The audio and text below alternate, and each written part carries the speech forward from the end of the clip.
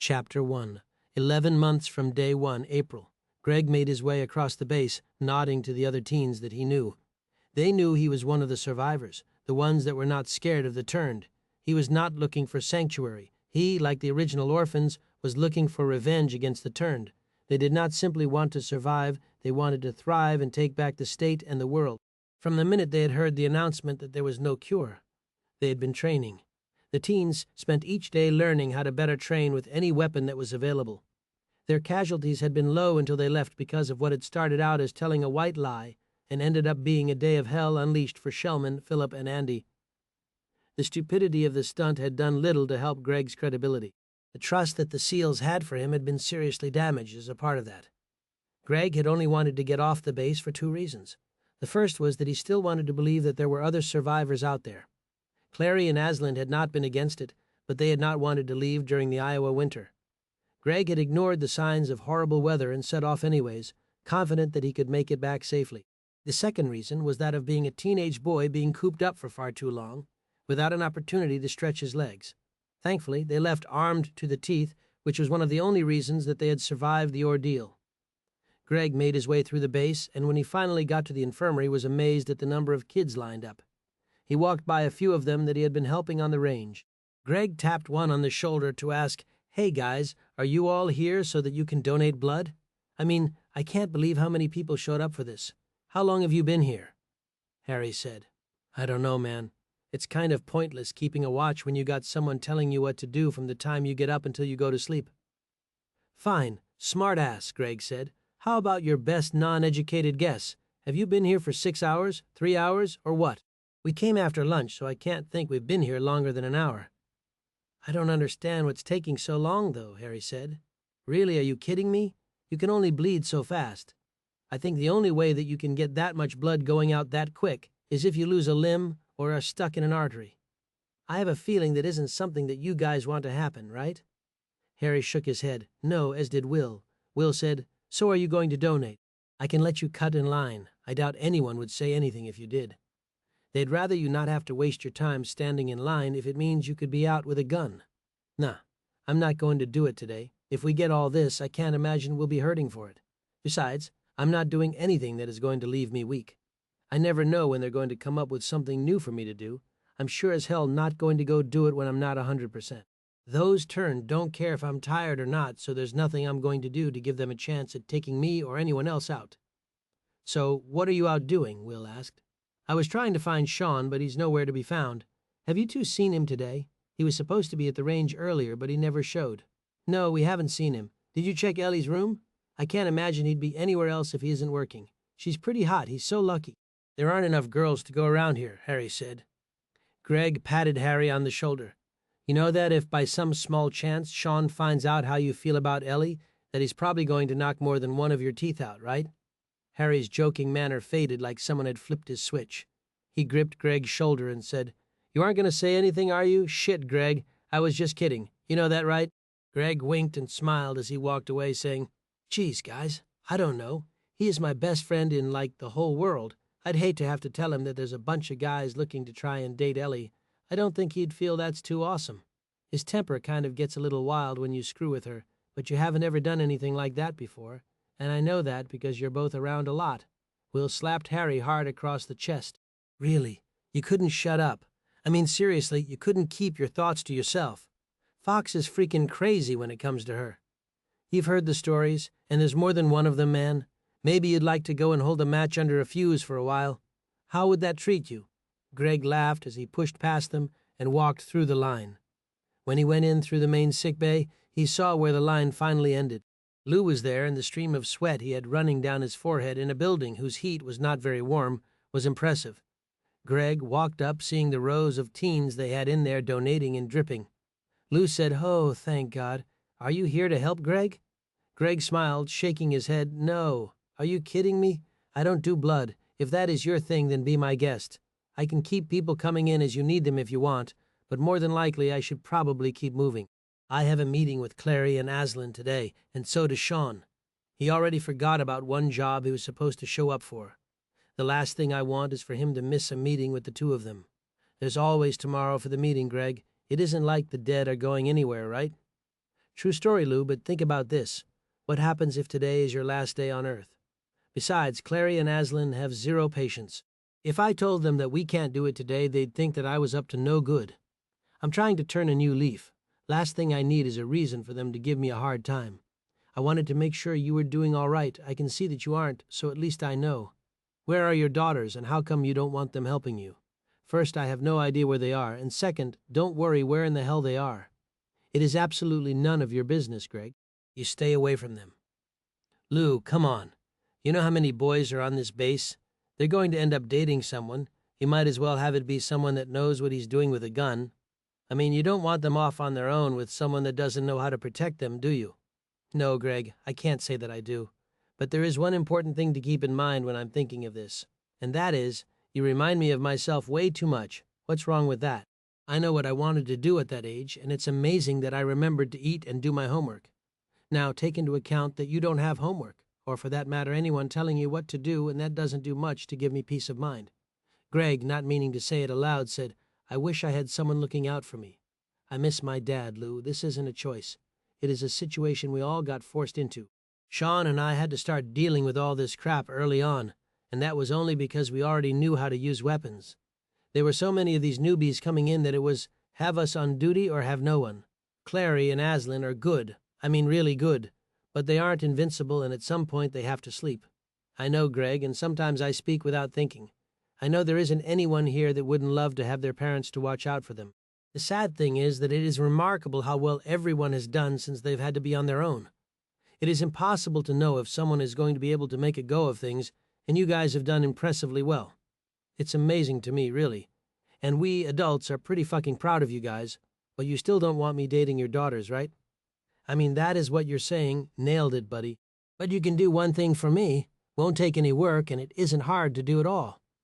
You think that you could do it? I can do a lot of things, Lou. I just don't know that I'm going to want to do it. So when I think of you and then of my two beautiful daughters, you think it is a good thing to think ill of you, Greg? Fine. What can I do to make your life easier, Lou?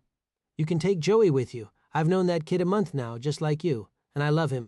I mean, anyone that doesn't love that kid has some serious issues, Lou said. Then why do I need to take him with? Greg asked. I mean, he's going to get bored of whatever he is doing eventually and come find one of us. Is he doing something bad? It isn't that he is doing something bad, but honestly, I can't get anything done. Every time I'm ready to move out a donor, he runs over pulling up their blood bag and showing it to them. He's been here for 2 hours, and I've already had 6 kids faint on me. I mean, at some point, I'm honestly worried that he's going to pick the wrong kid, and they're going to fall out of the bed and crack their head open. I don't have time for stupid mistakes like that, and after Ellie's head wound taking so long to get better, I don't want to recycle her bed with someone new, if you know what I mean. Greg looked around Lou's massive frame and saw Joey walking around looking for a filled blood bag, which he raised up in front of the boy's eyes, just like Lou said. He watched as the kid, who already looked pale, passed out after his eyes rolled into the back of his head. Joey set the bag down slowly and backed away, turning to look for another bag. Greg couldn't help but laugh at this. He pointed to the downed teen, and Lou said, Christ, Greg, please take that kid with you. Like I said, I love him, but we need a break from kids passing out. Do you think that you could take him with? I'll owe you a favor. I don't know, Lou. I mean, you trust me with Joey, but not with Karen or Teresa. Seems kind of like a bum deal, man. I'm sure if you let us go out just once, you might be happily surprised with what they tell you about how much of a gentleman I can be. I have no issues thinking you can be good. Besides, Joey's twice as big as you and not your type. But the good can be bad, and well, I hate the idea of having to strangle you because of the one time that you're bad. Now, are you going to take Joey or not? Nah, he's not hurting anything. Greg, please. Greg turned around, already smiling. He ignored the pleading Lou and yelled to Joey, Hey, Joey, you want to go with me? I could use your help with some stuff today. Joey came up, giving Lou a quick hug.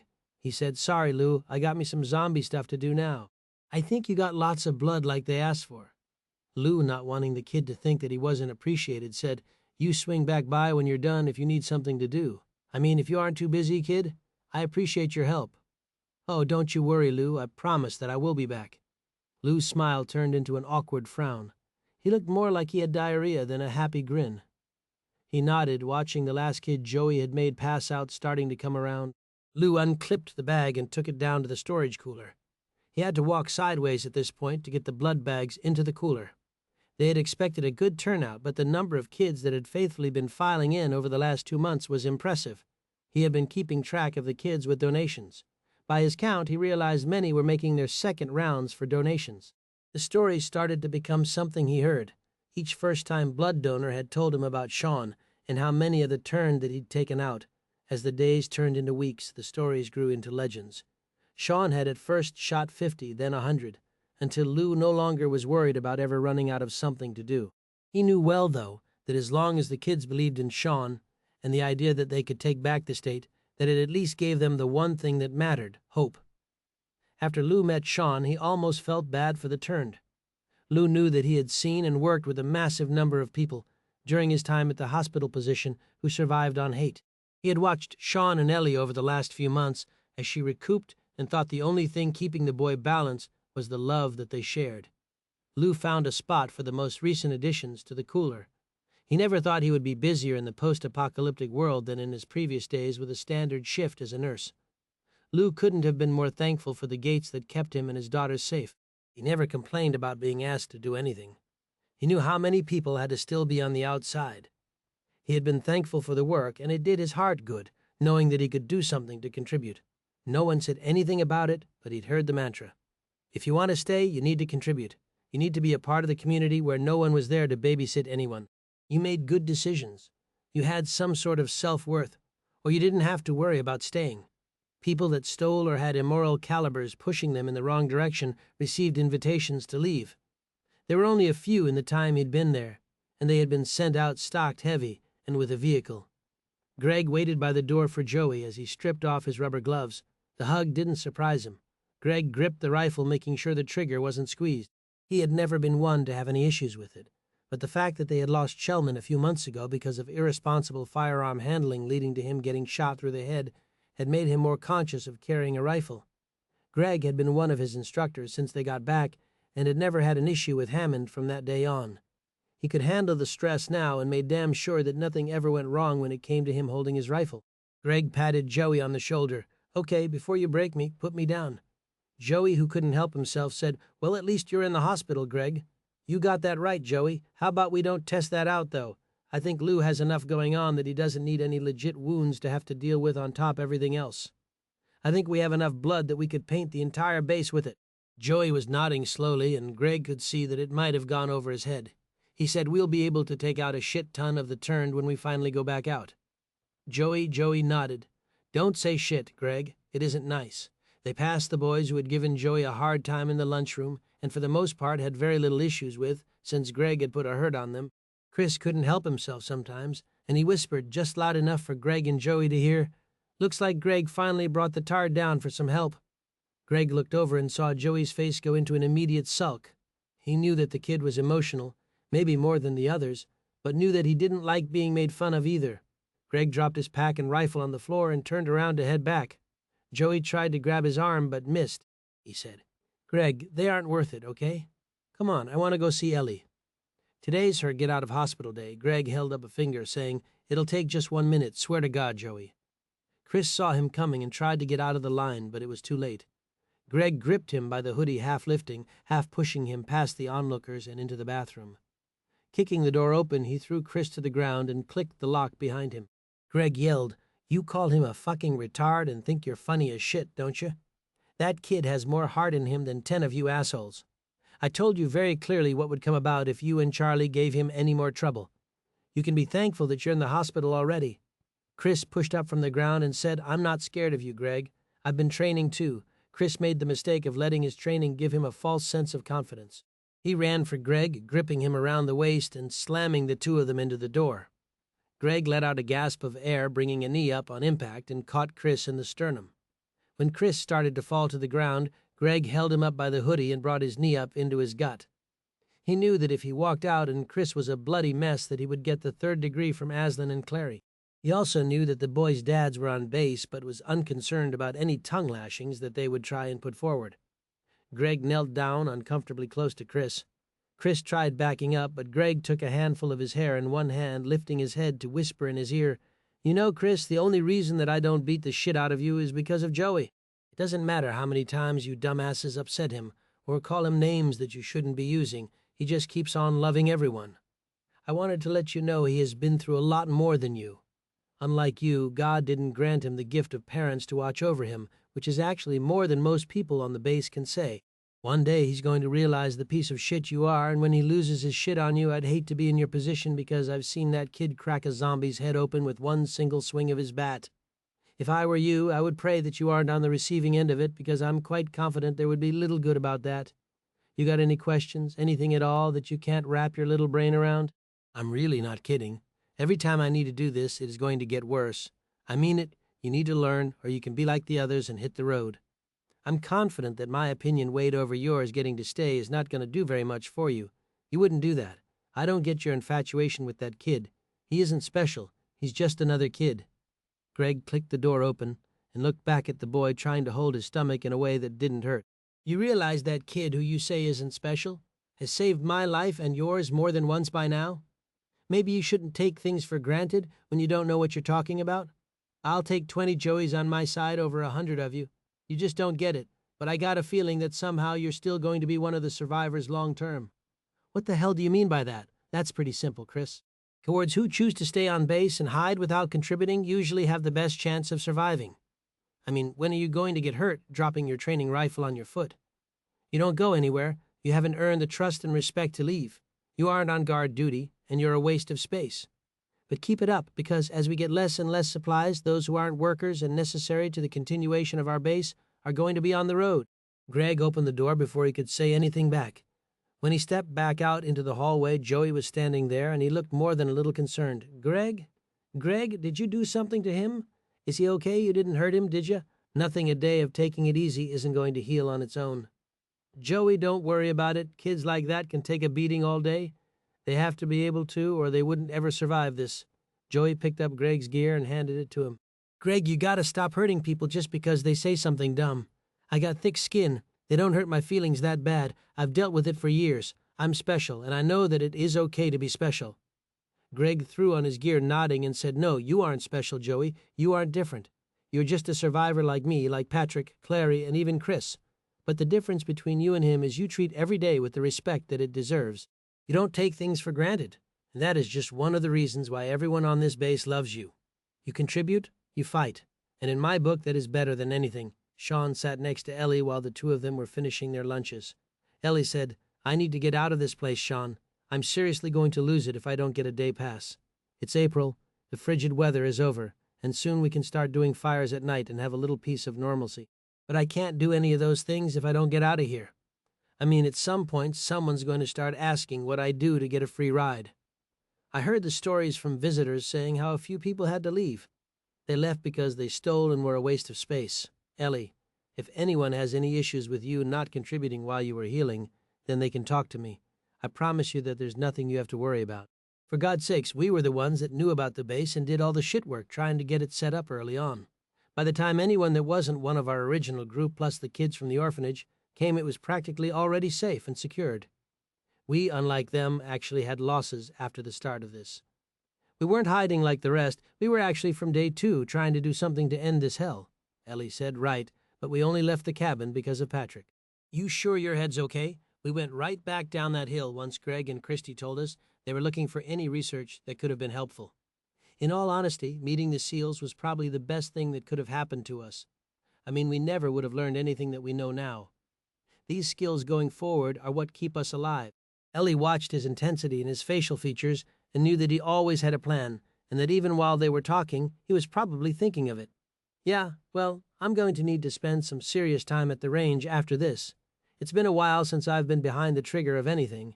I'm not going back out again until I can handle the gun. I don't want to put anyone in a predicament where they need to save me because I can't handle my own gear. You aren't going anywhere, Ellie, until you can run again. Lou still thinks that you need more time to heal, he said. The only reason you're getting released early is because you've been okay in all the other checkups, he said. You need to take it easy, and Shaun, stop, please, I get it, okay? I've been sitting here during all these conversations, he warned me. He told me about taking it easy and doing a little at a time. There's no rush, but like I said, if I don't get out of this little room, I'm going to lose my mind. I love you to death, but I need to get out of here and walk around. Shaun's face crinkled up as he tried to hold a smile in but couldn't manage it. The smile was infectious and Ellie couldn't help but follow suit. What are you smiling at, weirdo? You just said that you loved me. Ellie never missing an opportunity to throw him off balance. Yeah, like a brother or a cousin, stupid. Shaun's face went void of color and he looked at the ground awkwardly, unsure what to say. Ellie actually felt guilty for a second but still let it sink in deep. Before she reached down, gripping his hand and squeezing tight, she said, Shaun, of course I love you. Jesus, after everything we've been through together over the last 2 years, I don't know how I couldn't be in love with you. You're the reason I'm still alive and that I haven't lost my shit, Shaun. We've had so much happen, and through everything, regardless of what is happening, it seems like you just soldier on.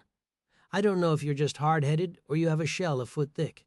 But yeah, you can handle anything, and yes, I do love you very much.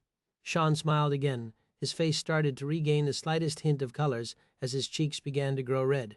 You aren't screwing with me, are you, Ellie? She shook her head no, and this time he believed her. You think at some point, Shaun, you could keep up with my advanced sarcasm skills? Shaun rubbed his hands through his hair. It isn't easy sometimes. You're lucky that you're blessed with good looks. Oh, Mr. Fox, you would love me regardless of how I looked, and you know it. Shaun pushed up off his seat, leaning in for a much-needed kiss. When he closed his eyes and could feel the beginning of what was going to be a great kiss, the unquestionable sound of Greg accompanied by Joey making gagging noises at the door was evident. Greg said, God, would you slip her the tongue already, Fox? The two of you are going to be dead or old by the time you finally make a move. Shaun did as he was told and extended a very prominent middle finger to the two of them. He pushed up off the bed, giving her one more kiss on the forehead, and said, I'll be back later to help you take your stuff to the barracks. We have that meeting with Clary and Aslan. I'm pretty sure that we're going to finally figure out what we're going to do going forward. Well, are you going to let me know what they said? Yeah, of course, Shaun said, but you know there's no chance they're going to let you go anywhere. We need to take people with who are fit and able. I gave you a couple months and you're going to be going out with us all the time just like we had been waiting for. Shaun grabbed his pack and rifle and Joey squeezed in, running over and giving Ellie a quick hug. I'm really glad you're getting out of here, Ellie. This room is nice and all, but I hate hospitals. I asked a couple of the girls if they could make you some cookies. I thought that you might like them. Ellie smiled, thinking that it would be hard for Joey to be any sweeter than he already was. She sat there awkwardly until it was uncomfortable to sit there any longer without saying anything. So, what kind of cookies are they, Joey? The best kind there is, Ellie. I had them make chocolate chip cookies. Oh, I love those. They're so good. So, are you going to give them to me later, or did you bring them with? Oh, I got hungry helping with the blood drive, so I thought I'd just eat one, and then I got a little hungrier. I guess I ate them all. I'll see if they can make you some new ones. Sorry about that. It's just that I get so hungry sometimes and there's no food around, and those cookies were saying, Hey, Joey, come eat us cookies. And Ellie, before I knew it, they were gone. Ellie patted him on the shoulder. Don't worry about it, Joey. I don't need them. Besides, maybe the next time we go out and get supplies, you can make sure to pick some up for me. Joey said, Oh, I'm not going out this time. I wanted to walk patrol with Patrick and the new girl. They get bored if I'm not with them, so I like to go with. New girl? Greg cut in and said, Yeah, her name is Bella, and she was in one of the last groups to come, I think, in March. There was a pretty decent-sized group hanging at the mall. They were so sick of greasy food that I think they were the first ones to be excited about having some of Aslan's gruel. She seemed like she knew what she was doing and caught right on during class. After a few weeks, Patrick vouched for her and has been showing her the ropes. We need all the fit people we can get to be able to walk the perimeter. Between the dead and those guys out in Johnston, we need to keep our guard up. Ellie smiled, thinking of Patrick having to deal with a new girl and with Kiaya. Well, I'll bet Kiaya couldn't be happier about that. Is Bella cute? Shaun said. I don't know anybody who is as cute as you. She smiled, brushing her hair that wasn't covered with a bandage. You know, flattery will get you everywhere, Mr. Fox. She blew a kiss to him as he walked out the door. Greg ran to catch up to Shaun. You know damn well she's hot, Shaun. You aren't blind. Yeah, Shaun said, but I'm not going out of my way to tell Ellie that. It isn't like she has anything to worry about anyways. Greg put his arm around Shaun and said, So, we both know that I could stop giving you a hard time, but you're single and annoyed about it. I take it Lou still won't let you take out either of his daughters. Well, he did say that over his dead body I could. Wait, actually, no, he didn't say that. I was waiting for the offer, figuring 50-50 chance worst-case scenario, you know, with a bunch of zombies always running around. Not once did he say that, though. Keep out of trouble for more than a few months, and maybe you'll get a chance at it. There's bound to be more girls that we run into, right? I mean, if this is what is left, then there's not going to be too many offspring running around, at least for a long time," Greg said. "You aren't ready to be a dad just yet there, Shaun?" "Hell no. I'd like to get to the point first where that is a problem to worry about and then still not have babies for a long, long time to come. I can't imagine trying to keep an eye on a kid in all of this. You can't imagine the Turned would be at all sympathetic towards a child, right?" "No way, those things are effing evil. They'd take it out," Shaun said. Joey said, "You guys got anything better we can talk about?" Shaun having kids, and then his kids getting eaten by the dead, doesn't seem like a great talk. "Yeah, sure, Joey," Greg said. "I got something. How about Loverboy here can't make it to his training assignments when he is supposed to?" "What did I miss, Greg?" "You missed range duty. There are enough people now that it takes the entire time just running up and down the range, making sure that everyone is being safe. Some of those kids still make me nervous. They still think that it's a game, I think," Shaun said. "Well, the first time that those things make their way here and take out that joke of a fence, they will." Joey cut in quickly. Guys, you really think those things are coming here? You don't think this place is safe anymore?" Shaun instantly felt like an ass. "Yeah, Joey, this place is still safe. Honestly, there are probably few places safer in the state. I doubt we ever would have lasted a year at Andy's place. Not that I wouldn't mind having my own room and the feel of a real house to sleep in," Greg said. "What, you don't like sharing your personal space with however many kids we're up to?" "No, Greg, there's definitely nights that I could use some privacy. God knows it wouldn't break my heart not to hear you snoring at night. I would like my own room too," Joey added. "I don't like hearing people's moans when they have nightmares. When I can't sleep at night and I'm looking around with flashlights, people look like they're in pain. They look scared too, and sometimes I go over and wake them up, because I think they'd be happier not dreaming that," Greg said. "What happens then?" Shaun answered before Joey could. "A lot of the time, it isn't any better, and that's when they start bawling their eyes out," Greg said. "And how do you know all that?" "Because I don't like to sleep either," Shaun said. "I do better catching a couple short naps in the day. Just another reason I'd rather have my own room," Greg whispered, just before running off. "Hey, if you close the deal with Ellie, maybe you wouldn't need your own space so bad at night there, Fox." Shaun prominently held up his middle finger for Greg, and the three of them raced the rest of the way to the office to meet Aslan and Clary. Chapter 2. Aslan stared out the window, checking his watch. "It doesn't matter what time I tell those kids to show up. They aren't ever early. I mean, you would think having a clock in every single damn building would be enough to make them be on time. There isn't a lack of places that they can find out what time it is. Do we need to go rob a watch store so everyone on base will have one less excuse?" Clary was leaning back and in no hurry for the kids to arrive. "I'm not in a hurry. It isn't like Shaun hasn't been preoccupied with Ellie lately. She gets out today, yeah, no." "Yeah, but she still needs to take it easy. I already spoke to Lou, so if we end up leaving today or tomorrow, she's not going with. Last thing we need is for her doing something she thinks she can, and then she gets hurt or worse. You remember what happened with Shaun last time?" Aslan said. "Well, it has been a whole 2 months, Aslan, but yeah, if what you're asking about is if I remember Shaun going off with a storage closet worth of blood bags and taking out an insane amount of the Turn by baiting them, then yes, I have a small recollection of it. It was still dangerous, Clary, and the last thing he needs is the motivation to go do something like that again." "Motivation? Are you kidding me? I've never met anyone who hates those things more than Shaun. He has always felt responsible for what his dad did. I'm pretty sure if we ever win this thing that he will be the one pulling the final trigger to put them down. He is a long-term survivor. If he can refrain from doing anything else ignorant with grenades on ice, then I'd say he'll be around for some time to come." "Right. I don't think he'll be doing anything like that for a while." Aslan. "Damn hard to do that since the spring thaw finally hit. I won't feel quite as bad about sending anyone else packing if the weather stays like this. I could handle these temps year-around. That frozen tundra shit when Greg decided it was optimal time to leave sucked. It makes me wonder if those who stayed in Iowa were quitters." "Yeah, I'm sure the whole population of settlers were quitters," Aslan said. "It couldn't have had anything to do with them seeing the soil. We'd be smart to get some supplies to start taking advantage of this land. There's plenty of farmland across the field and surrounding the base that we could have a hell of a crop if we wanted to this year. We could get fresh vegetables and freeze them. Imagine an endless supply. Even the people who don't think they need to learn about firearms could contribute. There's little as important as food." Clary struck a match, lighting and cupped it around one of his cigars, thinking about it. "So, Aslan wants to be a farmer, huh?" Aslan patted his midsection. which had shrunk considerably over the last year of constant training of the youths. No, that isn't it at all, Clary. But I want to keep the option to eat open. Probably would be smart if we rounded up what cattle we could and stick them somewhere. I don't see any reason why the dead should be able to eat them. There are a lot of things we should be doing. Training these kids is smart, and it isn't ever going to be something I regret. But shit has hit the fan. Instead of watching it slide down the walls, maybe we should start embracing the fact that there are plenty of resources available.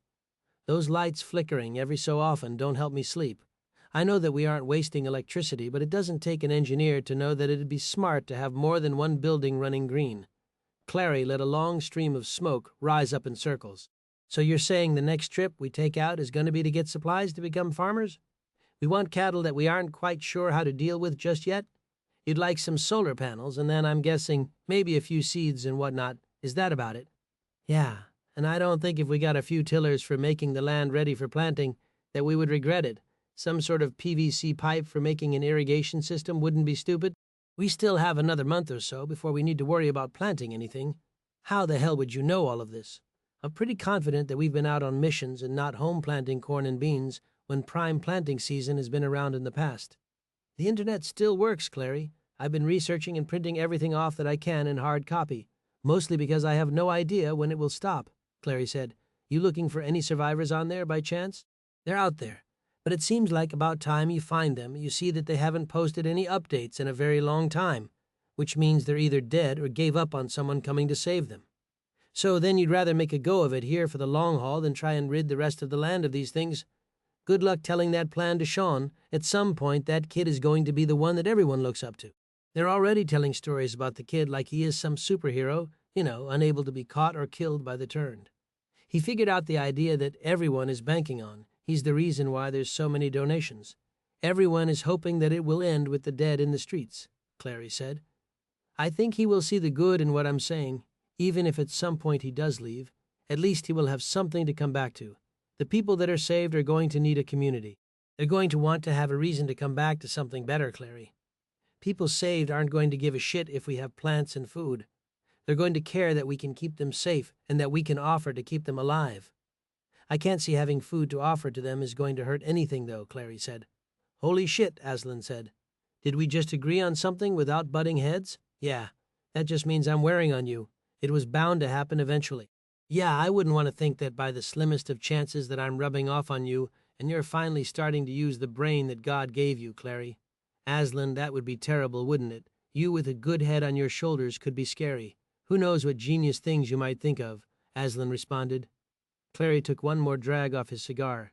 He only allowed so many puffs before putting them out.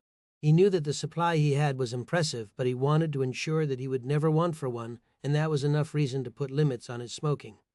Clary was confident that he would find a much braver way to die in the coming years, that the health risks were the least of his concerns. Clary said, The only issue that I have with getting that stuff right now is one thing, and that is, don't interrupt, Aslan, it makes you an asshole. No, like I said, I don't hate the idea, it actually makes sense, which is a bit terrifying. What worries me is that we're going to leave a base unattended knowing that we have some crazy guys that are dying to get what we have and do whatever they need to do to get it. Or at least, that seems to have been the impression that Shaun said he had gotten from them. So, what do you want to do, Clary? Wage a war. I'd like to put the idea to rest before it ever becomes an issue. I say that we take them out. We leave nothing of them to come after us, after we do some more in-depth reconnaissance. God knows if they knew where we were, that they would be watching us, or worse. Aslan was nodding his head side to side, trying to decipher how he felt about it. If we want to go and start surveillance on them to know if we should be worried or not, that is fine with me. What worries me more, though, is that we could wait forever and never see those people. There's nothing saying they ever figured out what happened to their friends or know where we live. Oh, okay, so we're going to do hypothetical situations, Clary said. You must think they're complete morons that when they saw the bullet holes peppering the truck that they weren't from bullets. Is that what you're trying to say? No one would miss that display of holes in a car. What I'm saying is that we've waited this long. What is it going to hurt to wait a few more days? You give me a few more days so we can gather some supplies. It's been a few months and they haven't been an issue yet. Don't you think they would have attacked or tried to take the gates if they knew where we were, Clary? I have no idea. Maybe they're watching us now and we don't even know it. Maybe they're waiting for us to leave so they can storm our gates, kill those that don't know how to take care of themselves, and then take our shit. What do you have to say about that? That you couldn't be more negative if you tried sometimes, Clary. Did you want to bring that up to the kids? You think that would be a good idea? Or should we keep our concerns to ourselves? Maybe the best thing to do would be to bus everyone from base around every time we leave because something might happen. I'm being rational, Aslan. You kill the threat and you have none. You let them live. You realize that you have an aggressive adversary and you just let them stay around and ignore them. Then you're going to have a very serious issue on your hands. So we storm their gates after some recon? Let me ask, if we all go out to check the place out, who is going to take care of our gates? So, Aslan, are you saying that either way we're leaving ourselves vulnerable? So even though we have the same issue going on, you think it'll be easier if we do it your way first because you're hesitant about how long shit is going to last. And you've been surfing on the internet for too long and made yourself batshit crazy. Pretty much, Clary. Can we just agree to disagree on this and go get the shit? I have been thinking about this since Shaun and them went out to get stuff. There are so many buildings that are more than likely still packed with supplies. I think there has to be. This hit so fast, especially in Iowa, that I'm sure there's a ton of stuff left. People barely had time to pack anything. The only thing that helped Shaun and his crew was the fact that his dad was the one who invented it, and he was one of the first to have to deal with it. He wasn't ignorant and knew to get the fuck out of Dodge when things went to hell. Fine, we'll do it your way, but I'm not kidding when I say once we have your little fund to do jobs back here and ready to assemble that we stake out that gated community they're holding up in. We either have words with them or we take them out, but we do not just wait hoping that they're going to be okay and not come after us. Wow, Clary, you actually want to give them a chance to talk. You must be getting old. I figured you'd want to blow the gates up and head straight in. I would, if it wasn't for having to worry about the innocent. How do we know how they ended up in there? They don't deserve to die just because some assholes might have taken over the place. Aslan was about to say something else when the teens came through the door, but quickly closed his mouth. They weren't out of breath, but they were breathing heavier than usual. Clary saw them smiling and said, "Shaun Fox smiling. Are you okay, Shaun?" Shaun shrugged. "Ellie gets out of the hospital today, and then she gets to come back to where she belongs. Yeah, I think I got something to smile about." "You have a problem with that?" Clary held up his hands in surrender. "No, but it's nice to see that you have the ability to still do it. You're always so serious all the time." "Yeah, well, there's quite a bit of shit to be serious about. I'm good, though." "What did you guys want to talk about?" Shaun asked. Aslan sat down, tossing his cap on a desk. "A lot, Shaun. Now that Ellie is out, I'm hoping that we will be able to get your full attention." "You always have my full attention, Aslan. And so do the kids on the range and people who want to know about the Turned and others that want to know about everything else that I have absolutely nothing to do with." Aslan held up his hands, nodding slowly. I get it. We're all happy she's getting out, Shaun. I mean that. We were thinking about going on a run." Greg, who was always ready to get off base, immediately perked up. "Where are we going to go?" I was thinking, or Farmer Aslan over there was thinking, that maybe we should go pick up some supplies to make this place a little greener. We both have to agree that eventually food is going to be a problem. It doesn't matter how many cans of corn we have, or steaks for that matter, it's going to run out eventually. Even if we could get another 6 to 8 months on what we have, it would be smart to gather what we need now before it gets to the point that we aren't able to safely do it. Right now, we aren't going out to do stupid shit because we're starving. This is simply prepping. Shaun held up a hand, not waiting to be called on. "Wait, what do you mean about going to get some supplies? I thought today was going to be talking about the blood bags or the others in that community." Clary looked to Aslan to let him speak. It was almost as if he had a déjà vu moment, which made him smile at Aslan. Aslan gave him a discreet middle finger and said, "Okay, we have talked about that already, Shaun. Trust me when I say this, bud. We aren't forgetting about them. I think that we have plenty of time before they're really going to be a threat. It has almost been a month. We haven't had any further issues with them. With every day that we get more blood. The supplies that we need are even greater." "Yeah, yet," Shaun said. "Do you really want to wait for them to make the first move? I mean, is that the smart play here, Aslan?" Greg said. "Dude, it's all good.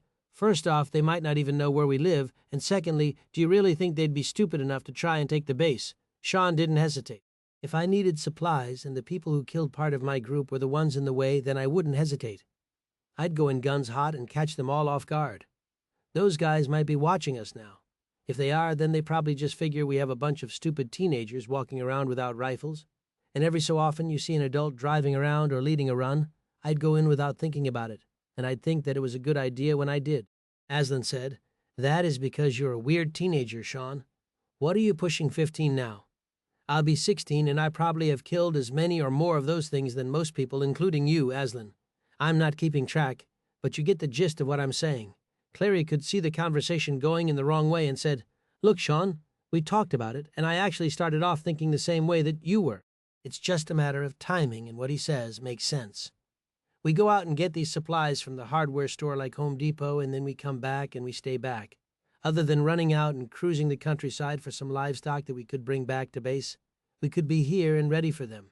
If we decide after surveillance on the other camp that they're indeed a threat, then I say that we cross that bridge when we come to it.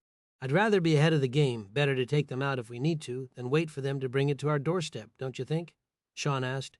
Joey, who'd been waiting patiently to talk, said, "Wait, those bad men are going to come here?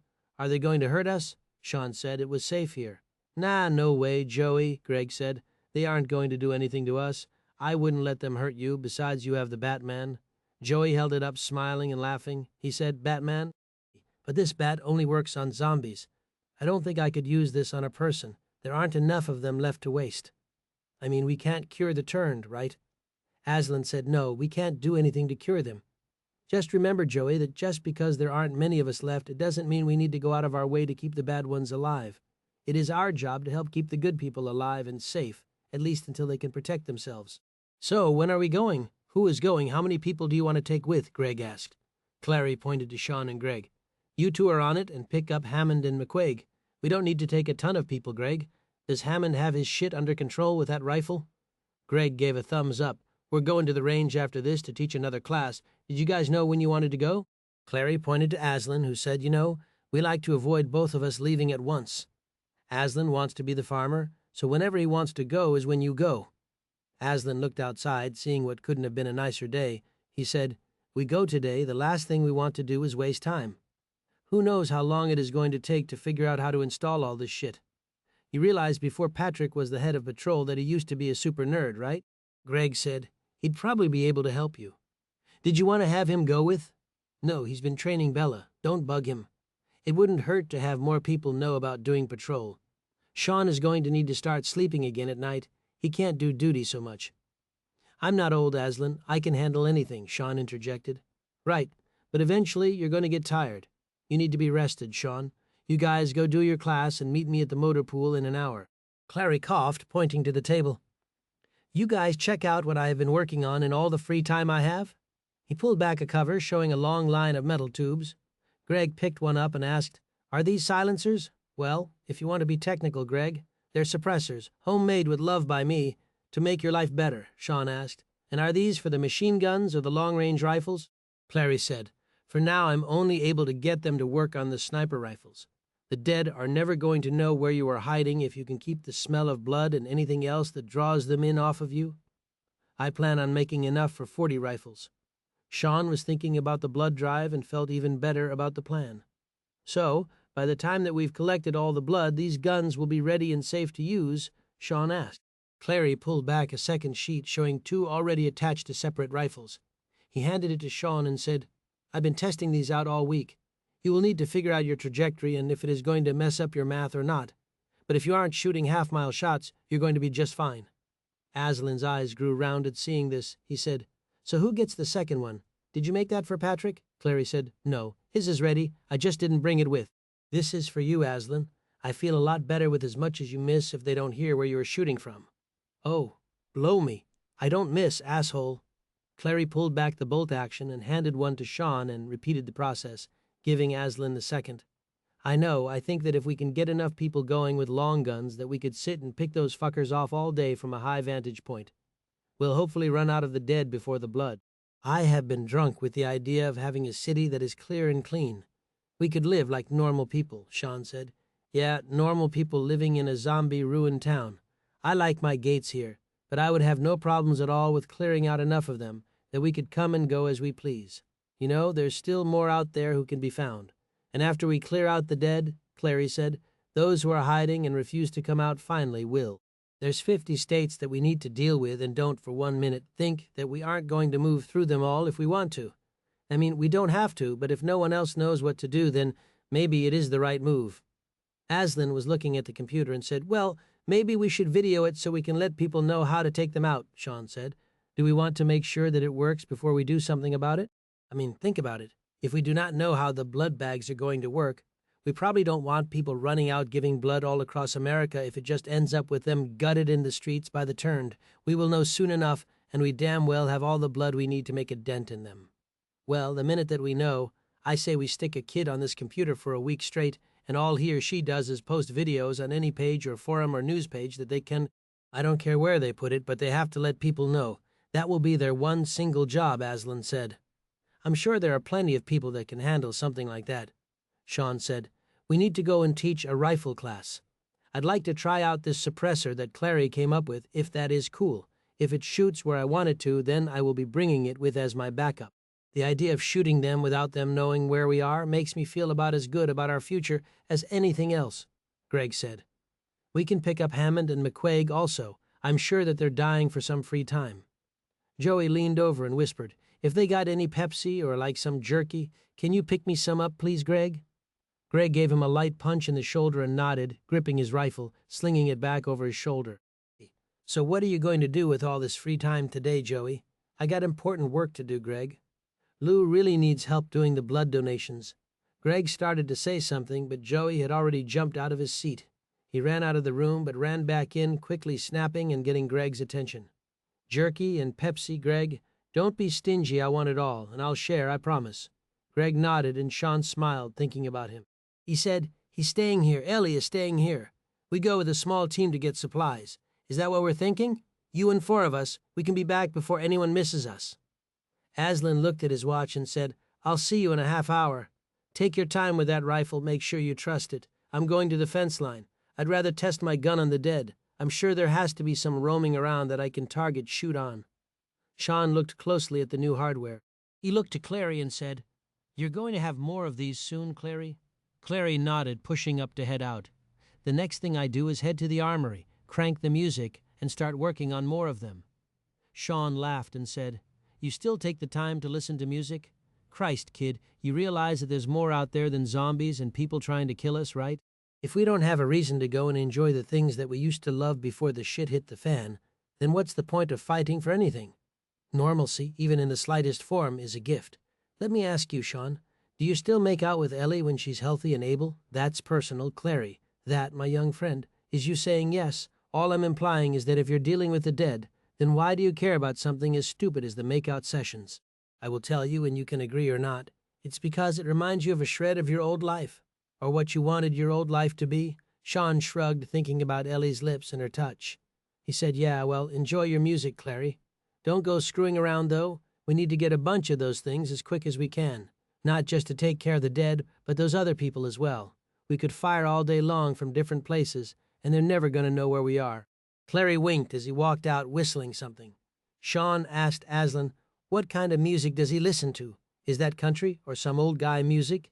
"That, my young friend, is Black Sabbath, and it is for everyone. I'll see you guys soon. Go do your class and get the others." They nodded, and all went in their own directions. Chapter 3. Shaun didn't want to have to worry about telling Ellie that she wouldn't be going on any trips, but he knew that any time you left or had to deal with the possibility of the turned, that you may not be coming back. Greg delivered an enthusiastic Joey back to Lou, who had mouthed a few words of thanks to Greg, who could only laugh, but knew the chances of him getting Lou's blessing about his daughters had just grown slimmer. Joey poked his head around the corner and said, "Guess who's back, Mr. Lou?" Lou gave the kid an okay sign, nodding for him to come in, and tossed him a fresh pair of surgical gloves for handling the bags.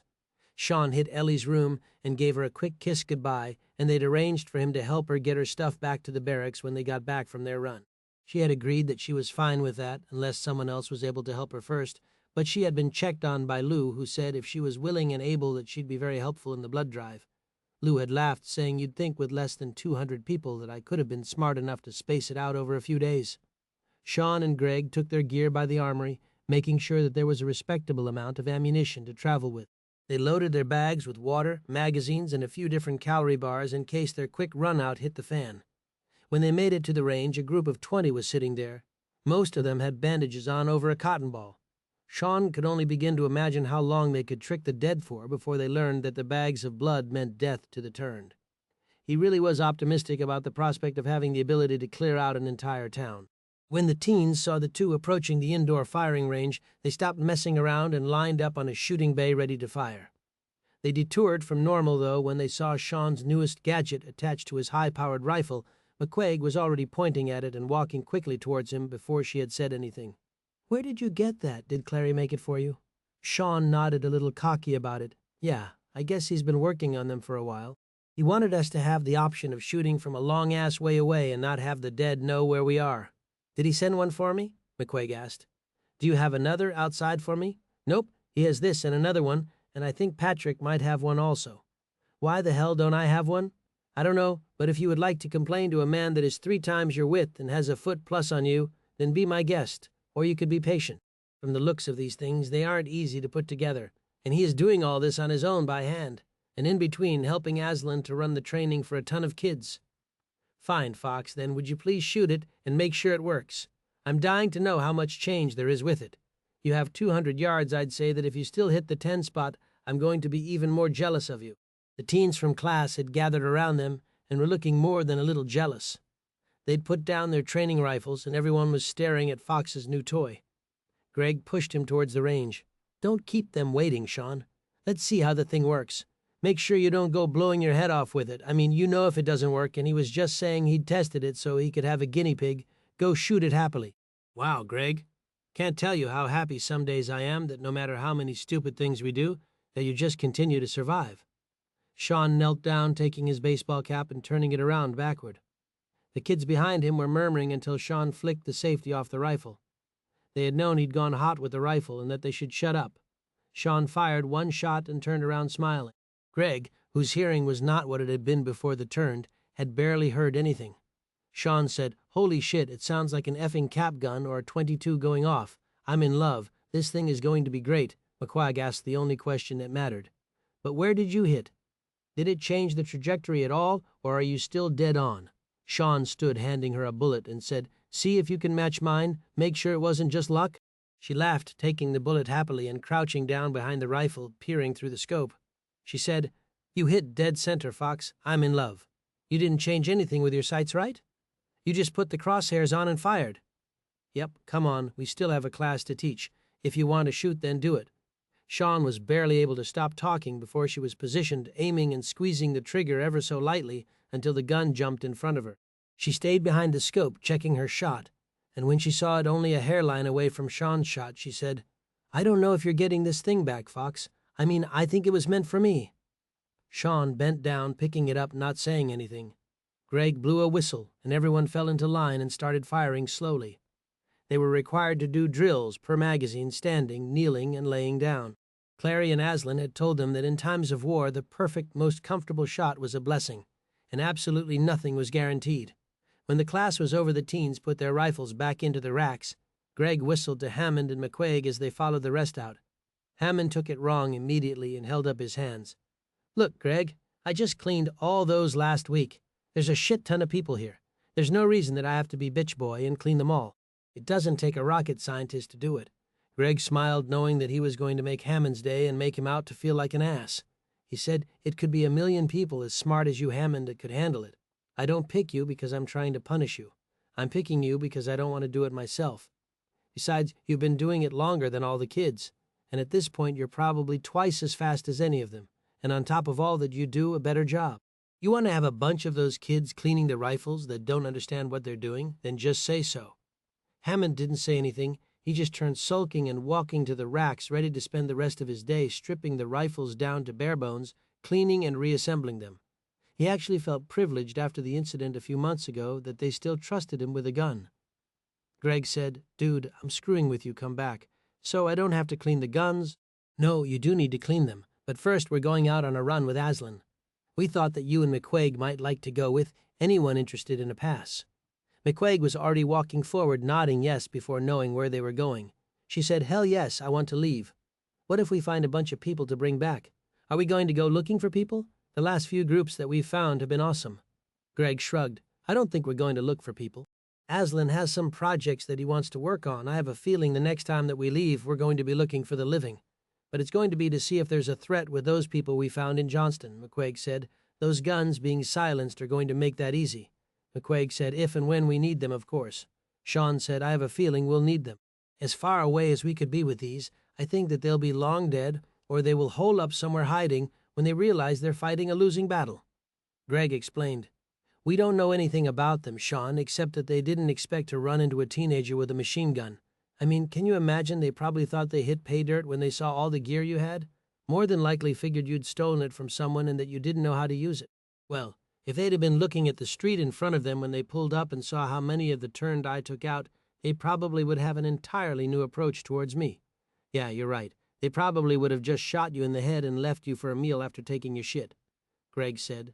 "The same reason Aslan yells about safety switches and their importance on guns is the same reason that he says repeatedly how stupid it is to go off on our own. I think I've heard his speech about how watching your back is a two-man job enough times that I'm never going to forget it." Shaun said, "Yeah, I get it, Greg. How many times have I left since we got back from that?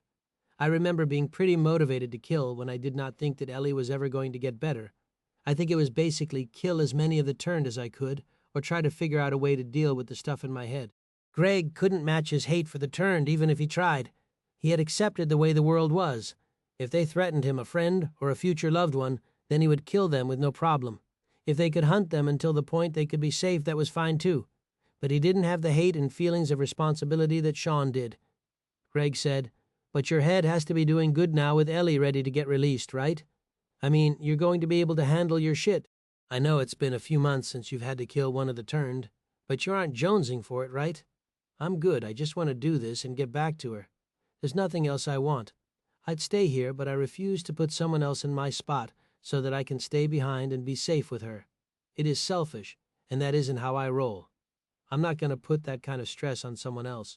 Hammond stepped up and said, "Right, but don't you think that someone else would like to get off base? At some point, it would be nice to have some other people that have the experience that you do." Shaun stepped up close to Hammond. "Look, Hammond, I'm going. We can leave you here if you're going to be an issue. When the rest of the people have all of the training that I do, and don't need to be reminded of the simplest of things with their rifles, then they can have enough time going out on trips and find people as much as they want to. Until they can do that, I don't want anyone giving me any guilt trips. I have other shit going on, and I'm not going to worry about taking a bunch of people who don't know their ass from a hole in the ground. You got it?" Hammond nodded slowly. He was doing everything in his power to blink away the tear that was trying to force its way out. He needed no help remembering what he'd done to Shellman, because the sound of the blast echoing, followed by the screaming, in the Humvee that day had been the fuel of his nightmares since they'd gotten back. "You don't have to be a dick about it, Fox." Shaun pushed past him and said, "Grab your gear and let's go. Aslan is going to be ready soon, and he isn't going to want to wait around." Greg ran to keep up with him. He said, "Christ, man, do you need to rub salt in the wound? I do when people won't let something go. I mean, think about what you would do if you had to worry about the people on the crew as much as the dead trying to kill you. We're going to have enough to worry about going there. We haven't been to where we're going, at least not since the dead started coming. And now on top of that, he wants to bring a shit ton of people who don't have any experience. I'm sure that taking others out on runs is definitely a smart idea. But if we do that, we need to be calculated and ready, and taking them to a gigantic warehouse isn't going to do anything to help them. The number of people that I trust to have my back is growing slimmer with every kill. The more people we bring on this base, the more we have to worry about. I don't fear those that we brought back the day that we went with you, but anyone after that makes me nervous. Dude, relax. We picked up a bunch of freaking kids last time. How bad can it be?" "Shh." Shaun shrugged and said, "You take away our guns and put us in normal clothes like the old days, and I doubt that we would look very scary, but what if we got our hands on some guns? Then do you think we'd be something to be a little more nervous about?" Greg thought of the hours he'd spent driving around the base practicing with the roof-mounted machine gun, and knew that Fox was no one he would ever want on the opposite end of a rifle while he was angry. Just relax on the paranoia, man. It is okay to trust people once in a while. If you don't trust anyone, then eventually you're going to end up on the short end of the stick. They made it back to the motor pool within 20 minutes. Aslan came up with the largest smile that the two boys had ever seen on his face. Shaun said, "Let me guess, some of the turned were on the opposite side of the hill? How many did you take out?" Aslan said, It isn't the number of the dead that we take out, but it's the enjoyment of knowing that they won't be trying to take out anyone else. Oh, and I took out a really large number. I stopped trying to keep track once I hit 15. By the time I ran out, they still didn't have a clue where I was. I think our chances just keep getting better in this thing. When McQuaig came walking up the path with Hammond, who looked like someone had shot his puppy, when he saw the rifle slung on Aslan's back, she said, "Oh, now this is unfair. Is there like a reason that I don't get to have one of these rifles? I'm just as good as Patrick and Shaun at shooting." Aslan said, "That's probably true, and if you'd like to spend your time here debating your case to Clary, you can be my guest. If you want to go contribute to something, maybe you should come with us." She thought about what happened to those not contributing and was pretty sure that she was safe, but said, "No, that's fine. I'll go with. Besides, it isn't like we're going to be using long guns for a while. If I see anything, I'm spraying it." Greg cleared his throat, and she said, "Sorry, just kidding. Well-placed shots are all that you will see from Hammond and I." Aslan and the 5 of them climbed into 2 different vehicles. Greg took a gunner spot like they'd always practiced. McQuaig took the wheel of the Humvee the 2 would be riding in, and Shaun and Hammond both filed into the cargo truck that Aslan was driving. Shaun looked at the open back of it and said, "Christ, man, how much crap are we getting?" "It's going to be as good as gold soon, Fox. I'm not paranoid. Well, okay, never mind that, but I'm not stupid or trusting either. We have the generators keeping us going, but the last thing I want is for when they go to shit that we're just sitting here in the dark by candlelight, between the turned and the others that we don't know anything about yet. I'm not going to leave the million places outside that would be great shadows for zombies or intruders to hide in. Last thing I'm shooting for is someone walking past and slicing my neck open because I couldn't see them. Nice, bright lights invading those hiding spots is exactly what I want. Takes a lot of balls to invade somewhere. Now mix that with unfavorable conditions and you have me sleeping just a little better at night," Shaun said. "So you're going to clean this place out? Is that what you're saying? The place has everything a prepper could ever want. Fence for the new farm animals we will acquire, tillers for our future farms, and the seeds we need to plant to grow them, and they have solar power kits there." Shaun was nodding, thinking about it, and couldn't help but say, "But we aren't making this forever. What I mean is we do have interest in making it outside of Iowa at some point to help others. Right? Let's make it through the summer alive, Shaun," Aslan said. "You are so worried about finding others sometimes, kid, that you forget that the ones here aren't really ready to deal with this. You could go find thousands, but if you're going to be premature about it bringing them back too early, then you aren't using the greatest formula. But if we wait too long then," Hammond coughed, squeezing uncomfortably into the conversation. He smiled uneasily and said, "You know what? I think that McQuaig could use another spotter in their car. I'm just going to go ride with them. I feel like I'm with my parents, and they're fighting. That isn't one of the things that I miss from pre-zombie and orphanage days." He pushed the door open, and when he left, the 2 of them actually laughed. Shaun said, "I get what you're saying. It will be interesting to see what other people say once we try the blood bag trick." Aslan said, "Right. But we get this shit first today. We also need to go put some time into checking out the other camp. It seems they're pretty oblivious to us being out here, if we hadn't heard from them in almost a year. I'm pretty sure, though, that your machine gun and clothing is more than enough for any idiot to know where you were staying. If they radioed home, they know where to start looking. I can only imagine they weren't too happy about what happened to their group. Well, if they wouldn't have messed with my business, there'd never have been any issues. Let's go get your swag while we have time for it. If we wait too much longer, it's going to be dark by the time we get back. And then we have an entirely new thing to have to deal with." Aslan turned the truck over and they pulled out, letting McQuaig go first. Aslan said, "Does she know where she's going?" Shaun nodded. "Yeah, they're from around here, so they know where they're going, no worries." Hammond sat nervously in the Humvee. "You guys think we will see anything?" Greg watched intently, ready to throw open the door to the gun mounted on top. "How the hell would I know, Hammond? Maybe, sure, no, I have no idea. Considering most of the population has turned into one of those things, I'd say yes, overall, there's a pretty strong chance. I mean, considering we focused on one street in all of Iowa to take out the turned, and probably 90% of those kills were Fox.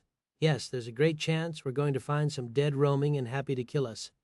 Hammond looked to McQuaig, asking, "He's just screwing with me, right?" I would say yes, but what he's saying kind of makes sense. Does it make me any more comfortable going out? Hell no. Now keep your eyes out. They can be anywhere. We get spoiled having the fence surrounding us at all times. When they got within a few hundred yards of the store, the dead were standing there looking almost lethargic. McQuaig was leading the 2 and held a fist out of her window to stop. Greg opened the hatch to take the machine gun spot. Aslan was already yelling not to shoot before Greg had the opportunity to take aim. He looked around, seeing Shaun and Aslan walking with the silenced, high-powered rifles. Aslan said, "Let Shaun and I get some practice with these. I want to see what they can do with a little room to stretch their legs." Greg, knowing they did, asked, "Can they shoot that far? I mean, I know you're getting kind of old, Aslan. Can you see that far?" "Greg, have I ever told you about my kids?" "I thought you didn't have kids, Aslan." I don't, Greg. But if I did have a little one, a child that was the apple of my eye, if I had that one request, then I'd like them to be absolutely nothing like you." Aslan set down the rifle on the Humvee's hood, extending the bipod. He took a moment to aim before what sounded like a cap gun went off. Greg was just on the verge of saying something smart when one of the closest Turn's head exploded on the side and its brains hit the dead standing next to it. The Turned came out of their daze and began peering around. They knew something was wrong but were unsure where it was coming from. Aslan picked off one after another until the parking lot was cleared. When he was halfway through the dead, Shaun noticed that they were done looking around. One of the Turned screamed louder than the rest, and they ran off in a pack into the meadow surrounding it and out of sight. Shaun said, "I'm sorry, but did you guys see that?" "Yeah, I sure as hell did, Shaun," Greg said. Aslan just handed them a big old can of whoop-ass. "I think I love that suppressor. He needs to get those for machine guns, if he can keep them from melting onto the barrel." "You think he can do that, Aslan? Focus, Greg, Aslan, Hammond, McQuaig. Am I crazy, or did I just see one tell the rest of them to leave?" Shaun said. McQuaig said, "Yeah, one of them seems like they were in charge." They yelled, the rest followed, and they understood. "That's about the scariest damn thing I've ever seen, and we've seen a lot. It isn't bad enough that they can heal, that they're faster than us and never get winded. Superhuman, but now we know they think and understand." Shaun looked through his scope, scanning the field. "I say we get in and out, and if we run into any more of the Turned, that we hit them with absolutely everything we've got." Aslan nodded, thinking of the implications that an alpha could bring. Aslan said, "I don't know if that is a good or a bad thing, having one of them in control in a group. I mean, what happens if we kill the damn thing, then what do the others do? Are they like a buffalo where you kill the leader and the rest sit there like fish in a barrel? Or does someone else step up and take its place?" "Well, I say if we get the chance to take him out, then maybe we ought to and find out what their chain of command is," Shaun said. "I know if each one of them has their own leader, I'll happily split their head with a round. I know we can't be that lucky to be able to take out one and have the rest of them just stupid and stand there while we kill them." Greg said, "Yeah, we aren't that lucky. We never are. Should we get going before it gets too much later? I got a feeling we're going to spend some time getting stuff. They have those big-ass doors, though, in back that we can drive the truck through if we can even get in the place," Aslan said. "The front door of that place is glass, so we're going to get in." Hammond couldn't keep his mouth shut. "So you want the place that has all the supplies in the world to be open for the dead to come in and out of as they please? That sounds like a great idea." Aslan was nodding before he'd picked up on the teen's sarcasm. When he did, he decided they'd wasted enough time already with talking and needed to get going. "Come on and load up and let's get down there. Who knows how long those things are going to be gone?" "Per smart ass there, I think we should try all doors on the store before we go breaking shit open. He has a valid point that once we clean this place, it isn't going to break my heart if we don't have to waste time or stress on my heart doing it repeatedly." They drove slowly down the hill towards the empty parking lot below. When they looked to the highway that wrapped around it in the distance, there was no shortage of cars. Most had car doors ripped from their hinges or holes large enough to pull a person out of. They drove to the front, trying to push the sliding glass door open. Aslan used a crowbar to try and open it, but even that was not enough, he said. "It's either locked or the energy isn't making it out here anymore." With no one to work at the energy office and a hard-ass winter, there's a very good chance that the power is out. I didn't see any stoplights when we went after Shaun and Greg that were still working. They took a step back, looking at the giant warehouse filled with what they desperately needed. Each of them was thinking how much creepier the massive building had just become. The shadows inside that could hide the dead were not inviting. They went to the rear of the building, seeing that there were cars, but these did not appear to be employees. The doors had been left open, giving the appearance that a chase had more than likely ensued, and these people had been running for their lives. Aslan pulled at the rear door, and it did not budge. When he hit the button on the side of one of the many bays, it started to go up an inch, using the last shot of juice that it had in it, and stopped after a foot. Aslan waited a second, realizing it wasn't going to go up any further, and said, "Okay, who's skinny enough to squeeze through there? And who has a potential death wish?" The teens all looked to Shaun, who shrugged. No worries. The door's like a foot away. If there's that many in there, those things are going to bust through it like a bat out of hell and tear you apart also. He handed McQuaig the silenced rifle. I'm getting this back. He took the pack off and hit the flashlight on his AR-15, first looking under, scanning the light back and forth, and then, when he deemed it momentarily safe, he wiggled under it, disappearing. Hammond asked, Fox, what do you see? He didn't answer. Shaun moved the flashlight back and forth, scanning the floor, but there was no threat. Shaun assessed the door he'd just gone under and read the few directions on the side of it saying how to operate it in case of power outages. He pulled the large chains and the door squeaked loudly as it began to go up. Shaun winced, knowing the implications of it, but knew that they were going to have to get the truck in regardless if they wanted to get any of their treasures back to the base. He stopped halfway up with the door and was glad that it was a sunny day out. The sun from the skylights was making it much easier to see. The store was going in and out of light as clouds teased at the visibility. When the rest of the group entered, they scanned the area quickly, deeming it temporarily safe. They made a circle around the floor, seeing it looked safe. Shaun said, Should we split up and make sure we aren't just circling the dead, or God knows what else? Aslan nodded, and Shaun, Hammond, and McQuaig went off to the left, and Greg followed close behind Aslan. Both had rifles up and at the ready. Aslan looked at his sights, trying to see better, and sighed, pulling out his pistol to look down the red dot sights, feeling more secure about being able to hit anything that he needed to in the dark. Greg saw it first and hoped that they were empty of the dead or had healthy survivors. Hey, Aslan, look, there are tents up there. Aslan looked up to the top, seeing that a makeshift treehouse had been constructed out of pallets, acting as a railing to the floor 20-plus feet below. You think anyone is alive up there, Aslan? Aslan shrugged and hit the test button on a lift, seeing that it still had juice in it. He brought down the basket that was used to take employees up and down to reach high items. When they made it, they could hear a growling sound. Aslan sighed, thinking that being 20 feet up in the air was the exact place that he wanted to be. When he put a little more thought into it, he hit his radio and yelled to Shaun's trio to book ass over to them. He waited before going up the rest of the way, and when they made it around the bend, saw what they were looking for. Shaun hit his throat mic, asking, So, did you guys yell up there before you took yourself up 20 feet in the freaking air? Greg shook his head, no pointing towards Aslan, who gave the finger back directly. Aslan said, I didn't think yelling in a place that we weren't done clearing was a great idea. Probably a lot quieter than if you have to shoot one of the turned that are sitting in the tent comatose, huh? Shaun said. Aslan whispered to himself that this was exactly why I don't have them. Don't need them, and sure as hell don't want kids. He shone his flashlight back and forth on the tent, not seeing anything come from it. A constant screaming growl, not like one they'd heard before, continued to come from inside. Greg said, You want to hit it on account, or what? Aslan got close thinking about it and climbed off, hitting the emergency release on the lift to send Greg back down before he knew what had happened. What the hell are you doing, Aslan? Aslan put up a finger, knowing that taking a kid with him was irresponsible regardless of what he knew how to do. Aslan, with a gun in one hand and machete in the other, gripped the blade hard, slicing it through the tent. It, of course, did not go as he wanted it to and got stuck on a rod halfway down. Aslan held his breath as he took a second swing at it. When he pulled it back the rest of the way, he realized that he had only thought that he had seen the worst of the dead and the things that they were capable of. He thought about what he was seeing and wanted to kill every last one of them, regardless of how long it took to complete the act.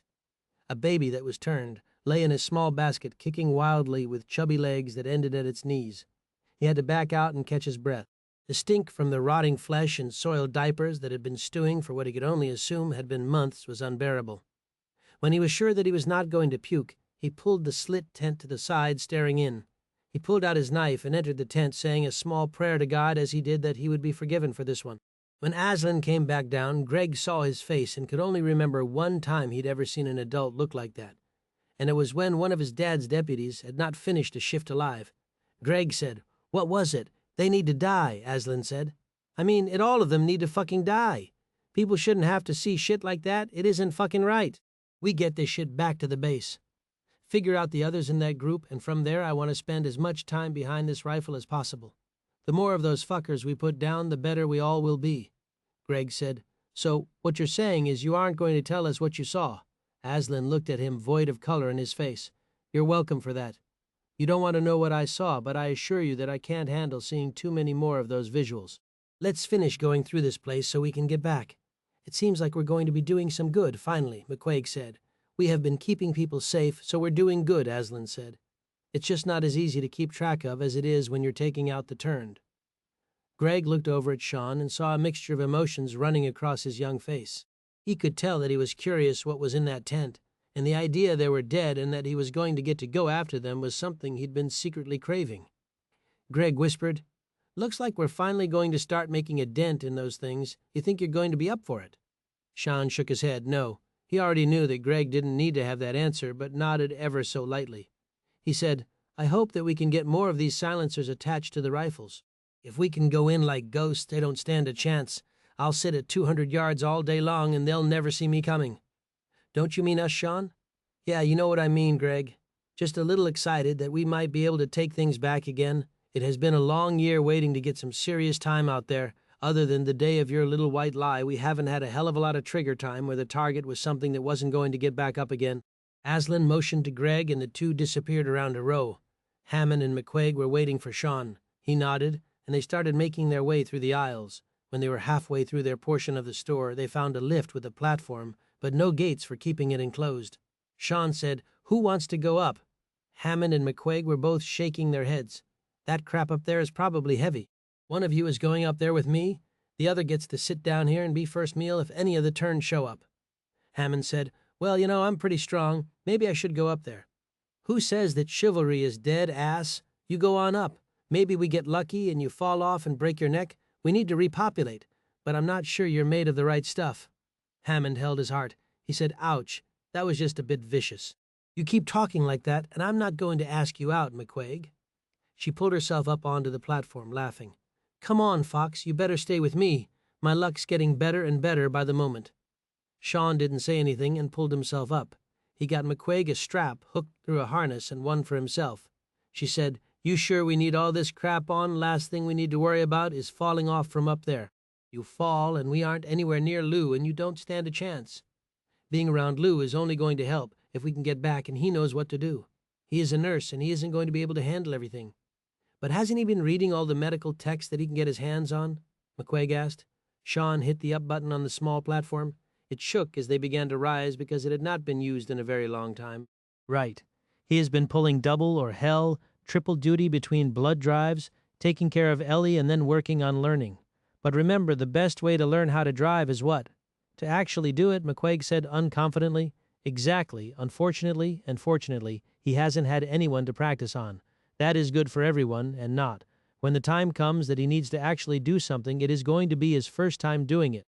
So let's just hope that he has put enough time into that text to be able to make sense of what it was saying to do." McQuaig said, "Well then, let's hope that nobody get." Hammond screamed from below and his voice echoed. There wasn't any question that he needed help, and now Shaun hit the light on his rifle, taking aim at nothing. Shaun yelled, "I don't see anything. What is wrong?" Hammond looked up, fear and sweat on his face. He said, I heard something over there." Shaun stood steady at the edge of the platform they were standing on and waited patiently. "He's just being paranoid, Fox. Come on, let's get this crap onto the platform so we can get it down. I want off this thing." Shaun held up a hand and shook his head slowly. "No." He ran the lights back and forth across the floor. He started to see shadows crossing in the distance, and they were not animals. He pointed his flashlight where he thought it was and tried to remember where Greg and Aslan were in the building. McQuaig said, "What? What do you see?" "Shadows that don't belong there. Something is up and moving. I just don't know what in the hell it is. What do you want to do, Fox?"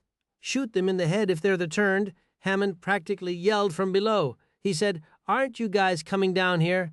You aren't going to leave me down here by myself, are you?" Shaun looked down at him, feeling guilty, but refused to risk McQuaig's life to go down and pick him up. He said, "You can climb up here, Hammond, or hope that you make it through this man. We don't have time to come down and back up, I don't think. I don't like either of those options." Shaun shrugged. "Those are the only ones you have.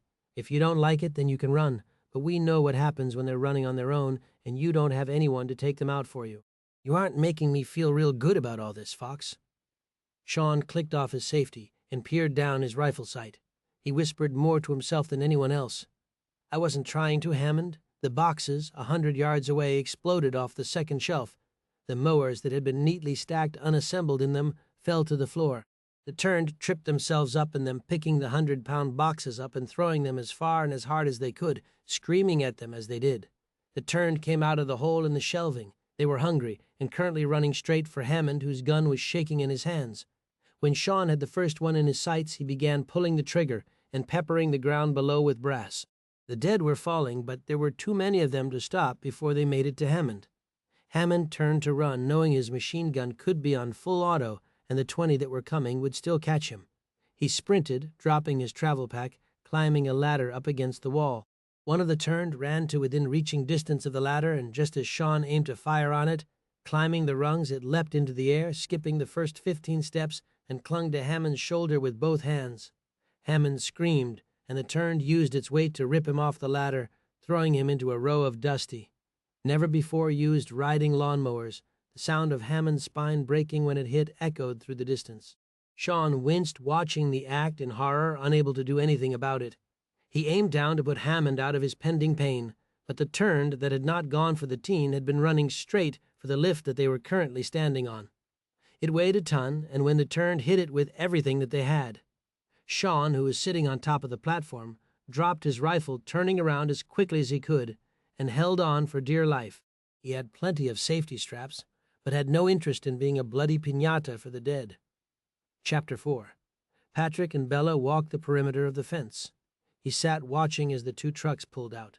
He hit his radio, saying, "Be safe out there, guys. Try not to do anything stupid." Shaun came back over a second later, saying, "Sorry, Patrick. We took Greg. We'll try not to do anything else stupid, though, I promise." Greg came over, unable to not contribute. "I'll miss you the most, Patrick.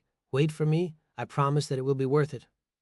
Bella stared at Patrick, unsure how to take that, and smiled mischievously. Patrick said, "You probably don't know Greg that well yet, but he's all kinds of special. He is also pure trouble, so I can only imagine that you, like all the other girls here, will absolutely love him." She smiled, shaking her head. "No, I've had plenty of troublemaker boyfriends in my life, Patrick. I'm perfectly fine spending my time hanging out with guys who aren't going to get me in a shit ton of trouble, if you know what I mean. You make a mistake nowadays and you're dead. I'm honestly just thankful that you guys were still out doing pickups of groups that were trying to make a go of it on the other side of that fence. You're really lucky after those asses tried to take Shaun. We weren't sure that it was a good idea that we try to bring anyone back with us for a while. We had decided that area where you were hiding out was a good place to try and pick up people, as it was a straight shot to and from the base. You got something going for you, though. Not many of the others have adapted to the base life as quickly as you." Bella shrugged. "I heard the rumors that those that don't help can see the other side of the fence if they don't watch what they're doing. Let me say that is absolutely the very last thing I want to happen. You guys got a good thing going here. I hope that it can stay that way for a long time to come. We have a good thing going. You don't have to worry about getting the boot out of here. They've only done that once, and it was because they couldn't stay sober long enough to be useful, and they were taking rations and hoarding them for absolutely no reason. We can't have people on base that we can't trust. There are too many dangers the way it is around here with all the heavy-duty weapons. The citizens of the base have lost so many already, the last thing they need to do is lose more because of stupid accidents." Patrick turned to start walking the perimeter, but saw Kya. "Hey, hang on a minute. I need to go say hi real quick." Bella checked her watch, nodding her head, and said, "Yeah, just hurry up. Okay." Patrick was smiling and running backward. He said, "What? Really? You already checking the time? How long you have been on guard duty? Try doing it for as long as we have, and see if you think it gets any better." Patrick started to trip and righted himself, spinning around. Bella watched as he ran, scooping Kya up in his arms and spinning the 2 of them around. Kya said, "Wow, someone's enthusiastic." Patrick leaned in, kissing her neck and making her scream aloud at the unexpected chill. He said, "Wow, and I'll be deaf too. You know I love to see you. I thought you were going to help out at the blood drive today while I was on shift." Kya shook her head. "No. Lou already has people helping him out. Joey was in there, but I don't know how much good he was doing. I swear the second that blood bag hits the marker for where he is supposed to be at, he runs over, holds it up, and the kid goes out for the count. If it wasn't for having to worry about them falling off the table, I think that it would be funny as hell. Lou is still running around like his head is chopped off. I think Ellie is a natural, though, getting the needle out and taking the blood bags to storage. I think she could be a hell of a nurse if she sticks by Lou." Patrick was shaking her head. "No, no way that girl is going to stick by Shaun's side until the end of this. They're inseparable." "Inseparable? Oh my God, I'm in love with a nerd, a complete nerd." Patrick kissed her neck again. "A nerd that can shoot at the very least. I think I'm getting better the longer we date." I mean, I can't hold it up against any data, but... She gripped onto his camo hoodie, and when he looked down, she pulled him in close, giving him an embarrassingly long and wet kiss. She said, I love nerds. Don't worry about it. I don't want Bella thinking that you're on the market. You are all mine, and I'm keeping it that way, Patrick. Patrick's cheeks started to get red. Keep that up, Kaya. And I'm not going to be able to walk around on guard duty without looking a little awkward. Kaya kissed him again, bumping her hips into his on purpose. She laughed as she walked away. You have fun on guard duty. You catch up with me in a couple hours, see if you can find me.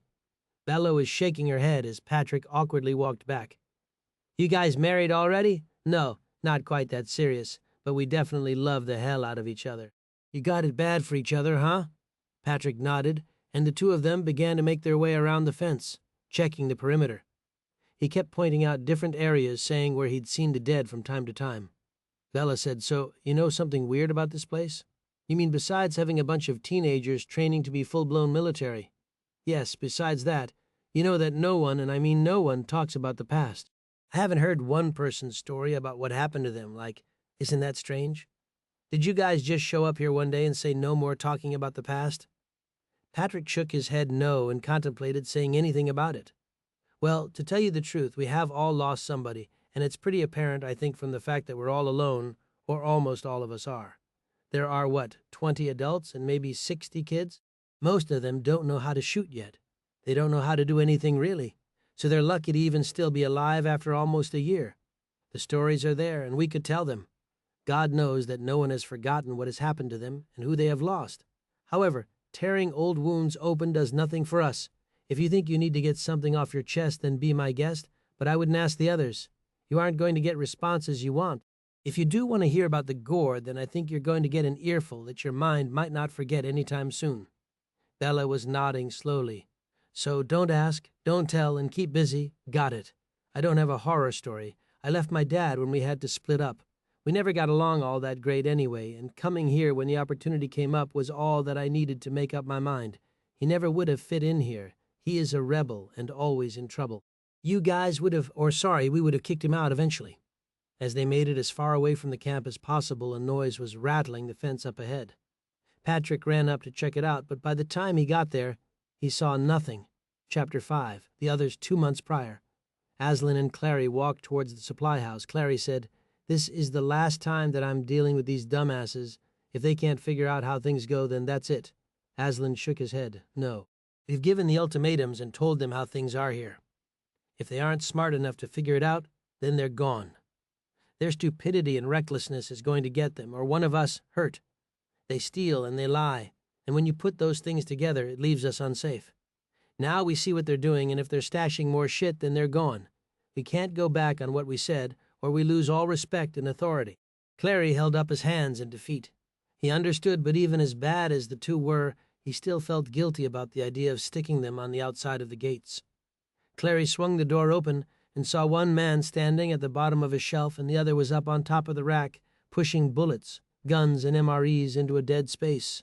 Clary turned on the light, already with a pistol in his hand. He said, Nice to see you, Joe Doug. You boys don't seem to learn things the hard way, do you? They both shook their heads. No, Joe spoke first. Hey, this shit isn't yours, all right? You aren't the owners of it either, Clary said. Doug, you get down off that shelf before you break your neck. Aslan said, Yeah, God forbid he makes our job easy. What the hell does that mean? Joe yelled. Clary walked in, gripping him by the back of the neck and pushing him out of the storage room. Doug tried to squeeze past Aslan, but he gripped onto the back of his shirt, pulling him back, and then slamming him face first into the wall. Aslan said, Oh my, I'm sorry about that, Doug. That didn't hurt too badly, did it, son? Doug wiped at a warm drip of blood making its way down his forehead and down to his nose. He said, You guys are going to have people stand up to you eventually. Do you know that? Aslan gripped him tighter and whispered, We haven't ever had a problem until the two of you came in with the last few groups. You two are too damn stupid to function. Guys like you make me wonder if we should keep looking for survivors. The more people that come here, the more I think that we are inviting the stupid to live with us. You see, everyone we have on this base has a reason to be here. They've lost someone, they've been hurt in some way, and the two of you just seem like you were out driving around living place to place and not trying to make a go of it. I didn't know there were rules to trying to survive this last time that I checked. They didn't have no police or army. Hell, They ain't got no government no more either. You tell me why this is so bad? What I'm doing. We need guns, and we need food. If we decided to leave, we're going to need to have some supplies. No reason why we can't take some of them from you, Doug said. We're giving you a vehicle, and 2 rifles, and 2 pistols, and a box of MREs, Aslan said. Anything else you want besides that is going to have to be found. You guys are gone. Not in a day, not in a week, not in a month. Joe got Clary's hand off of him and took a few steps back. He held up his hands, but not in a peaceful manner. Clary said, "You realize I could snap your fucking neck at any minute? The government that you don't believe in any longer taught me how to do that efficiently. You don't deserve to stay here. This place is for people that care about America and about having one again one day." Joe came at Clary, pulling a knife from behind his back. Clary said, "You don't want to do it the easy way, huh?" Joe flipped the knife around in his hand so that the butt was facing out and the blade was towards Clary. He motioned Clary forward with his other hand. Doug yelled from across the room, "Joe, we're leaving and that's it. You aren't going to make anything better by doing this. Come on and let's get out of here, man."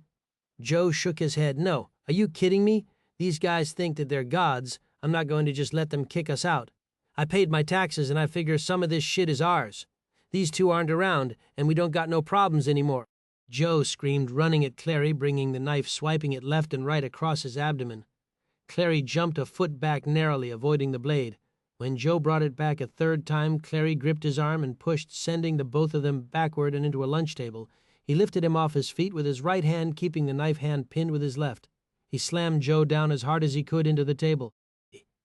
There was a cracking noise beneath him, and Clary could feel the table beginning to buckle.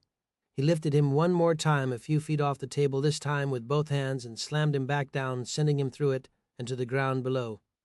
When Joe tried to push back up with knife in hand, Clary brought a giant of a fist down into his face, knocking the man back into the mess of broken table and sending him to peaceful slumber. Doug shook his head in disbelief at what was happening. He watched Clary, waiting to see if Joe was done getting his beat down or if there would be more. When Joe did not try to get up, Clary pulled him out of the wrecked table, taking his knife and patting him down to make sure that he didn't have anything else on him. When he found a baggie filled with pills stamped with smiley faces, he put those in his pocket. He could hear the groan of Doug as he did this. Clary said, "You get a car today and you leave." "I'm not talking about a base truck either. There are plenty of civilian cars we've found with keys hidden under tires and left unlocked. You get this piece of shit, and the 2 of you leave. You don't come back. I'll be watching you until you're out of sight. The guards on duty will know to keep an eye out for you. Everyone knows who you are, so do not try sneaking back onto this base, or I promise you there will be crosshairs on your chest the next time that we meet." Doug was walking slowly, hands away from his side to get Joe off the ground. "So where do you expect us to go? To hell. But between now and then, I don't care what you do. You just get the fuck off this base and stay off it," Doug said. "We aren't going to make it. We aren't clever people." Clary walked straight for him and dragged Joe by one hand and gripped Doug by the back of the neck with everything he had. The man winced, immediately ducking down, and he forced him to walk out the door, using his head to open it. When he made it out, he saw there was a crowd. He looked to Patrick and Kya and said, "Patrick, I want 2 rifles, 2 pistols, and a can of ammo for each. Kya, run over to the motor pool and get something for these 2 to take. Make sure it isn't anything that we are going to miss, and I'm talking civilian, not Humvees." She opened her mouth to say something, not realizing how bad of a day Clary was having, and he snapped. "Now, Kya, move," Doug, who for some reason still thought he had bargaining chips, pleaded. "Hey, we can change, we can do better. We just need one more chance, Clary, and we'll turn around and make it to classes. We're pretty good with shooting those rifles in training class," Clary said. "You 2 have made it to what, 2 classes so far out of 20? I don't know why the 2 of you are hoarding things that you probably don't know how to use anyways. Don't beg. Have a little respect for yourself." Doug turned around, now knowing that he was gone and there was nothing that he could do about it. He said, "Aslan, really, come on. There's dead out there, fucking thousands of them. We aren't going to make it, brother. Come on, are you going to let Clary make all the decisions for you?" Aslan stepped forward, ready to brawl. "Doug, you wouldn't know this, of course, but it was my idea to kick you out today. You guys are gone, like you said.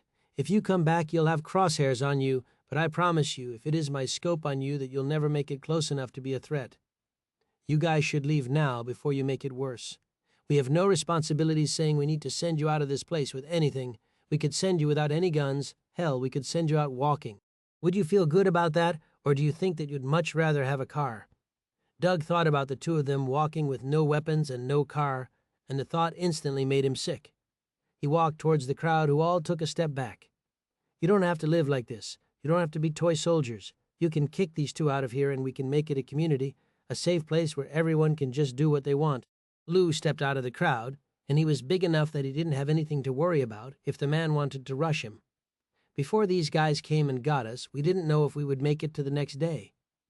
We lived in an apartment complex not more than a few miles from here, but from there to here seems like an entirely different world. I couldn't be happier to have my girls learning how to use guns and having the supplies that they need. We didn't know if there would be a tomorrow when we were there. Each day we could hear the dead, and we walked on pins and needles praying to God himself that they wouldn't hear us and burst through the door and kill everyone. If you think that this is a prison, then you must have had a very easy first year. I can only imagine that you've been screwing people over the entire time." Aslan and Clary asked for little in exchange for a safe haven. They could have stayed here with the kids they found on day 2 and done nothing. They would have had enough supplies to last them to the end, or damn close. Unfortunately for you, the government is no longer operating, at least in any way that I know of that affects us." "What does that have to do with anything?" Doug asked. "It means that welfare is over. If you can't take care of yourself and contribute, then it means you don't have a right to survival. If you are a thief and a liar on top of that, then the other side of those gates is absolutely where I want you both." Doug looked at the rest of the bystanders and screamed, "Is that what all of you want, huh? Is it? You want us gone and you want to stay in this fucking regime?" The heads of everyone were nodding yes and hadn't taken long to do so. Doug turned around to say something else, and Aslan was already standing there. He gripped his shoulder and brought up a right hook into the man's gut, freeing him of any air in his lungs. Doug's eyes crossed, and he dropped to one knee, holding his gut and trying to hold on to Aslan's leg, who brushed him off.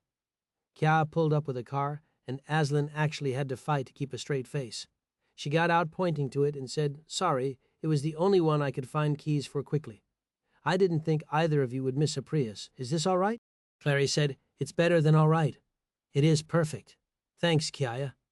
Patrick came through a minute later, setting the items he'd been requested to get on the hood. Doug said, "Just one of each. Why don't you just put one in the back of our heads and save us the trouble?" Joe was pushing off the ground and could feel a pulsating in his head that he was going to be bothered by for a few days. "Shut up, Doug. Take what they offer, and we leave. It is obvious everyone else is just an ant here following the leader. Let them have the stupid base. I have a feeling it's going to fall at some point. Others are going to come for this stuff, and when they don't want to share, they're going to have more than just the dead that are coming for them," Clary said. "We don't have any problems sharing, but so far we've went on 5 trips and found 3 groups, one of which tried to take Fox. Sorry if we aren't jumping up and down to give away a stockpile to insane people." Clary walked to the rifles, releasing the bolt for the upper receiver and removing the charging handle from both rifles. He took the slide off each pistol and then popped the trunk, throwing everything into the back of it. Doug saw this and yelled, "What are we supposed to do with broken guns? You want us to club those things to death?" He shrugged, closing the trunk, and said, "I tell you two what, you get at least a mile away from here before you stop and get this shit out of the trunk. You do anything before that distance, and I promise you I'll be sitting with a grenade launcher ready to send hell straight towards you and dipshit." Joe shrugged, climbing into the passenger seat. He said, "There aren't many of those things around here. It's not a big deal. I really hope that we see each other again, Clary. Aslan, just remember you try coming back and it's going to go badly for you." "I don't care what assholes you end up with. We aren't putting up with any of it," Aslan said. Doug wanted to say something, but could tell from the body language and people's looks that their stay was over. He climbed in, starting the small car up, and the two headed towards the gates. Clary walked alongside the car, rifle raised until they got to the gates. He made circles with his hand, letting the two on duty know to let down the metal cylinders that came up and down from the ground. One of the two ran inside, and the cylinders slowly began to lower. Clary knelt down and said, "I'm really not fucking around here, guys. If I have to make examples, I'm going to do my damnedest to make sure that people get the point. I honestly think that we're getting rid of the cream of the crop when it comes to pieces of shit. Those left that aren't trying right now are going to have a brand new motivation to keep them moving. You head out and you take a right. You get the fuck out of here and do it now." Doug pulled out of the base. He checked his rear view, seeing that they were already putting the gates back up from the ground. Doug looked at Joe and said, "So where do we go now?" Joe pulled out a pack of smokes, wincing from his split lip when it touched the filter. "I got an idea." Chapter 6 Supply Run. Shaun swung back and forth, bringing his leg up and getting it on the edge of the platform. He took a deep breath and pulled himself back up on the platform. He felt cold fingers brush against his leg as he pulled it just out of reach. The feeling sent chills through his body as it reminded him that he could be that close to death at any moment. McQuaig screamed when she saw the dead coming.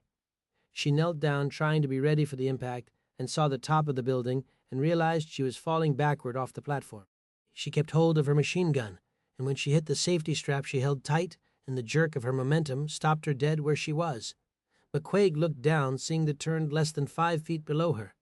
She looked over to Shaun for help, but could see his feet dangling in the air and was doing his best to try and get himself back to the platform. She brought her legs up, holding them as high as she could out of their reach. She watched as Shaun finished hauling himself up and waited to hear gunshots, knowing they would be her saving grace. Shaun instead started raising the platform to heights that made her stomach turn. She screamed, "Fox, how fucking high are you going? High enough that those things can't reach you. I'm not strong enough to pull you back up, and they aren't going to stop trying to get you." The dead were slamming into the lift over and over again with everything they had. Shaun watched Hammond, knowing it was too late. Those that hadn't been trying to knock the lift over were solely focused on what was left of him. They had him pinned to the mower, now crippled from a broken back. 2 of the turned were ripping at his arms, trying their best to remove them from their home. Hammond was screaming from his injuries. The words would haunt Shaun as he screamed, "Fox, Fox, help me, I need you to help me." Shaun tried taking aim, but there was nothing that he could do for Hammond. One of the dead gripped the boy's jaw with both hands and separated them until it snapped and tore off his lower jaw. It picked the teeth off that were in its way and started to gnaw on the flesh hanging from it. Shaun's stomach turned from his sky-rise seat to the horror below. Hammond's screams faded as he passed out from the pain and blood loss. Shaun raised his pistol, uncaring about saving bullets at the moment or headshots, and sprayed the 5 dead on the tractor with an entire magazine. He left them crippled on the ground where they lay. They were still reaching for Hammond. Shaun was unsure if he would have enough left to turn and aimed, firing 2 shots dead center into the teen's skull, decimating it. He thought not even the boy's own mother would recognize him after that. McQuaig screamed next, and Shaun scanned the floor, praying that Aslan and Greg would be on scene in a very short time. He knew that if they were here, that they'd be firing already, and the 2 of them, for the time being, were on their own. The only thing that he currently felt thankful for was that he saw no more dead coming. He was hoping that these were the only threats in the building. Shaun dropped his magazine and slid home a new one, releasing the slide, and started firing down at the dead. McQuaig was trying to as well, but could not shoulder her rifle in a way that she could aim with it. When Shaun saw this, he screamed to her, "McQuaig! McQuaig! Sling your fucking rifle! Shoot them with your pistol! I can't do this on my own!" McQuaig slung her rifle and pulled her 9mm. She switched off the safety, and the 2 of them began firing just as quickly as they could. When they'd run out of the dead, Shaun realized the reason there'd been no help is that gunfire was erupting on the opposite end of the building. He looked over the side of the platform at McQuaig swinging. "McQuaig, did they bite you? Are you all right?" She shook her head, no scaring him to death, thinking that she had gotten bitten. She screamed back up, "Of course I'm not all right, you idiot. Get me down from here. I'm dangling like fucking bait." "What are those gunshots? Do you think it's Aslan and Greg?" Shaun hit the lift to slowly begin taking it back down. When they got within a few feet of the ground, he slowed it down, letting McQuaig get her feet under her and then the strap off and out of the way of the forks that were holding the platform on. When she was freed from dangling, the 2 rushed towards the gunshots. They did their best not to think about Hammond lying on the mower, ripped to pieces. Greg and Aslan were walking the perimeter of the building. Greg was keeping watch while Aslan was marking down exactly where the things were that they needed when they had deemed the place temporarily safe. Greg said, "You doing okay after seeing that whatever it was that you saw, Aslan?" "No, Greg. I'm not doing all that great, to tell you the truth. It depletes what small amount of sanity I still have left when I have to witness and then partake in things like that. Those things are soulless. It makes me wonder how God could possibly let those things continue living, or whatever it is that they are. You think that even as busy as he is, that he would still come down and do something to rid the world of them? Aslan, that is only assuming that he is watching over us. You don't think that he has something more important that he is dealing with? You realize this isn't just Iowa, it isn't just the Midwest, right? What I mean is that this plague is everywhere. There is nothing keeping it from spreading. So what I'm saying, Greg, is that there is no way at all that even God himself Almighty could continue on daily without seeing one of the dead. I just don't see how it could be possible. The only thing that could be worse than that is if there really isn't a God, but for as many lucky breaks as we have had, I'm not going to make any conclusions. Yet." Greg started to say something when a snarling came from around the corner. He knelt down, looking through the rafters, and could see more than one pair of legs through them. Aslan, who didn't have the angle that Greg did, had to ask, "What is it? Are we looking at dog or dead?" Greg said, "Dead, and there are plenty of them over there." "How many is plenty?" "Probably, at least 20 of them. I can't say for sure." "What do you want to do?" "They just seem to be sitting there and swaying right now. They must not smell us yet." "We back away, Greg, and get somewhere that we can have a vantage point to fire on them. We need to find out where the other 3 are. They should have been back by now. I don't know what is taking them so long. I don't want to fire off randomly and pray that they aren't in the firing zone." Greg said, "You know Shaun. He probably got a lift and started gathering the crap that we need to get. He doesn't need anyone babysitting him or holding his hand. You give that kid something to do, and he gets it done. It is as simple as that." When they started to back away for a safer position, a yell erupted from what seemed to not be far away, followed by a hail of gunfire. The turned that had been comatose sprinted in that direction. They very quickly came for Aslan and Greg, who were just trying to find a safe spot to shoot from. The 2 knelt using a box to steady their rifles. They knew there were too many of them to try and take them all out at once. Greg figured this out quicker, knowing he wasn't as strong of a shot as Aslan. He brought the trigger down, spraying a slew of bullets directly into the approaching dead. Kneecaps, spines, and hips exploded as they made their way towards them. Aslan started picking them off after Greg laid them out for him. Greg looked over, smiling. He said, "I thought we were screwed." Aslan dropped his magazine, slamming in a new one. "This might have been a bad idea, of course. I don't know when it would have gotten any better." Something cold and wet hit the back of Greg's neck, and when he looked at it, he saw that it was blood. He looked up slowly, only to see 2 of the dead, 3 rafters up, staring down at him. One looked like it was smiling. He tried to adjust his rifle, but it leapt down before he could do anything. Greg screamed, "Aslan, watch out!" Aslan looked up just in time to see their feet as they were coming down, growling as they did. He gripped Greg's collar, throwing him out of the way. Greg screamed no as he slid backward on the smooth floor. The 2 turned, landed on Aslan, who didn't have time to raise his rifle after throwing Greg free of danger. The 2 dead came down in a blur, one landing on his shoulders, knocking him to the ground, and the second landing on his abdomen. Aslan lost his rifle in the fall, and the world began to spin when his head slammed into the cement floor. He blinked away the tears, knowing he had no chance of surviving if he didn't do something quickly. Greg sat up, taking a knee, and fired off 3 shots into the first one's head. The force of the shot sent it off Aslan, leaving a single diner. It screamed at Greg as it watched its brother fall to the side, not moving. It dived in towards Aslan's neck, mouth open and ready. Aslan brought up a hand as quickly as possible. He missed gripping its face and stuck his thumb in its eye socket and pushed it back away from himself. He brought a knife up and spun it to the side. It tried reaching back up, but Aslan slammed its head down on the ground as he removed his thumb and buried the knife up to the handle in its skull and twisted. The anger and death in its eyes faded, and it let out its last breath. Aslan fell off the side of it, breathing heavy. Greg was still trying to debate if he could have taken out Aslan if he had gotten bitten. Greg pushed up from the ground, walking over slowly to make sure that he had not gotten him. Hey, Aslan, are you okay?" Aslan, who was usually calm as long as he was not being aggravated, pushed up from the dead on the ground, ripping his knife out in one pull. He started to kick the dead, yelling, "No, Greg, I'm not fucking okay. Do you understand me? I'm fucking pissed. These motherfuckers keep coming from everywhere, and I swear to God that I want to kill every one of them, more so each time I step out of those damn gates." Greg tried to say something, but was unsure what would make him feel better. He waited for him to stop kicking it, only to realize his desecration of the body was not nearly close to being done. He brought up a steel-toed reinforced boot and brought it down repeatedly until the skull beneath his foot squished. When he looked up, he saw Shaun and McQuaig staring at him. He dropped the knife and brought up trembling hands to rub through his hair. He stopped when he realized they were covered with blood. Aslan held his hands out in front of him, thinking they could infect him. They followed Aslan, picking up his gear, and he found a water fountain that he washed his hands in, scrubbing at the blood and gore in between his nails until they were clean. When it hit home that he only had 2 out of the 3 teens he'd tasked with clearing the opposite side of the building, it dawned on him that there was bad news coming his way. "Where's Hammond at, Shaun?" Shaun shook his head no, and Aslan, who wasn't in the mood, yelled, "What the hell does that mean?" He's dead? Aslan, do you want to know the horrific way that he died, and that we got to watch the entire effing thing? Fine, he was on the ground because he doesn't like heights.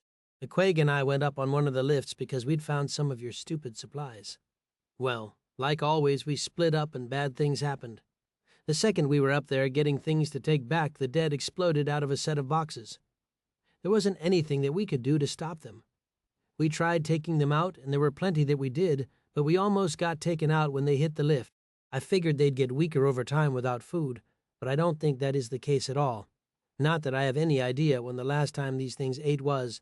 Aslan said, "What do you mean? Wait, do I want to know?"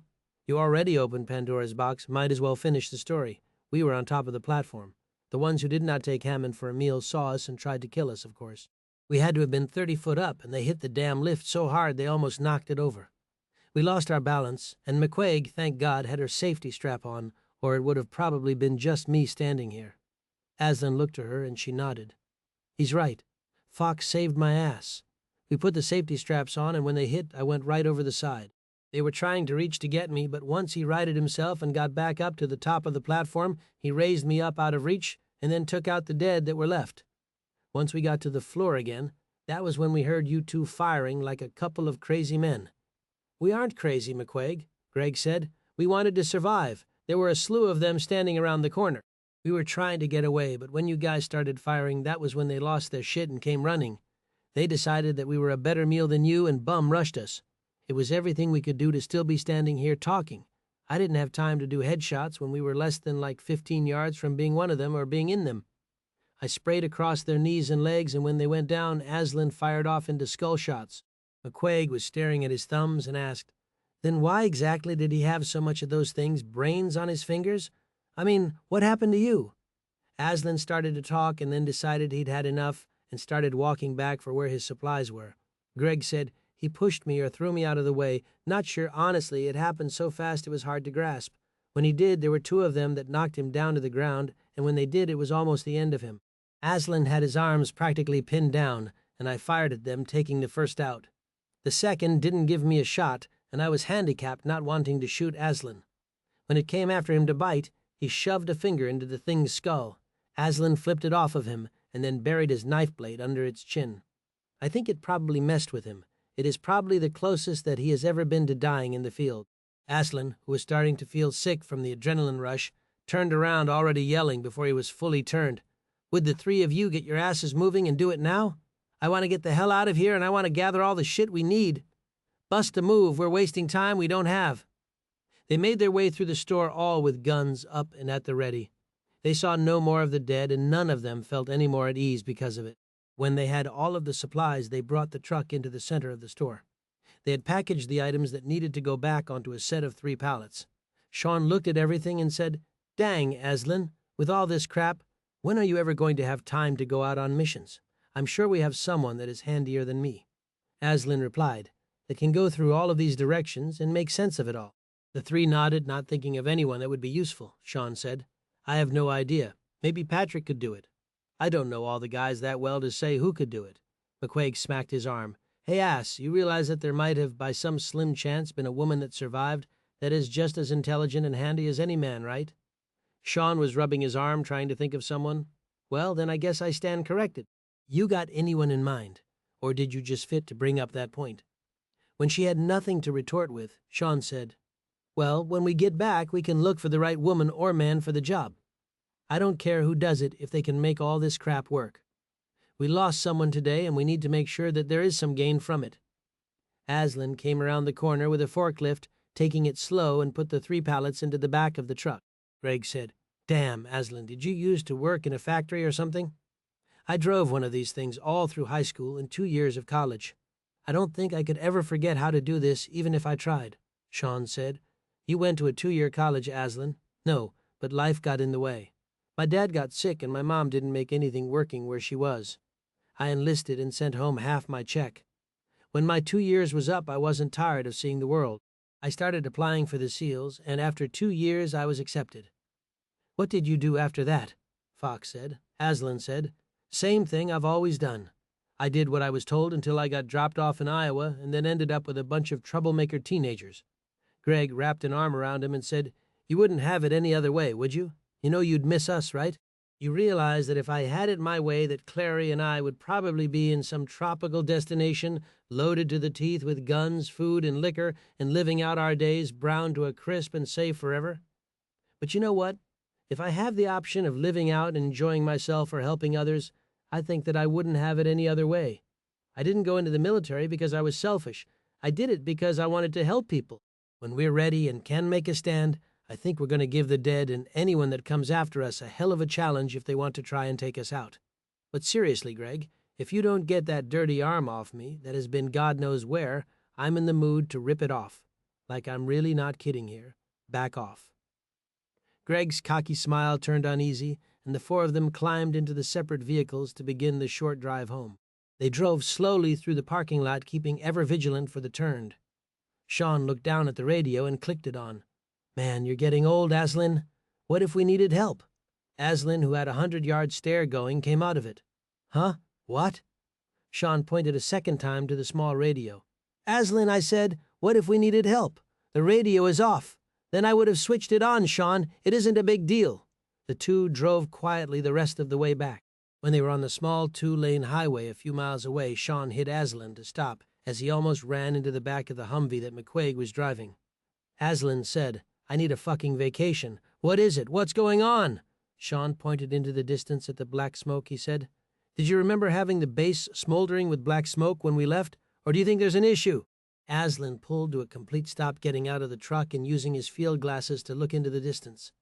What he saw made his gut wrench. Fox, get me that fucking radio now, Chapter 7, 2 months prior. Joe and Doug drove slowly, looking at the highway that seemed to stretch forever in front of them. Joe lit a smoke staring at it and handed it to Doug before grabbing a second one. Well, Doug, that could have gone better. You got your ass whooped, Joe. Christ, you realize that you pulled a knife on a fucking Navy SEAL, right? I knew you were stupid, but you just topped even my highest expectations for your stupidity. What in the hell were you thinking? Joe tried to adjust himself in his seat to make his increasingly aching body more comfortable, but failed to do so. Well, Doug, at the time it seemed like a really good, brave idea. I recant that thought now, of course, and no longer feel that way. I'm thinking that over the next few hours we might want to figure out where we are going to go, because the last thing I want to do is be on an open road in the dark unless we can be in the middle of nowhere. Oh, and your supply room hiding spot sucks. From now on, I pick where shit is hidden when we steal it. Unsure why I listened to you in the first place. If memory serves me, Joe, it was you that picked the spot and me that told you that it was a shitty spot to hide shit because everyone would know that we were in there. Joe thought about it and then smiled, wincing at the pain in his face. Yep, that's right. Come to think of it, that was a shitty spot to put stuff. Doug pulled to a stop when he was out of sight of the base. He looked around nervously, feeling naked with the guns sitting in the back and disassembled. Joe watched him looking around like a cat overdosed with catnip and said, Oh, for God's sakes, Doug, would you quit? What the hell is wrong with you? We have 4 guns, Joe, each of which is in pieces that I'm not 100% sure either of us can put back together. And on top of that, I don't know if any of those damn dead things are out here and ready to come on after us and rip the car doors off and make a meal out of me. What, you don't think they'd eat me? Joe said. I don't give a shit if they eat you, Joe, so long as they leave my ass alone. Watch it, Doug. I'm the only one of us that knows how to reassemble that hardware in the back. You don't want my first test shot to be in you to make sure that they work, do you? Doug gave an uneasy smile, shaking his head. We're in this together, for better or worse, Joe. Where do you want me to drive? Well, they think we're rebels, don't they, Joe said. I don't think rebels really came up in the conversation, Joe, to tell you the truth. I think thieves was used more than once and a few other colorful descriptions I prefer not to repeat. Well, they seem to be scared as shit of the other camp that they found. Maybe we need to go stay there for a stint of time. What do you have to say about that? I kind of think that it is a really bad idea, Joe, but given I don't have one that is better, I guess that it will do for now. You just make sure that if you go by and someone is firing, that you are ready to lay down some cover fire whilst we get the fuck out of Dodge. Joe nodded, and the two headed the long way, stopping only once. Joe leapt out of the car, remembering the bruises he had from Clary, and then got everything from the back and put it and himself into the back seat. When he slammed the door, Doug was already pushing down the gas. Joe did his best, taking a few tries, but finally figuring out how to reassemble the 2 rifles and pistols.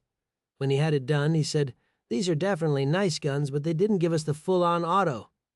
Doug was unconcerned because he could barely shoot a rifle the way it was, said, "Yeah, but they sent us away with something." I don't think he was kidding when he said that he was debating tossing us out on the other side of the fence with nothing but a kick in the ass. I really think that he would have done it.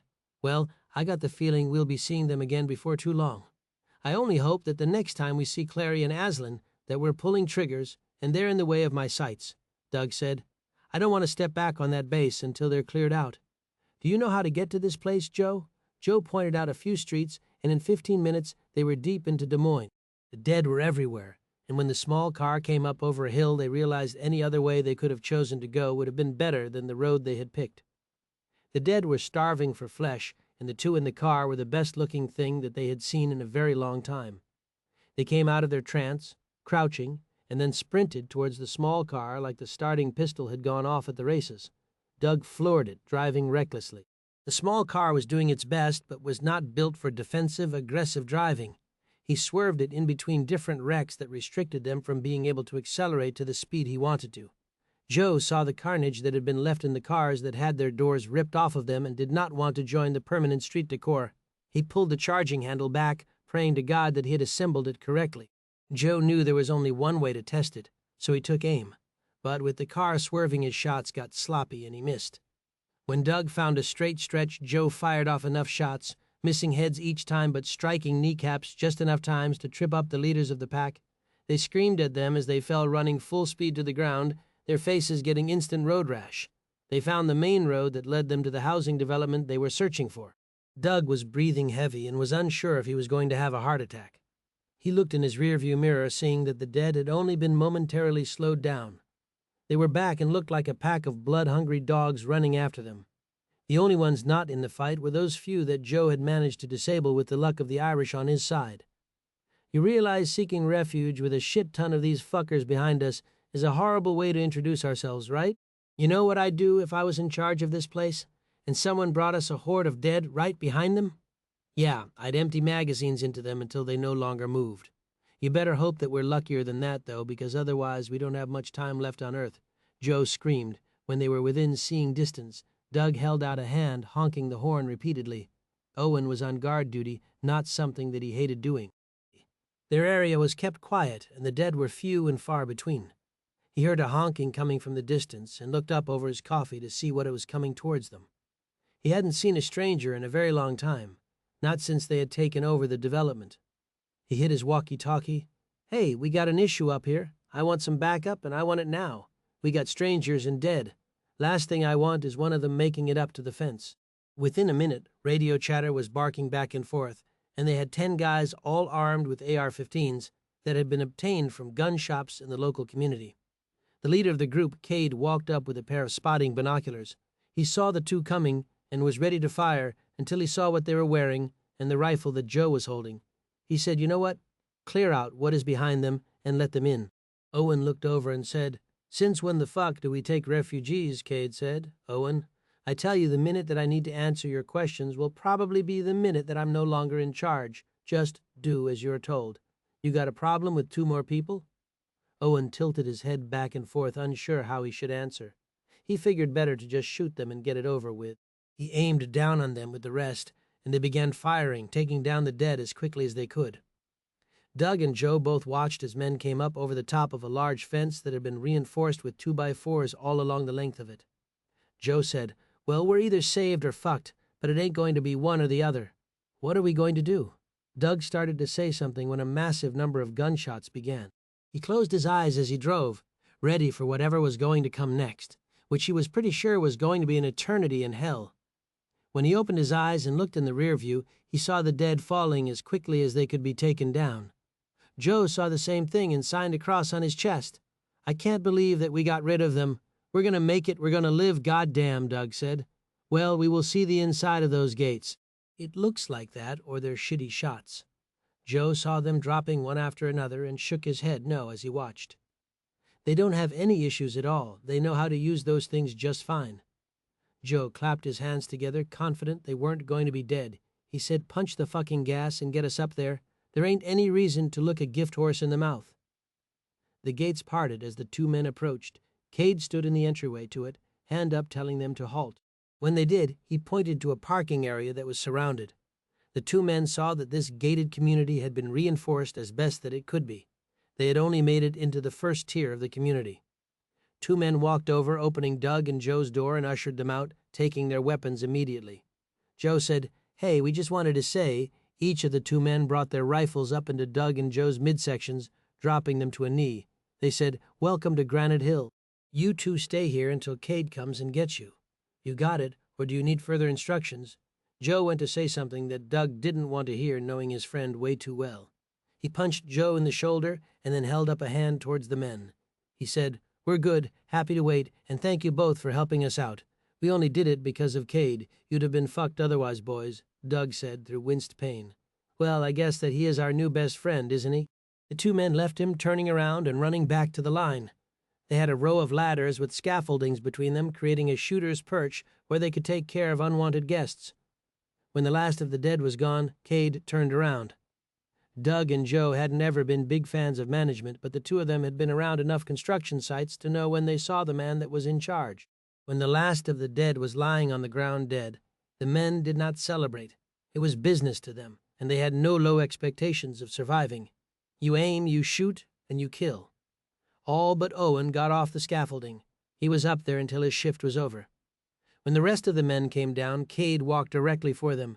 Joe and Doug had deemed it best to just stay on the ground until invited to stand. The shot to the gut wasn't the way that the two of them had planned on things going. Cade stopped a few feet short and took in the two men. He pulled out a pistol that looked like a cannon. Joe was definitely the gun guy out of the two. He said, "Jesus, what in the hell is that thing?" Cade said, "This is what I use when people come through those gates that I don't like. It's not real convenient to be using when you have a horde of the dead coming your way. But when I just have a couple assholes, well, it is more than enough." Joe nodded uneasily, wishing he'd have just shut up. "Well, I can assure you that we aren't assholes." Cade nodded his head. "It seems that we still need to determine such things, huh? You two okay? You got any bite marks that I need to know about?" They both held up their arms and pulled up their shirts. They knew what happened when bites took place. Cade looked at them and then pointed the gun at them, motioning with it to get up. When they did, he started walking away. The two men walked slowly behind him, unsure what they were supposed to be doing.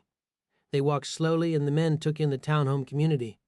They passed a set of rain barrels for collecting water, seeing there had to be 50 of them in a row, all full. Joe said, "You guys got some fancy-ass houses. That rain collecting thing is damn smart. You guys sticking it out here for the long haul?" "Seems like we are, doesn't it?" Doug said. "Well, if we aren't being too rude, let me—" Cade turned around, staring Doug down. He said, "Oh, son, I think you're being plenty fucking rude. You just brought a horde of the dead straight to my goddamn house. You realize this is where I lay my head down at night, right? I try to keep things peaceful and civil around here. Seems like the last 2 months have been getting a little harder to do so, though. We went a long-ass time before we had any issues without losing any of our men, and then all of a sudden we go out on a drive, and we find an entire scout crew shot to shit, dead and eaten by those zombie-looking motherfuckers," Doug said. "Yeah, we call them turned. Isn't that little tidbit of information going to make my life more delightful and more informative?" Doug could see that this was going downhill quickly. He said, "Look, I think we're getting off on the wrong foot here, sir. We didn't mean to cause trouble. In hindsight, it might have done some good if the two of us had lost the turned or the zombies, whatever you want to call them, before we came here. At the time, though, it seemed like a real good idea to come down here. There were too many of them for us to take out." Cade said, "Well, my men stripped off 2 AR-15s from you and some nice high-capacity pistols as well. Do your guns not work, or do you not know how to use them? We aren't looking for charity cases, boy. If you can't hold your own, then you can stand on the other side of that fence with your dick in your hand, for all I care. Government is gone. If it isn't, they aren't doing anything to help and are on their own." Doug said, "We have lots of skills, sir. We're good guys to have around." Cade stopped leaning against a car, waiting for the men to talk. "You look real useful. What do you two do? Act as bait," Joe said. "We got skills, man. I mean, sir, we are good to have around." "Yeah, you said that already. What the hell can you do?" Doug said. "Before all this shit started, we were in construction. We could probably build just about anything you need. Hell, the only reason we're still alive is good luck and the fact we were on a job when all this shit happened. I had a nail gun handy, and we hadn't even heard a news report before the shit hit the fan. We had a horde come through, and we peppered them with a few thousand nails. Seemed like a good idea at the time. Come to think of it, still does today." Cade was nodding his head slowly, ready for the man to shut up and quit talking. Cade said, "You know, you seem to like to hear your own voice a lot, bud. My name's Doug, and this is Joe." Cade said, "Oh, names aren't too important right now, especially when I don't know if I'm talking to a dead man yet." Joe said, "Didn't y'all hear him?" "We can build shit, man." Cade nodded slowly, looking around and giving them a second to do the same. He said, "You boys see any unfinished houses around here? You see anything that needs to be fixed, offhand?" "No, right? Kinda looks we've been doing just fine, keeping this place nice and tight, keeping our number of assholes on hand pretty low too, right?" Doug took a minute thinking about this and said, "Can I ask you a question, sir?" Cade motioned with his hand to talk. "Can I ask, have you guys been here from before this whole thing started? Or did you come here after it started?" Cade smiled. "Oh, we had houses already, but they sure as hell weren't in this uptight community. No, these people weren't real keen on us coming here. You guys put them to work or something when you came in looking for refuge?" Doug asked. "Nope." Cade shook his head. Joe looked around not really sure what to say. So what happened to them? Those that were smart left peacefully with what they could fit in their Mercedes. Doug already knew the answer but couldn't stop the words from coming out of his mouth. What about those that didn't? Cade held up his pistol. They were confident that they'd have the police on their sides. When no one came after a few hours, they started telling us about property rights and how it was a private property. Because when the shit hit the fan, those laws and regulations were something we or anyone for that matter was worried about, Doug said. So that was when you... He waved the pistol, not putting it out there verbally. Doug and Joe both nodded, looking around the property and thinking how there was a more than fair chance that there had been executions up and down the street. Joe said, "You just shot the poor bastards? Didn't you feel a bit guilty about that?" Cade said, "Not as guilty as I would have felt telling my daughter that she didn't have somewhere safe to be and that she didn't have a meal to be had. You do a lot of things you don't want to when you have kids. Not to say that I wouldn't have done this anyways, but I tell you, I love that damn girl, and the last thing I would ever let happen to her is to turn into one of those things. I don't care how bad it got, I still wouldn't let it happen. I just love her too much. You boys got anyone that you need to worry about? Or are you going through this thing as a couple of loners?" Doug said. "We're on our own. Do you guys have any issues this close to the city?" "No, not until you dipshits came flying down dressed like militia and driving a Prius. You guys think you're survivalists or something," Joe said. "Well, to tell you the truth, the place we were staying at only had these clothes. We couldn't find any civilian clothes that fit us, so we were pretty much forced to shop at the store on the base." "The base?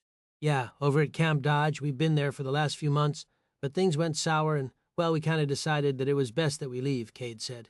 "It seems like you boys are looking for somewhere new to live. Let me ask you a question, though. You tell me one thing and we can go from there. Do you know anything about a truck getting all shot to shit on the outside and a horde of those zombies ripping the hell out of it and its occupants?" Doug had already started speaking before Joe could urge him to just shut up. Doug said, "Yeah, we know who did that. There's a couple Navy SEALs that think they're God's gift to survivors of the apocalypse. I don't think that they're anything all that damn special, though. They had a group of kids that almost got themselves killed a few months back. They found us in a business building, and we went back with them. We had pretty different thoughts on things, and we decided to leave. But a few weeks back, one of the kids, rumor has it, that his dad had been the one who started this entire fucking thing, had gotten a bug up his ass to leave on his own. Well, when he did, he took out more dead than anyone has yet in one sitting, something about the blood and taunting them with it. From there, he ran into a group of guys. I'm sure they weren't doing anything bad, but from what I hear, they wanted to bring him back, or at the least bring back his gear that he had. He's been training with these two assholes since day 2 of this thing. He decided that he would rather not go with them, and from what I heard, sprayed them with a full magazine of .223. He called back for help, and then those SEALs and a few others came up and tricked them somehow, and whoever didn't get hit by their bullets got taken out by the dead. Well, that's pretty damn informative, boys. Let me ask you just one more thing, since you all seem to know so damn much." Joe said, "Yeah, what is that, sir? Are they still letting people on the base, or are they just kicking assholes off of it?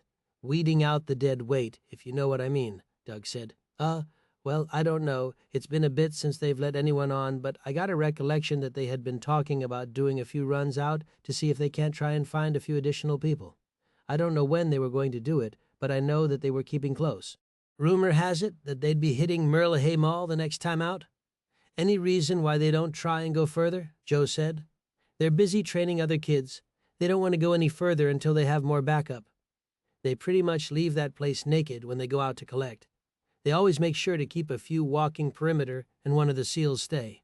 They think they're God's gift to Bam. Joe fell to the ground, a trickle of blood coming from the new hole in his head. His brains were scattered behind him on what had been a very clean sidewalk, Doug said. Why would you just fucking shoot him? You can't kill me, you can't kill me? Cade pulled the hammer back on his pistol. Why is that? I got a kid. Well, let's hope that kid didn't make it. Your DNA don't seem like it is worth a whole hell of a lot. Doug, not getting it, looked at him questioningly. Cade said, You can ask the devil to explain it to you. He leveled the pistol, pulling the trigger and knocking him back and off his feet, lying dead where he landed. Owen yelled down from the rafters. Looks like we don't have new recruits after all, Cade, sir. He gave thumbs up. Get a couple boys and see if you can't get this sidewalk cleaned up. New people just hate seeing fresh blood stains when they stop by. Owen looked around, seeing no one, and grabbed a wagon and used all his muscle to wrestle the two limp bodies up onto it. Cade watched for a moment, opening the cylinder to his pistol and pulling out the two spent casings to save for reloading later. He hit his radio and said, Bella, I got a little job for you, honey. Why don't you stop by when you get a moment? Chapter 8. Current day. Joey sat next to one of the last teens that was still giving blood. He knelt down on the bed with a look of bewilderment spread across his face. He got up close to the boy on the bed and said, Hey, Scott, you feeling okay? Scott looked down at his arm and watched the stream of red that disappeared beneath the bed. Yeah, I haven't given too much blood before, but I think that I'm doing all right. It's nice of you to help Lou out with all this going on. I don't think that I could be around this much blood for the entire day. Oh, I don't got any problems with it at all. It looks like jelly to me, Scott. Whatever you say, that gets you through it, Joey said. Oh, you just aren't looking at it right. Look, if you hold it up like this and squeeze it back and forth, you can really see how it is squishy. Do you see what I'm talking about? Joey looked up to Scott and his head was to the side. He had a very small, thin line of saliva that had escaped his mouth. Joey nudged at him with a finger before realizing that he had passed out and that he needed help. Joey yelled down to Lou, Hey, Lou, we got another one that passed out. You need to figure out some other way to do this so they don't keep passing out. I don't know what is wrong with them. They just keep on passing out. Lou gave him a thumbs up and looked to Ellie, who was daydreaming out the side window. He gripped her shoulder and said, Ellie? Hey, Ellie, are you okay, sweetheart? She came back to the moment, nodded her head, and said, Hey, what's up, Lou? You tell me, Ellie. I don't know. I just feel tired. I probably need a nap. You've had me so lazy since I have been in here that I probably need to get back to where I can make it a day without one. Those wasted naps, as you think of them, are golden when it comes to getting better. I know you think they aren't necessary, but you need all the rest that you can get. You tell Shaun that you need your nights and day naps to try and finish healing sooner than we had figured? I figure that you would be okay with getting better earlier, right? Yeah, I'd like to be back up and running just as soon as we can be. Is there anything you want me to do besides running blood bags back? No, you're okay. If you need to go eat a couple of cookies and drink some juice, then you be my guest, and you can take a break if you need it. She shook her head and said, So, you have all these kids still here and there isn't anything I can do? You know that if you taught some of us how to do some of these things that we would be able to help you more, right? Lou laughed and said, If you want to try and get Joey to do anything but help with the blood bags, then you be my guest. I've tried asking him if he was going to do something all day besides that, and he refuses to do so. Watch and see how he shoots me down. Hey, Joey, you think you have time to? Lou never had a chance to finish his sentence. Joey dropped the blood bag and ran for the door like a man on a mission. Lou said, Joey, what are you doing? I thought you were helping me. Joey never slowed down as he ran out of the room. He turned around halfway down and ran back to give Ellie a hug. Lou cleared his throat, letting him know that he needed to get his attention. Joey smiled, running over and picking up Lou, who looked like a grizzly bear in Joey's arms. He said, Sorry, Lou, you're on your own. I got to go and find Patrick. He's off his shift soon, and he's going to be looking for me. I don't want him to get worried. Lou opened his mouth to say something about how he might want to stay with his girlfriend and not hang out with anyone else. Ellie placed a hand on his arm. You couldn't be wasting your breath more, Lou. Just let it go, and be happy he's leaving. If you don't want anyone else to complain about not being able to see their blood and passing out, then maybe leave well enough alone. Lou nodded, seeing Scott's head hanging to the side, and Ellie pulled out Lou's smelling salts. She snapped them under the boy's nose and took a step back as he came around. Scott wasn't fully back yet and whispered more to himself, I hate those bastards. It's like the moment I try to rest. They're just waiting for me to sleep. Hey, it is okay. At least it's just a dream. Trust me, I have had some wild ones over the last year. Scott realized what was going on and smiled. happy as hell that it was a dream. He said, "It doesn't matter how many times I see it, it is just like yesterday. We all have them, Scott. Some of us are just better about hiding it. Pretty soon I think that we're going to start taking things back again. Every drop of that blood you have is going to be like sweet nectar to those things. And when they come for it, because we know that they will, that is when we will take them down. Hell, even getting one city back would be amazing." Scott was thinking of the freedom to be off base. "There's going to be a lot of empty homes. I can't wait to have a bed to myself, not in something that looks more like a warehouse than a place to sleep. You rest here for a few and I'll grab you some cookies and juice," Ellie said. As Ellie walked past Lou, he gripped her arm lightly to get her attention. "Hey, you rock. You start stopping by here once a day if you want for a few hours. If I can't put you to work and I'm not busy, then I will start showing you a few things. You have a gift with people, and that is rare, I assure you. I've been doing this for years, and not everyone can deal with the patience. But you're good to go." Chapter 9. Joey ran down the base's path. He knew it as good as anyone else did, and was confident he could find Patrick in no time. He passed Kiaya, who was carrying a small basket. He swung back around, picking her up off the ground to give her a huge hug. "Hey, I'm going to go find Patrick. Do you want to come with me, Kiaya?" "No, that's okay, Joey. I have something to do. He's going to meet up with me later after you two are done getting into trouble. What are your guys' plans, anyways?" Joey laughed hysterically and then stopped. "Well, we don't have any plans, Kiaya. I don't know what we're going to do. Checkers. We're going to play checkers. Good times, Joey."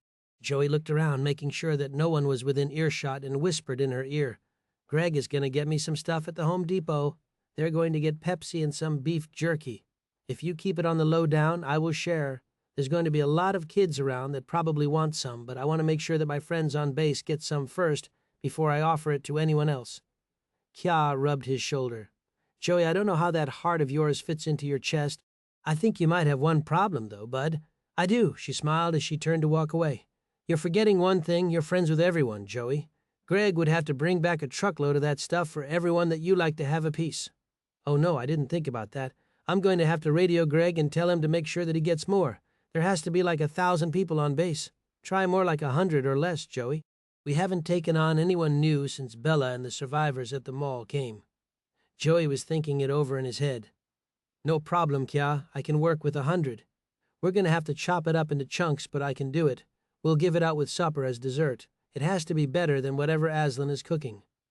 If we're lucky, maybe someone else is going to take over cooking duty. There's a few of the newbies that came in who are pretty good cooks. We can only be so lucky. You tell Patrick to come find me after you rock out with some checkers for a while, okay?" Joey gave her a thumbs up and went running back down towards the fence line. He hoped that was where he was going to be seeing Patrick. When he got to the top of a hill, he saw Patrick and Bella standing near the fence. Chapter 10. Patrick sat next to the fence, looking into the distance, waiting to hear something, to see anything. He said, "I don't know what that was. Could have been anything." "Okay, so let's finish up our shift." "We're running late," Patrick said. "I don't think that Scott and Chandler are going to be in too big of a rush to get moving on a round of guard duty. We finish our shift when our work is done. You know the way that you take charge of your duty? You'd think that you were a 7-foot-tall soldier," Bella said. "I think any camp that has you in it would be lucky to have you. You think you're going to be here forever, Patrick?" Patrick nodded and said, "The only way I'd ever leave is if there wasn't anyone left, or if Shaun left to go wage a war on the dead somewhere else. I'd probably follow him anywhere. He has ideas like no one else, but he needs someone by his side that knows what they're doing and can keep calm when the crap hits the fan.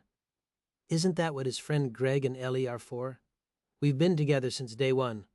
I got up to his cabin back on day one. His dad saved us from a horde. We went straight to their family property, and I hadn't remembered my insulin.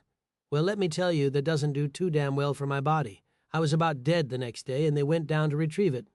From then on, we've been fighting to survive right alongside each other." Bella was nodding her head, slowly staring at him with a look of guilt. Patrick said, "Sorry? Did I say something wrong, Bella?" She shook her head no, wiping at a tear, and said, "No, I was just feeling bad." "You seem like a nice guy," Patrick said. "I don't understand." Bella brought her right hand up before Patrick could put together what she was doing. A knife blade glistened, and then a flow of warm fluid came down his neck. He gripped at her, and she pushed his arm off. "If I didn't do it, my dad would have, and it would have been 10 times worse. You guys should never have left the base. You would have been better off staying here."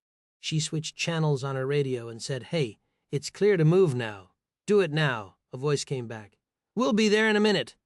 We didn't want that little shit hitting us with that sniper rifle. Bella looked back to Patrick on his knees, a pool of blood dribbling through his fingers. His face was going white, and his hands were shaking violently from the blood loss and the rage going through him. He fell to the ground. Bella was looking around nervously, and when she looked back, she saw he was no longer holding his neck with both hands. Patrick had his pack on the ground and his rifle resting on it. She was holding her hands up, waiting for the pain that she could not imagine to come through her thin body. She had seen the boy shoot and knew that he did not miss, although she was praying that he would. Patrick focused through the scope, doing everything that he could to not pass out. The blood loss was worse than any flu or diabetic episode that he'd ever had to deal with. When he had what he wanted in his crosshairs, he squeezed the trigger as gently as he could. The gun erupted, sending a thunderous boom across the field they had been traveling to. Bella closed her eyes when the gun went off, wincing and crouching. When all that was left was the ringing in her ears, she stood up a little bit straighter. The immediate sirens went off, and when she turned around, she saw two things, and both she knew were not good. The first was Joey standing atop of the hill screaming. The second was smoke rising from the warning systems that were all over the camp. They had installed warning switches and tripwires everywhere to let the living know if the dead were on the premises. A full-on siren would warn everyone. She also knew that it would bring the dead from the nearby city in droves. There was little other way to let people know. Flashing lights would be useless during the day, and if people were inside, they would never see them. They had gone round and round about this discussion, she'd been told. She looked down at Patrick, who had let go of his rifle and was lying on the ground with his hands clasped limply to his neck. Blood was still coming through them, but the flow of it had slowed down immensely. She could hear men in the woods making their way towards the fence, screaming to one another to get moving. She hoped that they weren't more than 100 or 200 yards into the woods. She knew from the long walks on duty with Patrick how thick the brush was and worried that they might have issues trying to make their way through the wooded surroundings. Chapter 11. Joey stood atop the hill smiling and seeing Patrick and Bella standing near the fence. He squinted when he saw her pulling a knife from her side. Joey went to scream but was confused and frozen in place. The actions that he was watching were as horrific as anything he had ever had to witness, and that was a feat considering he had watched his own mother being gnawed on by his father while trapped in by his seatbelt, and then days later his own sister was eaten alive. Joey watched as she brought the knife up. The only thing that was able to escape him was a single tear that twisted and turned as it went down his cheek. Joey, who was always more concerned with others' welfare than his own, took off in a sprint. Bella saw him coming after she stopped focusing on the blaring siren going off. He was pumping his arms with everything that he could muster. When he was within 20 feet, she pulled the pistol from her side, taking aim at Joey, who, to her amazement, never stopped running. Joey had his head down and was coming straight for her. She started squeezing off bullets, but the boy was running in a zigzag motion because he was trying not to fall over the uneven ground as he made his way as quickly as he could towards her. The only thing that he cared about right now was saving Patrick. Joey felt what he could only compare to a bee sting hit his side.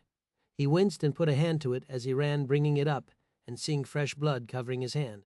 Bella smiled watching this, but her smile grew more into shock when he did not stop. She tried moving out of his way, but she was his sole target. Joey saw the number 55 in his mind from the tackling dummy at his home as he moved with blinding speed. Joey hit her with everything that he had, sending her off her feet and back into the fence 5 feet behind her. She let out a groan when Joey hit her full on with his shoulder. He dropped to his knees, uncaring about her and kneeling next to Patrick. He said, "Patrick, Patrick, are you okay?" Bella tried pushing up with her pistol but fell back to the ground. She laughed. "You fucking idiot. Of course he isn't okay. He's dying. God, you're pathetic." She leveled her pistol, pulling back the hammer. But Joey saw this and was already pushing up from the ground, still uncaring about his wound. He pulled his bat from behind his back and brought it down once onto her wrist, snapping it to the bone, and then a second swing, and the sound of it hitting her skull echoed across as loudly as the rifle had. Joey screamed with the tears in his eyes full on pouring out. He said, "You don't hurt Patrick. He's my brother. I'm not stupid. I'm special, and it is okay to be special." The lights went out for Bella, and she dropped her pistol, and blood began to pool next to where her skull landed in the dirt. Joey brought it up one more time, and then down as hard as he could be, making sure that she would not be getting up, then knelt down and took the pistol away from her. He wiped at his face, getting the speckles of her blood on his arm. He grabbed Patrick's gear and rifle. He found a field bandage to help stop the blood and wrapped it around Patrick's neck, before he stuck a second one on his side like he'd seen Lou show people during a brief emergency class. They had been apart of the previous month. Lou had wanted to make sure people knew emergency techniques if the worst happened. He picked Patrick up in his arms, wincing from the pain. "You're going to be okay, Patrick. I'm not going to let nobody hurt you again. You'll be okay, I promise. Joey's going to take you to Lou, and Lou is going to fix you. He's going to make you okay again. You hang in there, Patrick. I'm going to get you there as quickly as I can." Joey took off in a run, feeling faint. He shook it off with each step, refusing to let Patrick down. He had the same love for him that he had for his own brother. Joey looked down as he ran, seeing the tan bandage that he'd applied slowly turn to red. Joey had full-on tears streaming down his face and felt like his heart was breaking the darker that the bandage grew. He said, "Mr. Lou's gonna know what to do. He's going to be able to fix you, Patrick. I know it. He's real good at collecting blood. You ought to have plenty of it there to make you better. Mr. Lou can put new blood in you. Maybe you'll become a mutant or a superhero."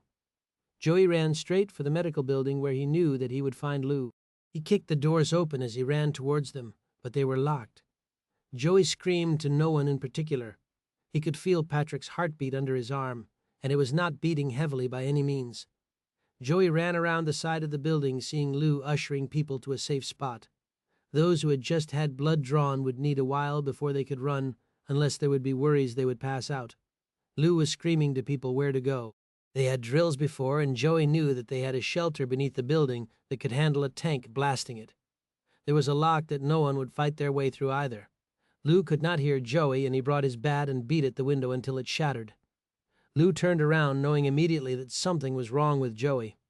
The boy's face was white, and he'd never so much as had anything but a healthy complexion for as long as he had known him. Lou ran to the window, and his heart sank when he saw Patrick. He turned and sprinted to the front doors. Ellie saw him running and yelled, "Lou, what the hell are you doing? We need to get in here and lock this thing down. There's sirens going off. That is major shit. I'm aware, Ellie. I don't have a choice. It is Joey and Patrick, and they both look hurt." Ellie handed a radio to Scott and said, "You keep everyone calm. Turn the light on so no one freaks out, and until I say 562 into this radio, you stay in here no matter what you hear. You guys have plenty of rations stored here, so you could make it a few days if you need to, only if the worst of the worst happens." Scott looked down at the teens in the room, guessing there were 15 in there. They'd been the last of the group to donate, not out of laziness, but because of the amazing response that they had received from the survivors living there. Scott said, "Don't make it a few days, please. People will lose their shit if it's for that long." Ellie said, "Scott, seriously close the effing door and lock it down tight. I'll radio you just as soon as I can." When he complied, as the last few teens sprinted in, he shut it, and the lock could be heard engaging. Ellie looked at Lou, thinking about it, and pushed some carts and beds across the entrance. If someone walked in, they would easily walk right past it. They had removed all signage stating that the room was there. Ellie turned and sprinted to Lou, who was swearing up a storm as he was fumbling to unlock the doors. When he finally got them open, a very impatient Joey was waiting for him. Lou started to say something and knew an explanation probably wasn't needed. He said, "Come on, Joey, this way. Are you okay holding him? I can take him if you're tired. Just show me where you want Patrick at. I need you to save Patrick." "I need you to show me where you want to put him because you need to save him, Mr. Lou. You can't let nothing happen. He's supposed to have a date with Kaya later, and he can't have a date if you let him die, Mr. Lou." Lou was so concerned with Patrick, he'd forgotten about Joey looking pale as well. He said, "Just get him on this bed, Joey." When Joey laid him down, the shirt he'd been wearing was stained up and down the side of it with blood. Lou was going to ask Joey something when his eyes rolled into the back of his head, and he dropped to the floor, almost bouncing off it as hard as he had hit. Lou looked at the boy and then at Ellie and said, "Fuck," before he pulled the bandage back on Patrick's neck. He checked the boy's wrist and felt no pulse. He waited a 20 count, making sure that was the case, and looked at the time on the wall. It was more out of instinct than anything, but recorded the boy's time of death. Ellie was watching the window, and Lou said, "Can you help me over here?" Ellie helped him get Joey situated in a bed, and when he pulled the boy's shirt up, saw the blood that was seeping out past the bandage he'd applied himself. Lou ripped quickly, and the boy didn't so much as flinch. He was out for the count. When gunfire erupted outside, Ellie ran to where Joey had dropped the gear and found Patrick's machine gun and sniper rifle. She gathered them both as well as all of the ammunition.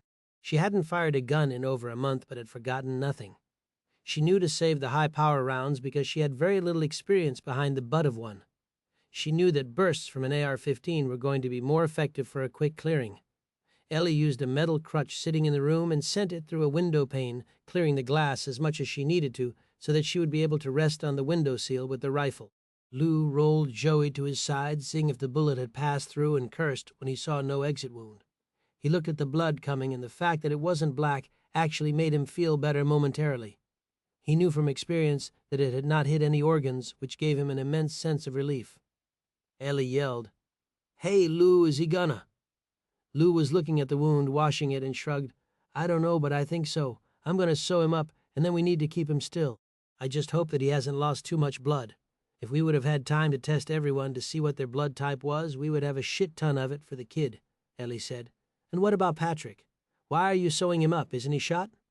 "Don't you need to remove the bullet?" Lou said. "Yeah, if it was TV, it'd be a great thing to take the bullet out. Most surgeons leave the bullet alone. You can do just as much damage to the body removing it as it incurred when it was shot. We leave it. If it isn't in any organs, he should be okay." "How the hell do you know that?" "Because if it did strike an organ, then he's going to die, and there isn't a damn thing I can do about it, Ellie. Is he going to live or not, Lou?" "Ellie, the only one that knows that is God, but I'd have to question his intention, letting something like this happen to two kids that couldn't be nicer. We need to push him into the safety bunker. This bed will detach from the wheel part." Ellie helped him carry everything, wondering more so now than ever when Shaun and the others were going to get back. She didn't like the idea of him being gone, and throwing death and strangers into the mix did little for her overall psyche. She hit the radio, telling Scott to open it with the number she had told him. When he lifted it, a group pulled Joey up off the wheels and carried his bed and IV down to the shelter. Everyone stared at him, no one wanting to ask what happened. Ellie turned to run, and Lou gripped her around the stomach, lifting her and taking her back down. Ellie screamed, kicked, and bucked, trying to free herself, but she was still weak and looked like a toddler in Lou's massive arms. Lou hushed her as he carried her down into the cellar. He said, "I'm sorry, Ellie, but I can't let anything happen to you. I know I'm not your dad, but I'm the only one that is looking out for you right now." "What are you doing, Lou?" "You have to let go. You need to let me out. There's strangers, and we need to keep this base ours," Lou said. "If it was a month from now, and you could run 50 yards without getting dizzy and falling over, then I would be okay with that." Ellie said, "You don't understand. What do you think we're going to do if they take this fucking base, Lou? If you didn't notice, I don't see your daughters anywhere. Do you know where they are?" Lou had been so busy with her and the boys coming in that it was the last thing he had been thinking of. He set her down, holding up a hand to tell Scott to wait before shutting the door. He hit the radio, saying, "Karen? Teresa? Where are you? It's Dad." Karen, the older of the two, and full of fright in her voice, screamed, "Daddy, where are you? Who's shooting? Why aren't they in the practice range? Everyone is freaking out and we don't have anywhere to go." Lou cringed, hearing she had nowhere to seek refuge. He said, "Where are you, honey? I will come get you. I won't let anything happen to you. We are in the bunkhouse. This thing's made of freaking sheet metal. If those bullets come for us, we're screwed. What are you going to do? Almost everyone is in here, Dad." Lou said, "It's okay. It's a straight shot there. Do you have your sister with you? Do you know where Teresa is?" "Yeah, she's sitting right next to me. We were on breakfast duty this morning, so we got up at the crack of dawn. We wanted to take a power nap after we got off shift so we could help tonight. What is going on, Dad?" Karen, "I don't have any answers. I was doing the blood drive when this started. We still have people gone. People that we'd be better off having here to help right now. I have a feeling it is people that we don't want here. I'm going to make a break for it and try to get to you. I want you to find anything that looks sturdy and use it to blockade yourselves in. You take care of your sister. I'm not kidding, damn it. You don't let her out of your sight." Karen said, "Hurry, Daddy, please." Lou looked to Ellie, who was stuffing magazines in her pocket. She said, "I'm ready if you are. Do you know how to shoot anything, Lou?" "Not well enough to hit something twice in a row." Ellie looked to Scott and saw the bandage on his arm from the blood drive. She said, "You going to be able to make it if we need some help, Scott?" He nodded nervously. "Yeah, I can handle that high power. I could go to the roof. All we need to do is get me up there and I can take it from there. I've been hunting with these things for years out of state with my dad when I had one." Lou squeezed his shoulder. "Fine, you get up there. And I know we haven't had to shoot regular people, only the dead. But if you're up there, you shoot any fucker you see that you don't know. We will ask questions later about why they were here. All I want to do is get my family and move them somewhere safe. Can you do that for me, Scott?" I know it's asking a lot. Scott didn't take so much as a minute to debate the question and was already nodding his head. "I'm good, Ellie. Give me the extra bullets, will you?" She handed over a pouch of 50 that she had stripped off Patrick. He opened it, looking and seeing that the rifle was already loaded with 5 shots as well. "If we need all of these, we are probably screwed." Lou didn't even know he was doing it when he screamed, picking the boy up and tossing him up the stairs. He said, "Get your skinny little ass up those fucking steps and do it now. There is my entire life not more than a few hundred yards away. I'm not going to let anything happen to them." Scott didn't say anything. He simply sprinted up the rest of the steps and to the stairs that led him to the roof. When he made it to the top, he kicked the door open, running to the edge, feeling an exhilaration that he had never felt before. Chapter 12. Clary was moving around the armory like a seasoned professional. He had every part where he wanted it and every tool exactly where it belonged. He ran a tight ship, and the only thing that was in there that shouldn't have been was the heavy cloud of cigar smoke resting above his head. He had been able to quit the smoking, but chewing on a cigar was something that he had refused to give up. He had stopped the occasional inhale after hearing time and time again from the kids how it was a good thing that the old guy smoked, because when they needed to make a run for it, he would be the one hacking up a lung behind them. He had spent the better part of the year getting back into peak physical condition right alongside the kids. He had lost 20 pounds and turned whatever small amount of flab he had into a rock. The last thing he was going to have happen was become a meal for the dead because he was too lazy to just say no when it came time to working out. Clary kept a steady eye on the radio, waiting for any emergency transmitting from Aslan or the others. He had heard nothing, not even a courtesy message, letting him know that they were alive and at the base. Clary was bumping his head to AC/DC's Back in Black, screaming over his radio. His hearing had suffered so much damage over the years from demolition that it made little difference to him how loud it was. He knew that he was going to be suffering when he made it to his later years, given those years happened. Clary was running a modified tube through a machine, adding the grooves so that it would twist onto a barrel. He took his time making sure that he was precise. He knew exactly how dangerous it was to mess with barrels, and the last thing he was going to do was give someone a gun that he himself would not first shoot and prove it was safe. His weapon modification and gunsmith skills had gotten immensely better, but he still had a lot that he could learn from it. He had given up on finding someone to teach him. The way he looked at it was that if there was an able-bodied gunsmith still alive, he was probably holed up somewhere with every scrap and tool that he could find to build a personal armory for himself and keep on the down low. He figured when things started getting to the point that the supplies were gone, that people like them with an actual skill could basically demand the world of anyone for their services. Clary picked up his cigar, trying to tap it, looking down and seeing the large quarter-sized red embers were no longer glowing red in the poorly lit shop. He patted his chest pockets and pants looking for his Zippo, but found nothing. Clary started cursing, walking through the small shop until he found what it was that he wanted. He looked down, gripping the Zippo and lighting it without looking up again. He had to focus on the small screen before his world came crashing down in front of him. He picked up the monitor, staring at it intensely for a moment, seeing Joey running up the hill carrying something in his arms. When he realized what it was, his stomach dropped. Clary ran to the bench, grabbing his AR and an entire backpack full of magazines. He had refused to ever have to say that he was out of bullets or things to blow shit up with. He kept a decent supplied pack on or near him at all times. People told him he was paranoid, and he would always mention not to worry that when they were long out of ammunition that he would graciously bestow some upon them. He gripped the MK-19 that he kept for special occasions and sprinted out the door. As he ran, he could feel the weight already growing heavy on his arm. When he made it to the fence line, he could see a line of men cutting through the fence and barbed wire. He used his binoculars to see someone down on the ground. When he looked around, he could tell that there had been a flood worth of blood that had escaped onto the ground. Clary looked around the grounds, glad at least that these kids, as well as the few adults, knew when the sirens went off that it was a top priority to get to a hiding spot. They weren't being trained to be heroes, and until they had graduated their training classes, didn't have the right to carry weapons on base. After the issue with Hammond and Shellman the day they had to leave, he had invoked that rule. He watched the fence line for a moment, wondering what it was. He wanted the sirens off immediately if there truly was no threat, or they would be dealing with the dead very soon once they heard the blaring noises as they echoed into the city. He saw a group of men standing at the fence line holding wire cutters.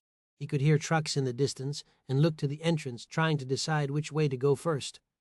Clary hit his radio. Aslan, are you there? Shaun? Greg, anyone? If you can hear this, there are intruders trying to get onto the base. You need to hurry and get your ass over here, and you need to do it now. Why aren't you answering your radios?" He slung his machine gun around his shoulder and hefted up the heavy backup weapon. He took steady aim and launched a succession of 5 grenades into the tree line behind where the men were standing. The last thing he wanted to do was to take care of the fence for them. If it had not been for seeing Joey, Patrick, and Bella, he would have had a different approach to the matter. He might have even tried to have a conversation with them. Clary could only imagine they were here for one reason, and that was the armory and supplies, or worse, they wanted retribution, or possibly both.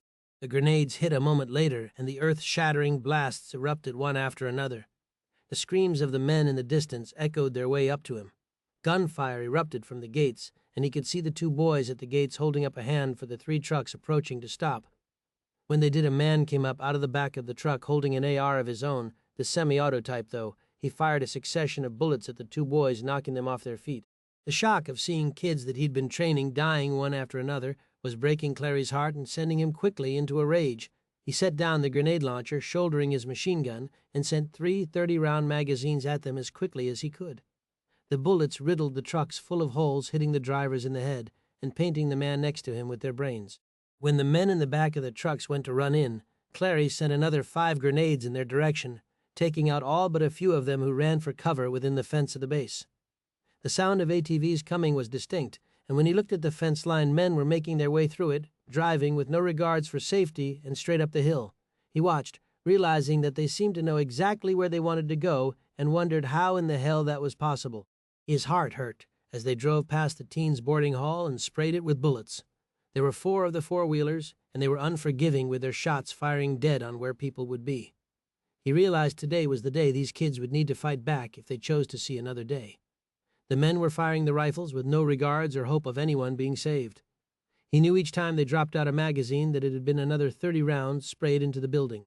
He ran back, hitting the emergency code into the armory, securing it tight until the proper code and identification had been entered. Unlike the day that he and Greg had come to the base, no one but himself and God was able to access it in a hurry.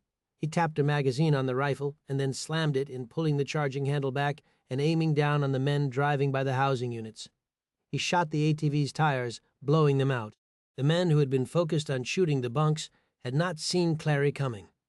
The vehicles crashed into one another, smashing their legs, and the other 2 crashed into the wall, sending them flying in comical angles off of it. Clary melted back into the shadows of the building, looking to see that there were still 6 men on the base that were strangers from just the ATVs.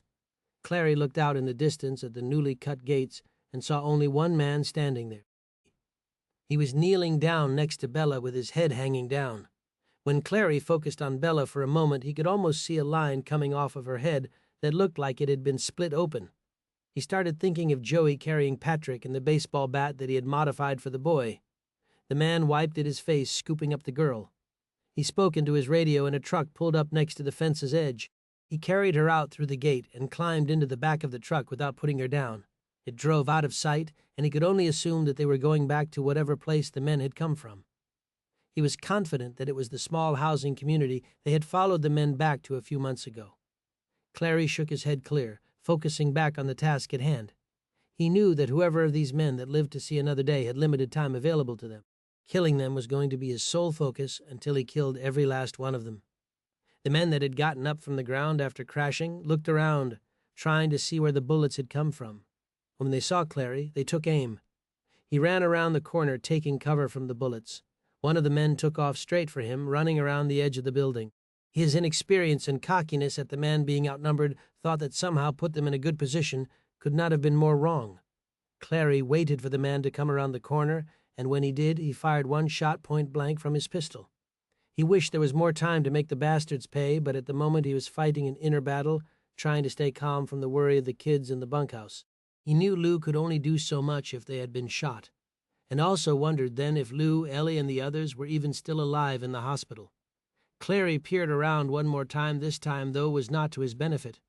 The men did not have a shot on him, but fired relentlessly regardless of if they were going to hit their target. The last thing any of them wanted to have happen was to have the man come back with a machine gun that fired hundreds of shots a minute, whereas their shots were only as quickly as they were capable of squeezing their triggers. When Clary saw that they were already aiming, he pulled back, but it was too little too late.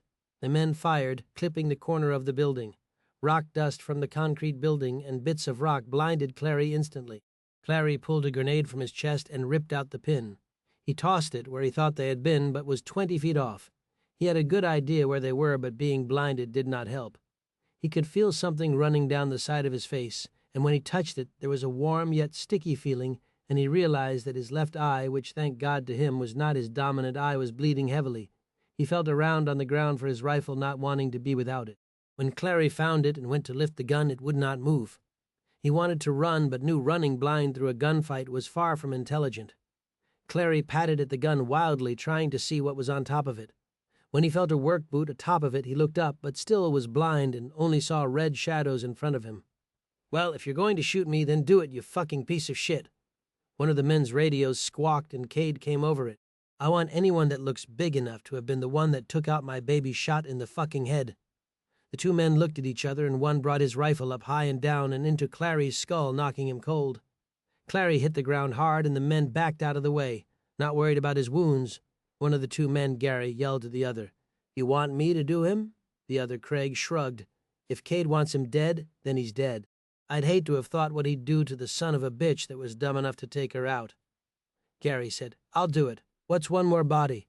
Gary raised his rifle, taking aim at the top of Clary's head and taking a step back to make sure that his brains, this close and personal, wouldn't splatter his clothing. Chapter 13. Kia heard the sirens going off and yelled at the kids as well as adults in the bunkhouse to take cover and get down low. A few of the boys who had been playing a game of cards in the corner for work duties on the line waved her off. She ran over, flipping the small card table up into the air, and screamed at them. "Are you guys totally ignorant?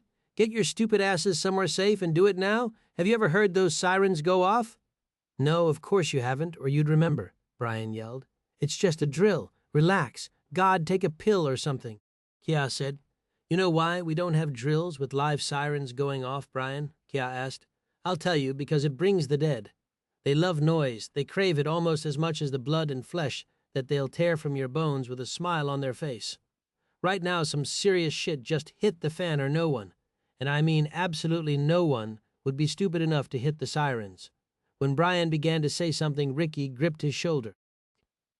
"Dude, you're being stupid. Come on, we need to hide."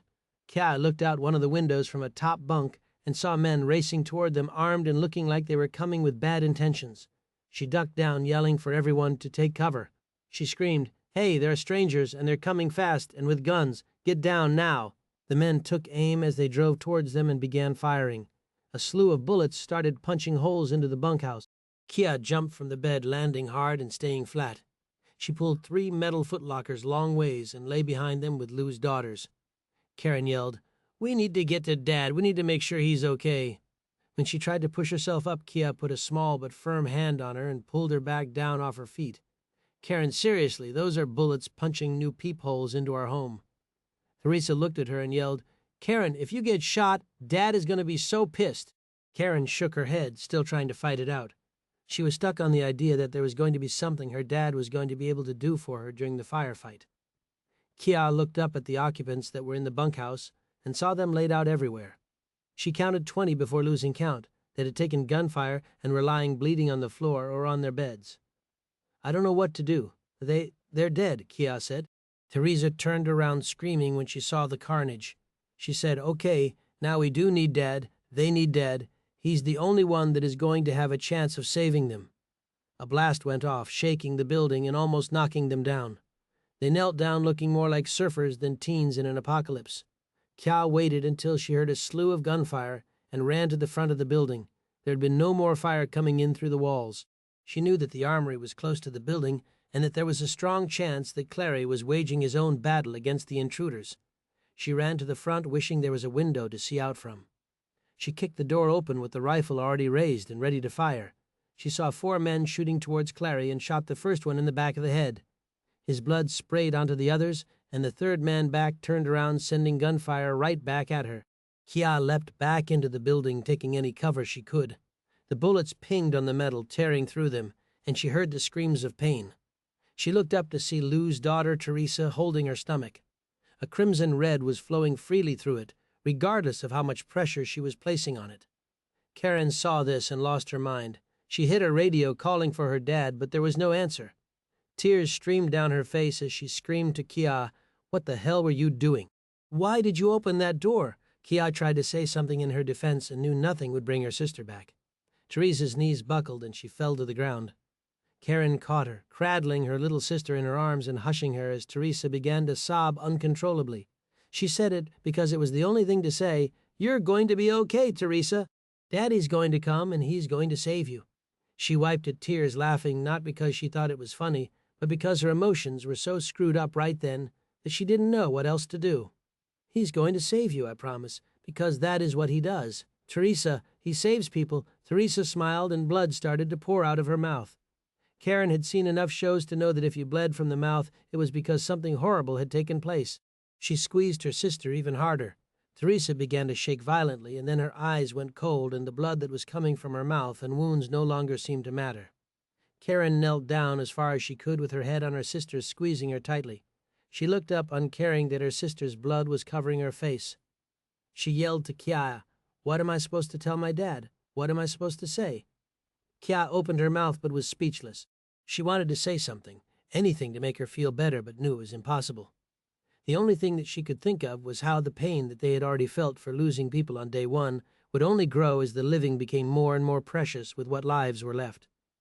The door opened, and the man that had fired was standing there and fired twice into Karen's chest, sending her and her sister into a bloody pretzel of limbs. The man smiled, looking accomplished, and when he looked down to Kia, she was already pulling the trigger. The bullet struck him just above the eye and exploded out the back of it.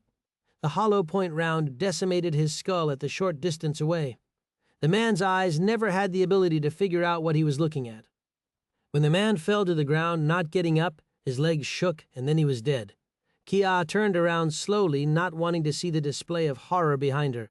There were streams of light pouring in from the holes that were spread through the bunkhouse. She walked quickly to Karen, checking her pulse. But she was already gone. There were moans and crying coming from the back. She saw that there were countless victims, most of whom had already faded away into the dark. She, to this day, had never seen so much blood spilled from the living to another person whom still had a heartbeat. It was something she never wanted to have to experience again. Chapter 14. Ellie sprinted across as soon as she pushed out the door. Lou was running behind her, pistol in hand and a heavily loaded medic bag in the other. They watched in shock as the men on ATVs began shooting at the building they lived in. Bullet holes followed by screams took place, and she sprinted directly for it. She watched as Clary went around the side of the building, firing into the men with no regard for his own safety. After he had shot one, she saw the others shoot, and then watched Kia come out of nowhere, firing on one of the men only to have one go after her. A second later, that man's skull was blown off. Ellie's heart sank when she saw Clary fall to the ground with blood gushing down the front of his face. The absolute worst-case scenario she could think of was him getting shot, and from the blood covering his face, she was pretty damn sure that had just happened. When he looked up an instant later, confused and blind, relief spilled through. The man took a step forward, placing the rifle next to his head, and Ellie screamed no as she sprinted towards Clary. She could feel the spins were not far off. Her PT had not started back up, and that had been something put in stone by Lou. If she wanted to get out, she needed to try and take it easy whether she liked it or not. Ellie dropped to a knee as one of the men was raising his rifle. Lou was going to fire, but knew that he would have just as strong of a chance at hitting Clary as the two men. Ellie started to get the spin, so she aimed high, squeezing off 4 shots in a row. The men's blood covered the back of Clary's back and neck. Ellie pointed to him, and Lou didn't need to be told further. He raced across the open ground, keeping down for fear of the unknown shooter. The building in front of him exploded, and he looked to see the 2 men left from the trucks. Clary had shot up coming his way. When the first stopped to aim, he thought that he was surely dead. The man looked like he was hit by the invisible man with a bat. When Lou had a moment to put 2 and 2 together, he realized the baseball bat was a rifle round. The man flew to the side, and the only thing reaching the ground first was a chunky pink mist. The shot of the gun erupted, filling the small area. The second man sprinted when he spotted Scott on the roof of the building nearby, ejecting a spent casing.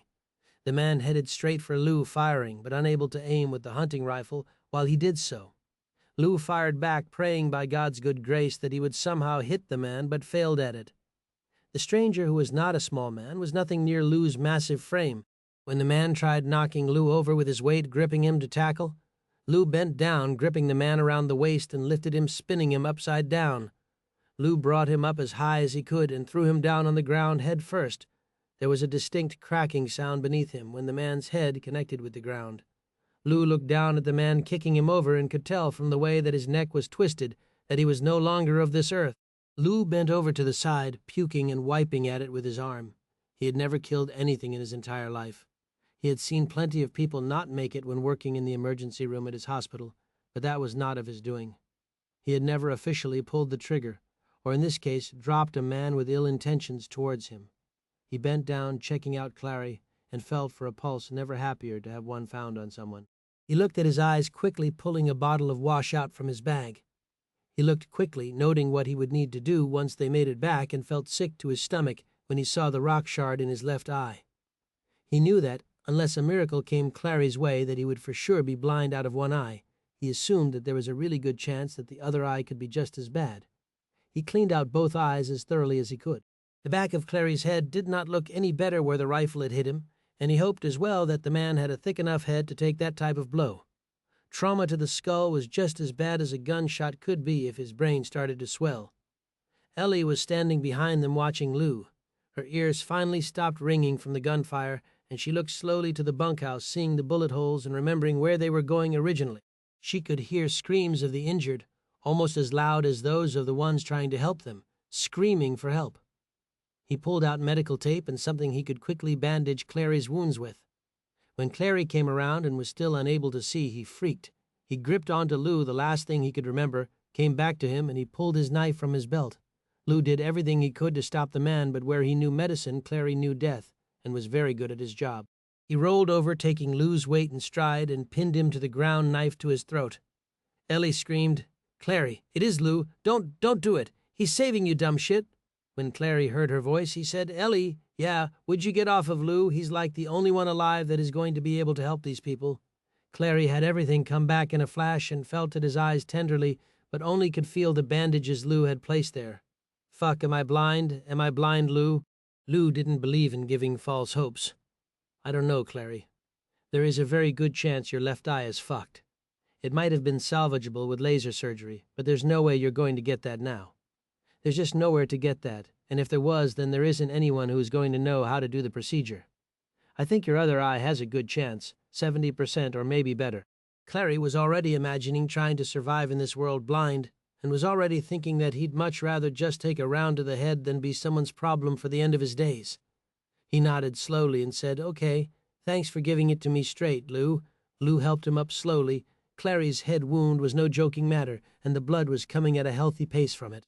He knew that once it stopped, he should be okay, but of all the wounds to a human being, the head always bled like a stuck pig. Lou bandaged it, knowing he'd have to put staples into it later as well. When the screams poured from the bunkhouse, followed by teens slowly staggering out holding wounds, Lou thought he'd seen war footage that didn't look this real. "Stay here, Clary. There's injured over there, and I need to go help them. Can you do that for me?" Clary pushed him to go. He stumbled to the ground, feeling around, finding the building and resting up against it. He patted at his pockets, bringing out a cigar case, and moved them aside, pulling out an emergency cigarette for the weak moments, and lit it, settling back alongside the building, trying to keep his hands from quivering. "You want me to stay here with you, Clary?" He shook his head, no drawing hard on the smoke. He said, "No, see if there is anything you can do to help Lou. He shouldn't have to go through this on his own." Ellie rubbed Clary's shoulder. "I'll be back to get you. You have Scott up on a rooftop. He's going to make sure that you stay safe, Clary, so think of him as your angel." He smiled, thinking of the irony of his angel being a sniper with a high-powered rifle, and thought it was almost poetic given his life. He said, "All right, Ellie, thank you. Now go help Lou. He's only able to handle so much. A bunch of bloodied teens isn't something anyone can get used to." She smiled, watching, sitting there for a moment. She couldn't think of many that were as brave as this man. When he sensed her still standing there, the old Clary that she had grown to love came back. "Damn it, girl, go now." Ellie sprinted off to help Lou. The first boy was one of the many Kiaya screamed at to drop. Lou looked at his wounds and wasn't sure how the boy was still standing. He helped him down to the ground and watched the blood slowly coming from his mouth. He made him as comfortable as he could, giving him a shot of painkillers, and looked to Kiaya. "Kiaya, where are Theresa and Karen? Where are my girls at?" Chapter 15. The others, the men, sat patiently in the woods waiting for the radio call to come through. Joeyar looked to Cade and said, "Hey, Cade, how long are we going to fucking wait? We've been sitting here for hours." Cade lifted the hat from his eyes. He wanted to make sure that JR knew that he was interrupting the short stint of slumber he was allowing himself. The fact that we've been out here all night, JR, is because of me, not because of her. Now, I know that your little mind can't grasp this, but I want you to think real fucking hard about what I'm saying right now. Okay? JR nodded slowly, and Cade continued making his point. The idea of driving a shit ton of ATVs and SUVs through the countryside in the middle of the morning is pretty much like just painting asshole on the side of your truck. Are you calling me an asshole, JR? JR shook his head, no, almost hard enough to give himself whiplash.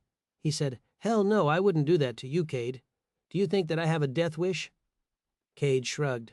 "I don't really give a shit what you think, JR, just so long as you don't go out of your way to do anything stupid.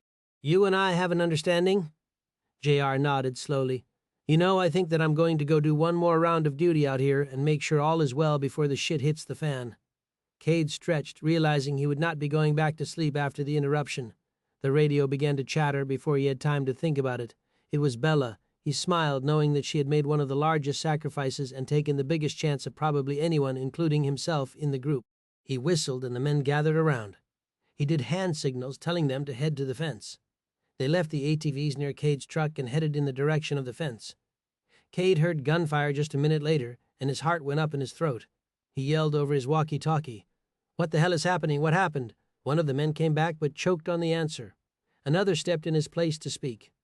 "I got bad news, Cade." "What? What happened?" "You better get up here and see for yourself." The man had not even finished saying that when Cade sprinted through the woods. He made it there seconds before Joey was out of sight with Patrick in tow. The man at the fence cut the last of the links, no longer keeping the facility safe from intruders. When Cade made it up to the fence, a few of the men had their hats off and were staring at the ground. When he saw Bella in a crumpled pile on the ground, his heart sank. He said, "What? What happened? Who did this to her?" The men all shrugged and said, "We don't know, sir. By the time we got up to the fencing, they were already gone. She was like this when we got here. I don't know what it was, Cade." Cade walked through, ignoring the sounds of the grenade launcher in the distance. Cade walked to his daughter, kneeling down, scared to try and lift her with the damaged skull. The thought that a piece of her collapsed head could very well fall off was the worst thing he'd ever had to consider in his life. He felt for her pulse and didn't have any questions after that. He walked past the men that were trying to hide from the damaging grenades coming in and said, "I don't want you to keep anyone. I want every bullet you have fired and everyone dead. You leave no one, no prisoners, and no witnesses to what we did. The young, the old, and everything in between. If anyone has any questions, let me know. I'll happily help you spend a few of your bullets." JR started to run off, but Cade gripped his shoulder.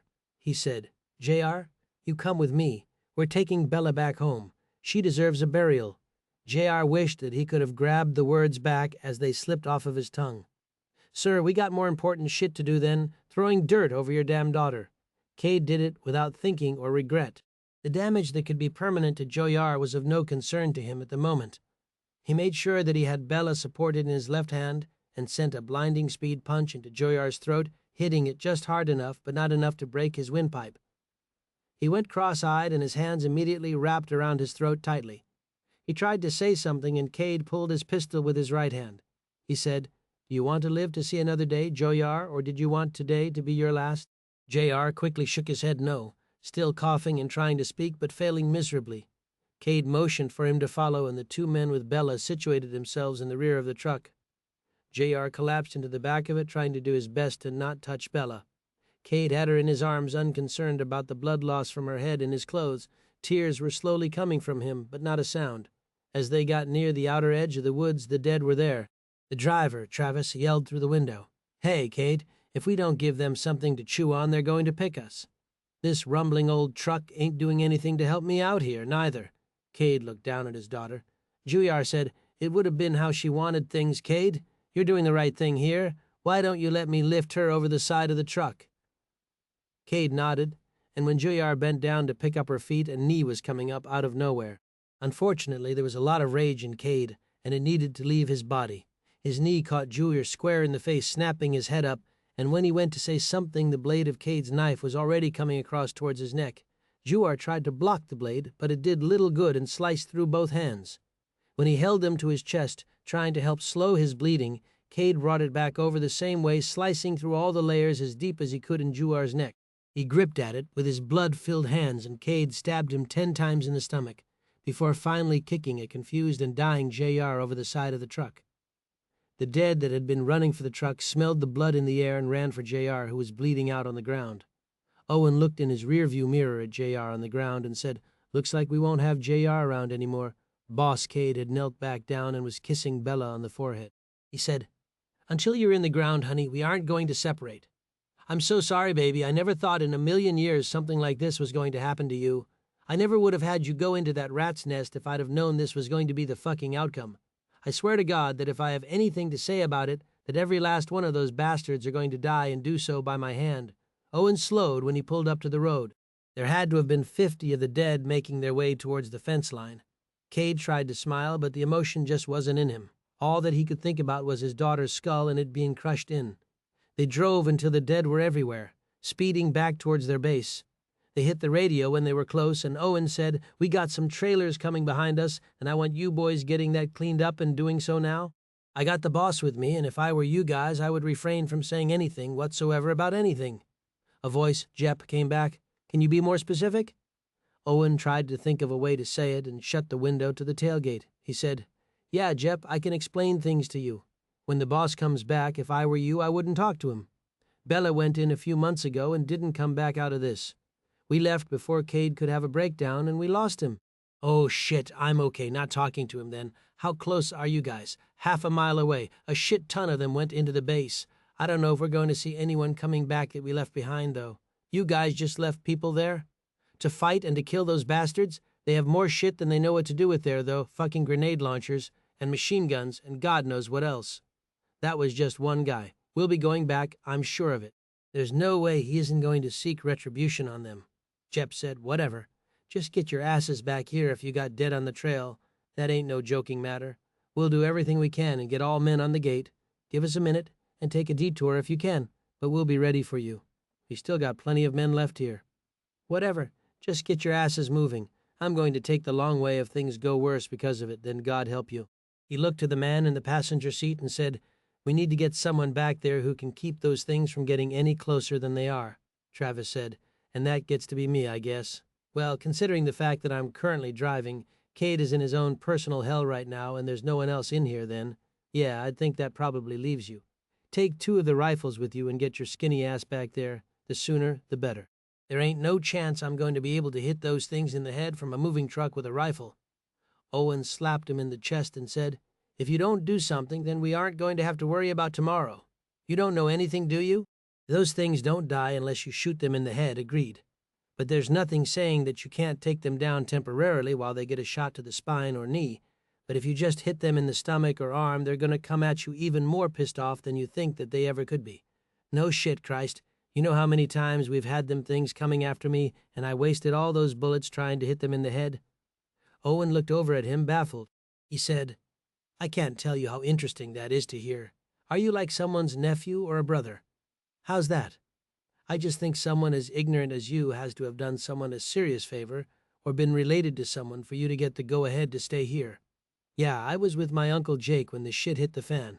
He got a call from Cade on his radio and grabbed every damn gun he'd had and left town for a few days with them.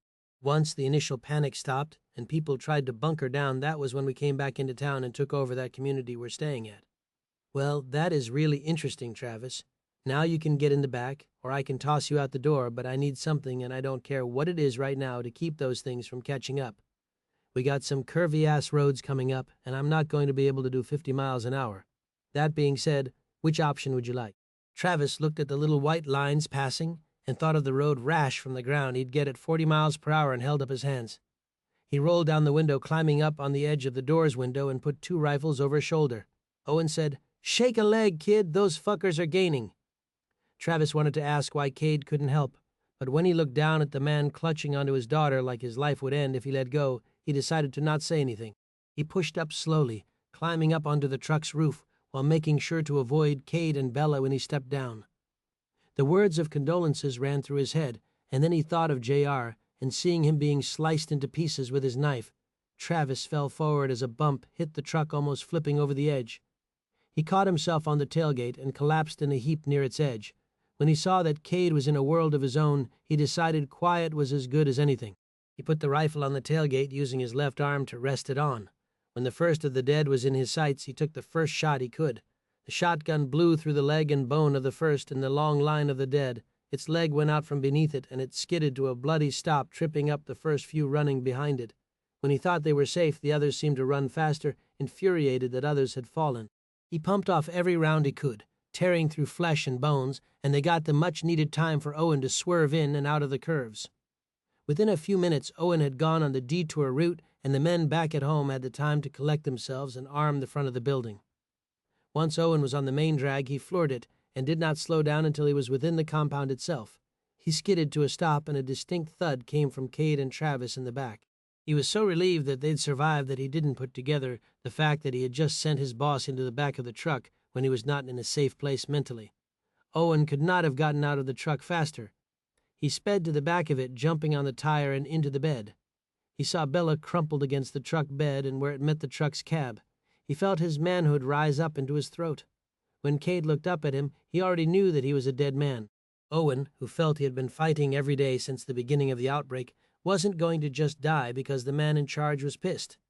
He pulled up his shirt, exposing a .45, and pulled it as quickly as he could.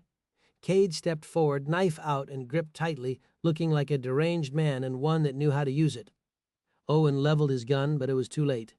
Cade was already bringing his knife up. He gripped his gun hand with his left and brought his knife into his wrist bottom to top. Owen screamed immediately, trying to clutch at his wrist and free the knife. Cade lifted his arm up, still holding the knife and twisting it, with Owen screaming until it was pointed at the man's own face. The other men were watching in awe, unsure what they should do. Cade pulled the trigger, blowing out the back of Owen's head. The momentum from the bullet sent him in a heap to the ground, falling head first. Cade looked down, watching the rock beneath Owen's head turn from an almost blinding white with the sun shining on it into a crimson red. The spot would be a reminder, he thought, to anyone stupid or cocky enough to try and take his power. The rest of the men started to walk over. When Travis moved in the back of the truck, Cade pulled his pistol, aiming it dead center at Travis's chest. He held up his hands, lifting the handle for the truck's bed. He said, "Sir, I just thought that we could get the tailgate down and get Bella somewhere more comfortable." "What in the fuck do you think we're going to do to make her more comfortable? Would you look at her, for God's sakes?" Travis was nodding his head slowly. He said, I just want to say that I was going to go and dig her plot, unless that was something that you wanted to do. I don't want to step on your feet, sir. You did want to bury her, didn't you?" Cade stared at Bella, lying crumpled in the back. He pulled her up gently, cradling her in his arms. Travis gripped his shoulder as he helped him down off of the tailgate. He did not want to see him topple with Bella in his arms. Cade turned around after walking past the men and glared at Travis. "Go get the shovels so you and I can do this together. If it is one thing from the old days that we should be allowed to do, it is to be able to bury the ones we love." Jep was standing nearby and looking at Owen. He said, "So, you want us to bury Owen too?" Cade looked at him for less than a second. "I said loved ones. I don't know about you, Jep, but if you want to break your back making him a hole, then be my guest. Just make sure that you do it on your own time and when your watch is over." Jep looked at Owen, thinking of the size of the hole that he was going to have to dig. "No worries, boss. We'll just toss him over the fence. I got an idea that there will be something that comes across and makes a meal out of him." Cade shrugged. "Suit yourself, then. Just mind what I say." Jep didn't want to ask anything else, but couldn't help himself. "Hey, Cade, did you want us to stay up here? Are we going to have any shit hitting the fan because of this?" Cade turned around, thinking about it for a second. "You boys stay up on that ledge. If the dead don't get those people, I think we might see them come our way with ill intentions. They had all kinds of shit there, way better than those rifles you boys got. Let me know if you have any issues up here. We're going to need every single man we have when they decide to come around, if they know who it was that hit them. If they didn't, then it is just going to be a matter of time before they find us." 6 hours later, Cade and Travis had been taking time going back and forth with the shovel. It was near 6 in the evening, and even with the cool air, both of them were shirtless and sweating heavily. When they had the hole to the length that Cade wanted, they got a small stack of 2x4s from Holmes, which had not yet been finished. Within an hour, they had the best casket that they were able to make. Cade laid her comforter in there and wrapped her delicately in the blanket. A few of the men came and lowered her in by rope slowly. The radio squawked, and it was Jep. I don't want to interrupt you guys, but you better get up here and bring everything you can get your hands on. Cade hit his radio. Are they coming for the wall, or is it the dead? Hard to say, sir. Well, it should be a pretty fucking easy answer, you idiot. Do you see the dead, or do you see the soldiers coming? I see both. I don't know what is going on. Cade did the sign of the cross over Bella's grave and screamed to the men, "Get your asses moving, you heard him?" Chapter 16 base. Ellie saw Brian didn't have much hope left in surviving the day. She could hear Clary screaming from behind, almost impossible to make sense of. When she went back, he jumped when she gripped his shoulder. She said, "Hey, Clary, stop swinging, damn it, or I'll leave you here. What is the problem with you? Make sure that they're all dead. Make sure that none of those men make it through the day. None of them deserve any compassion from us." "What do you expect me to do? Just shoot them in the head?" Ellie asked. "What about mercy? Isn't that something that people still deserve to receive? Not when those people were coming in with one intention, which is that of cold-blooded murder. They didn't have anything but death on their minds. There would be no survivors right now if we hadn't done something to take them out." Ellie said, "That isn't how I want to fight, though. That isn't the war that I believe in." "Well, Ellie, unfortunately for your ideals, sometimes there isn't a choice in the matter, and we need to fight with any means possible. If you have a problem with that, then you need to reassess the way that you view the world. Mercy isn't for the weak, and it is something we give those that deserve it. It's going to be damned hard to grant that to someone who is trying to kill you while you're trying to give them help and sympathy. There's little you can do for men like that. They want what we have, and they aren't going to stop trying to come after us until that point in time that all of us or all of them are dead. If you aren't prepared to deal with that, then you will have to be ready to deal with death. There isn't any middle ground. Now help me get up and get us out of here." "Do you see any of theirs that is moving?" Ellie looked around and saw one of their men trying to hobble away. She said, "Yeah, there's one guy that's walking towards the fence line," Clary said.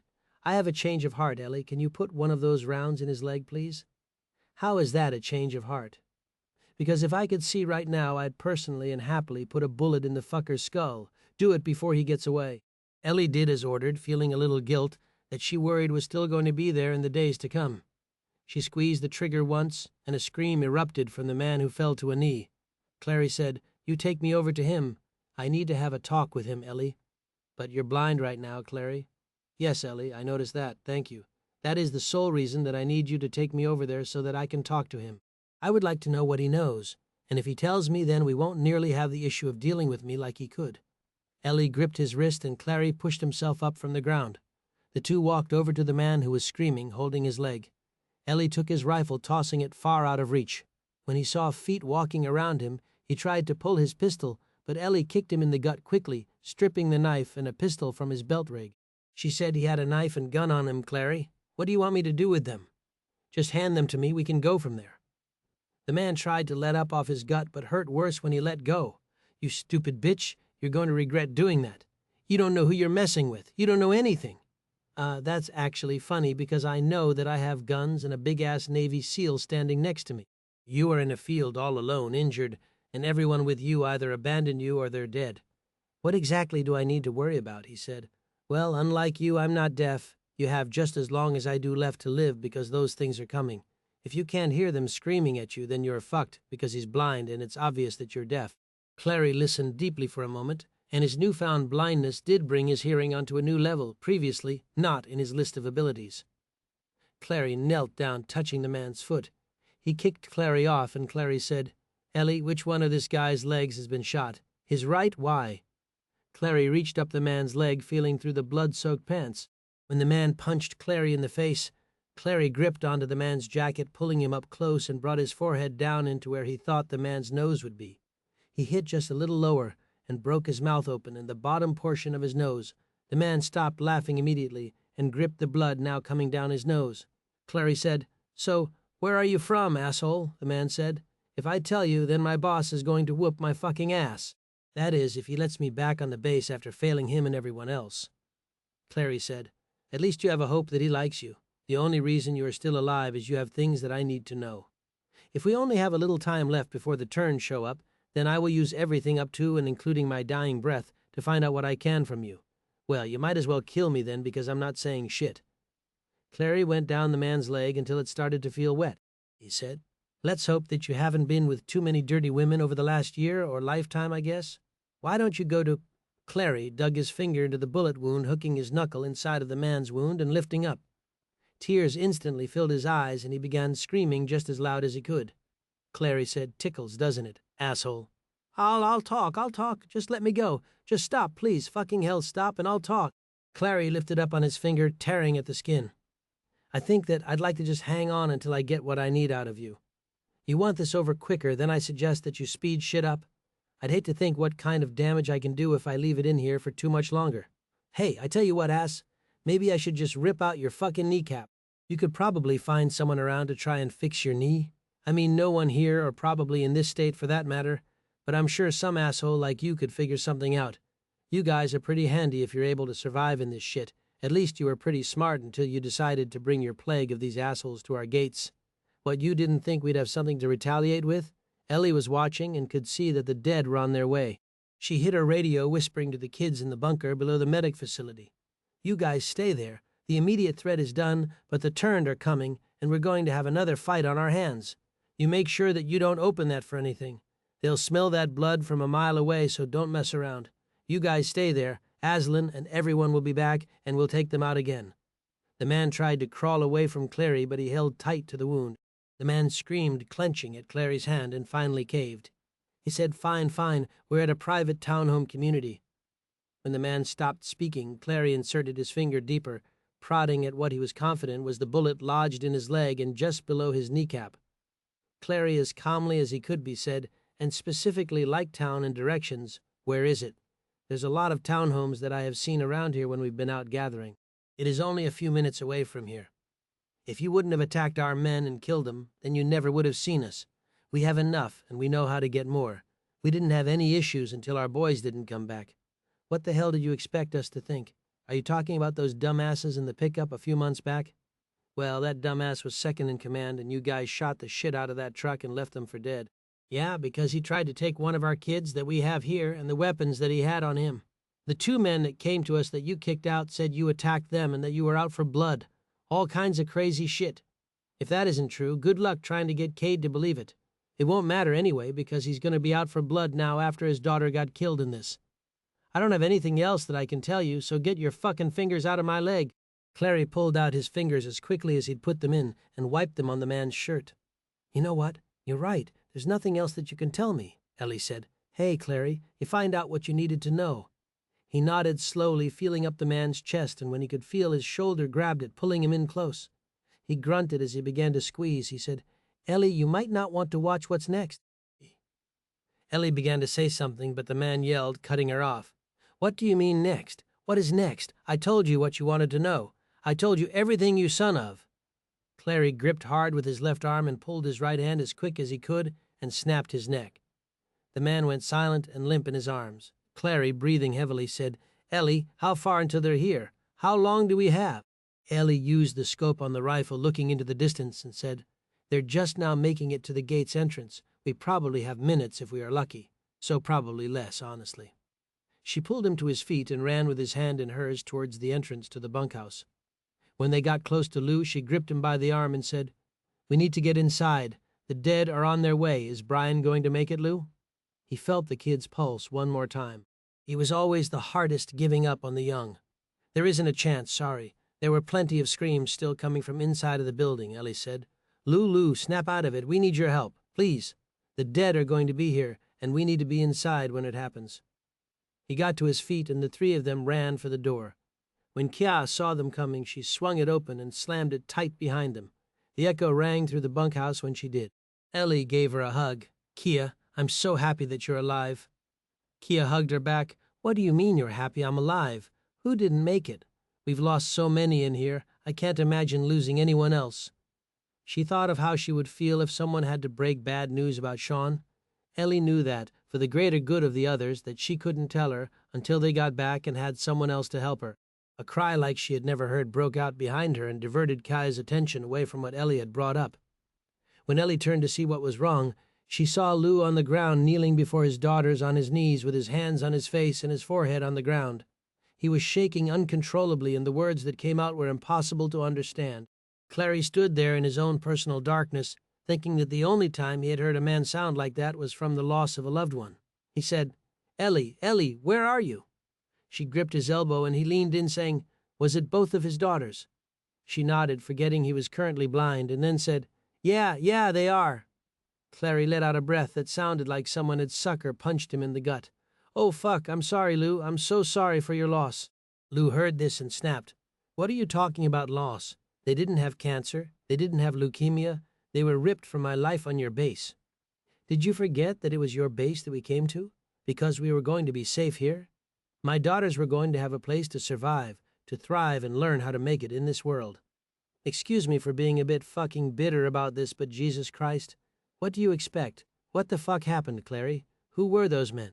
What did you do to deserve this and bring pain upon us all because of it?"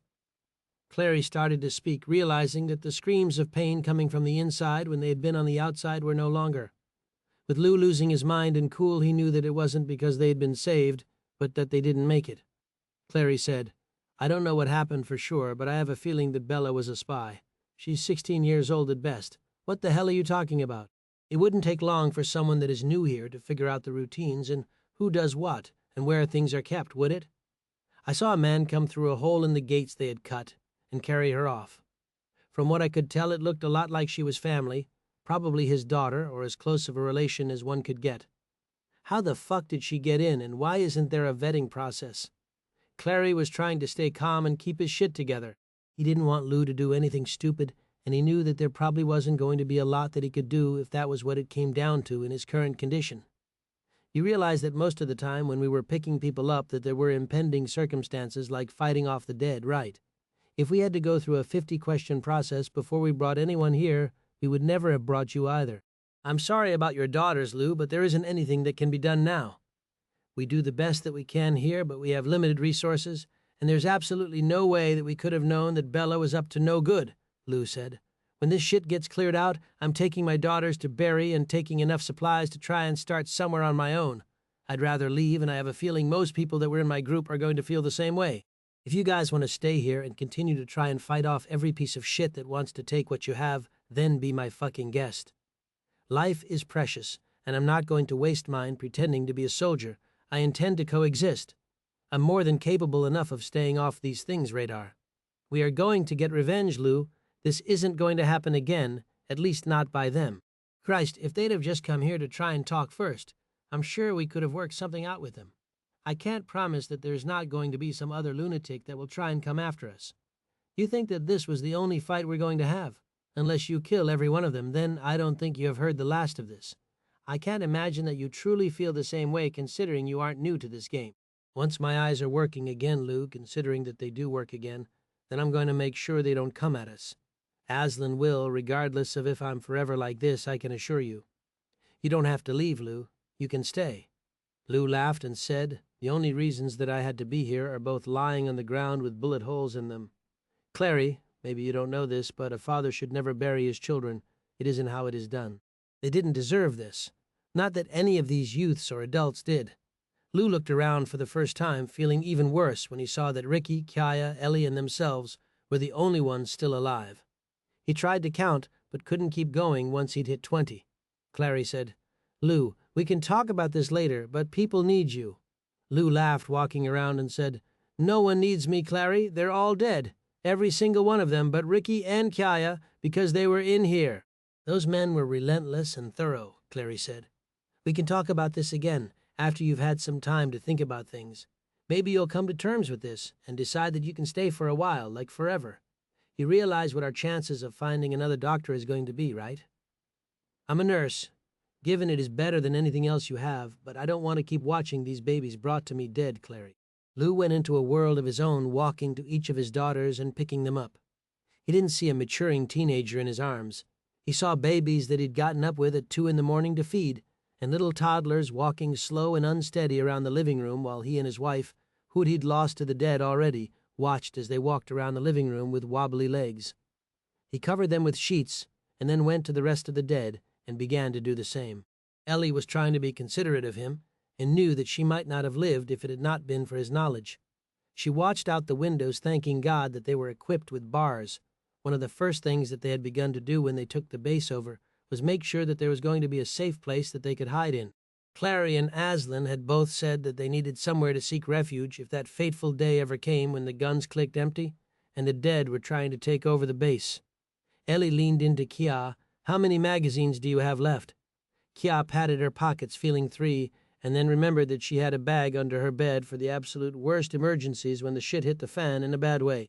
She had forgotten about it because of the fact that they had not had any issues since they had arrived on the base. She ran to it thankful that with the exception of the extra rifle that Patrick and Shaun carried, they all had the same rounds to use in their rifles. Ellie dropped her magazine, sliding in a fresh one, and that was when the death tried to make its way inside of the bunkhouse. Ellie watched Kaya, trying not to think of how hard the time to come would be on her heart and the healing she was going to have to go through. The thuds were strong against the walls and door. The window shattered immediately when the dead came up to it. The turned struck it with everything they had. The bars that went across the windows also went 4 feet into the ground.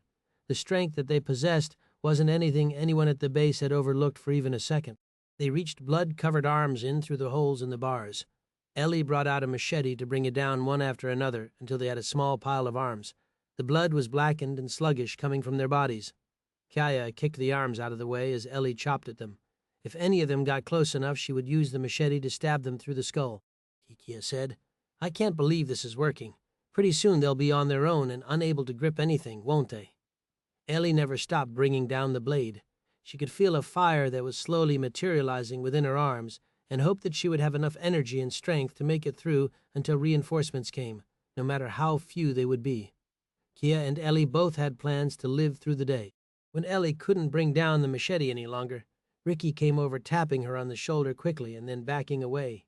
He said, "Would you like me to take care of those things for a while? I haven't had to burn up any energy, and weren't you like getting out of the hospital today or something?" Ellie nodded. The sweat was soaking her, and her shirt was starting to stick to her back. The words of Lou telling her to take it easy rattled through her head, and she knew she had epically failed. She was aware that it was not in her best interests to keep going at this point, or she would find herself looking up from the ground when she passed out. "Yeah, happy release day, right? I finally get out and the world goes to shit again. Can you take care of this for a while? If you get tired, maybe let Kiaya give it a shot for a while.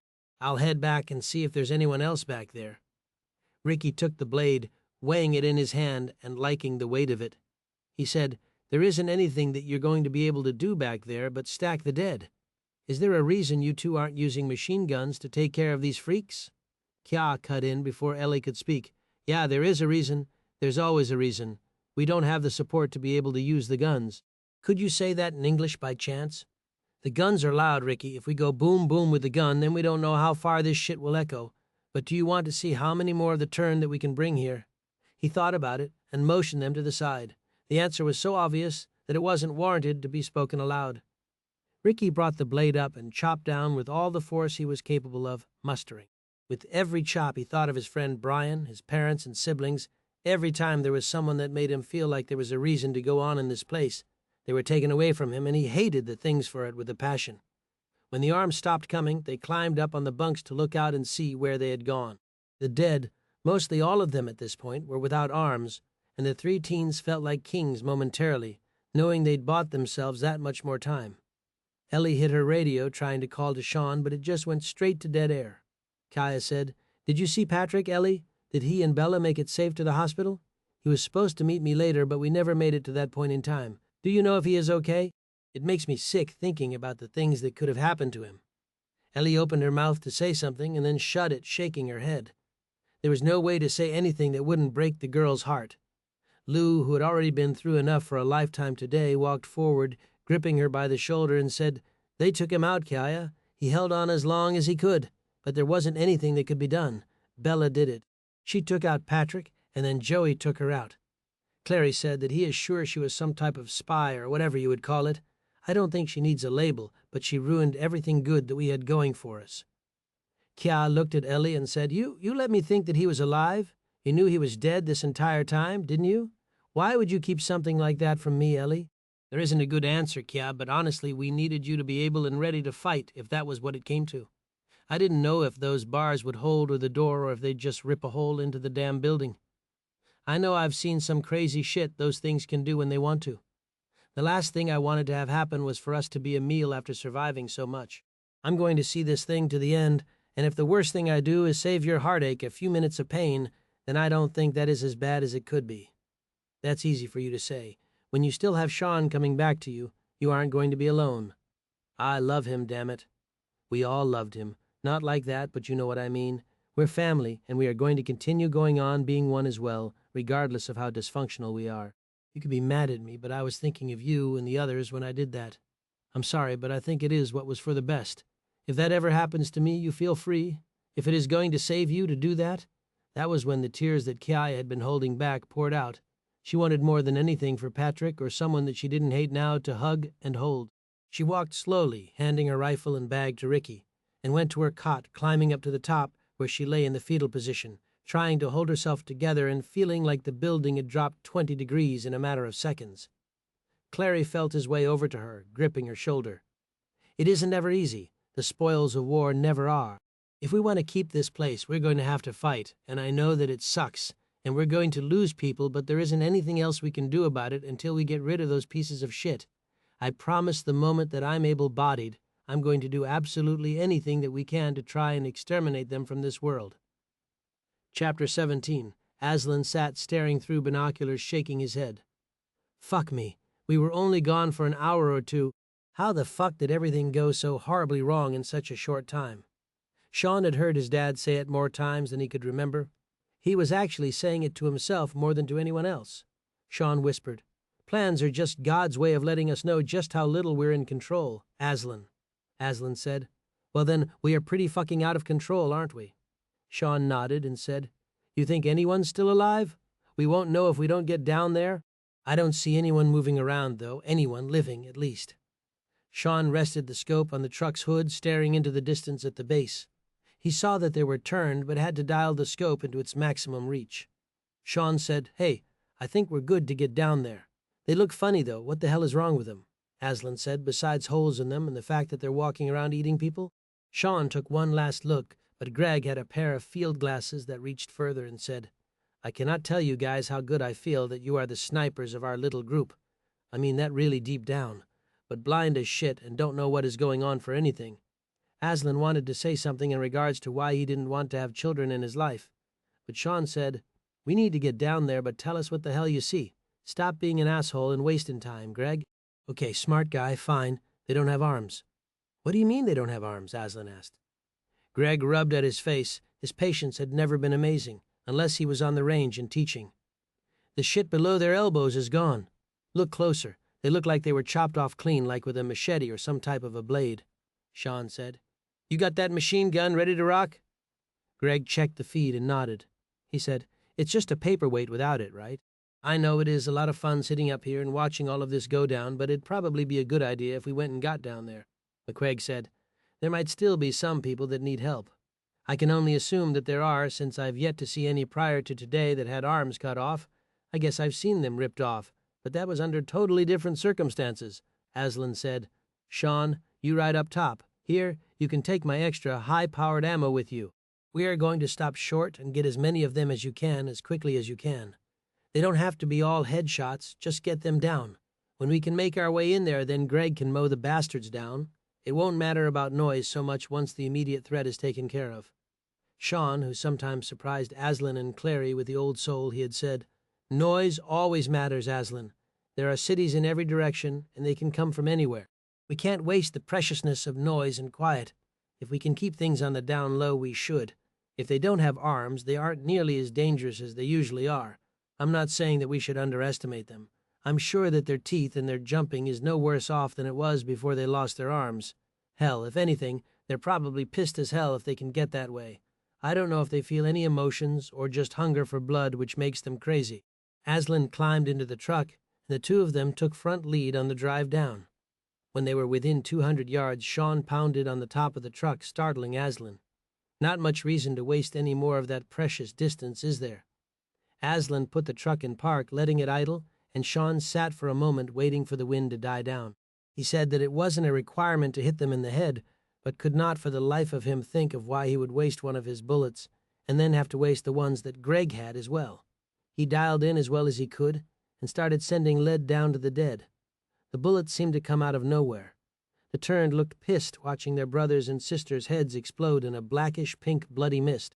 When the front third of the base was as clear as he could get it from where they were, Greg said, "You think that maybe we could let someone else do some of the work? I know it is great that you have all that scary quiet power, but for God's sakes, I send hundreds of rounds a minute. What are you doing like 3? Shaun was giving the leader's answers and not thinking with his heart, or he'd have answered differently. "It isn't about speed, Greg. Well, it is when the girl that I know you love is down in one of those bunkers, or in an attic, or pinned down by one of those dead. We can sit here all day for all I care, but I have a feeling that you want Ellie alive and well even more than me," Shaun said. "You take them out then. We can clean out whatever is left after we get done. Just make sure that they're done. Take out their legs and cripple them." A gleam of pure joy spread across Greg's face. Shaun knew that he hated these things almost as much as he did, and never had less reason to. Much like himself, he knew Greg had lost everyone. He was aware of Greg having a bigger heart than he did. As much as he tried to forgive his dad for his mistakes, it was something that plagued him every day of his life. Greg didn't so much as hold blame against Shaun or his dad.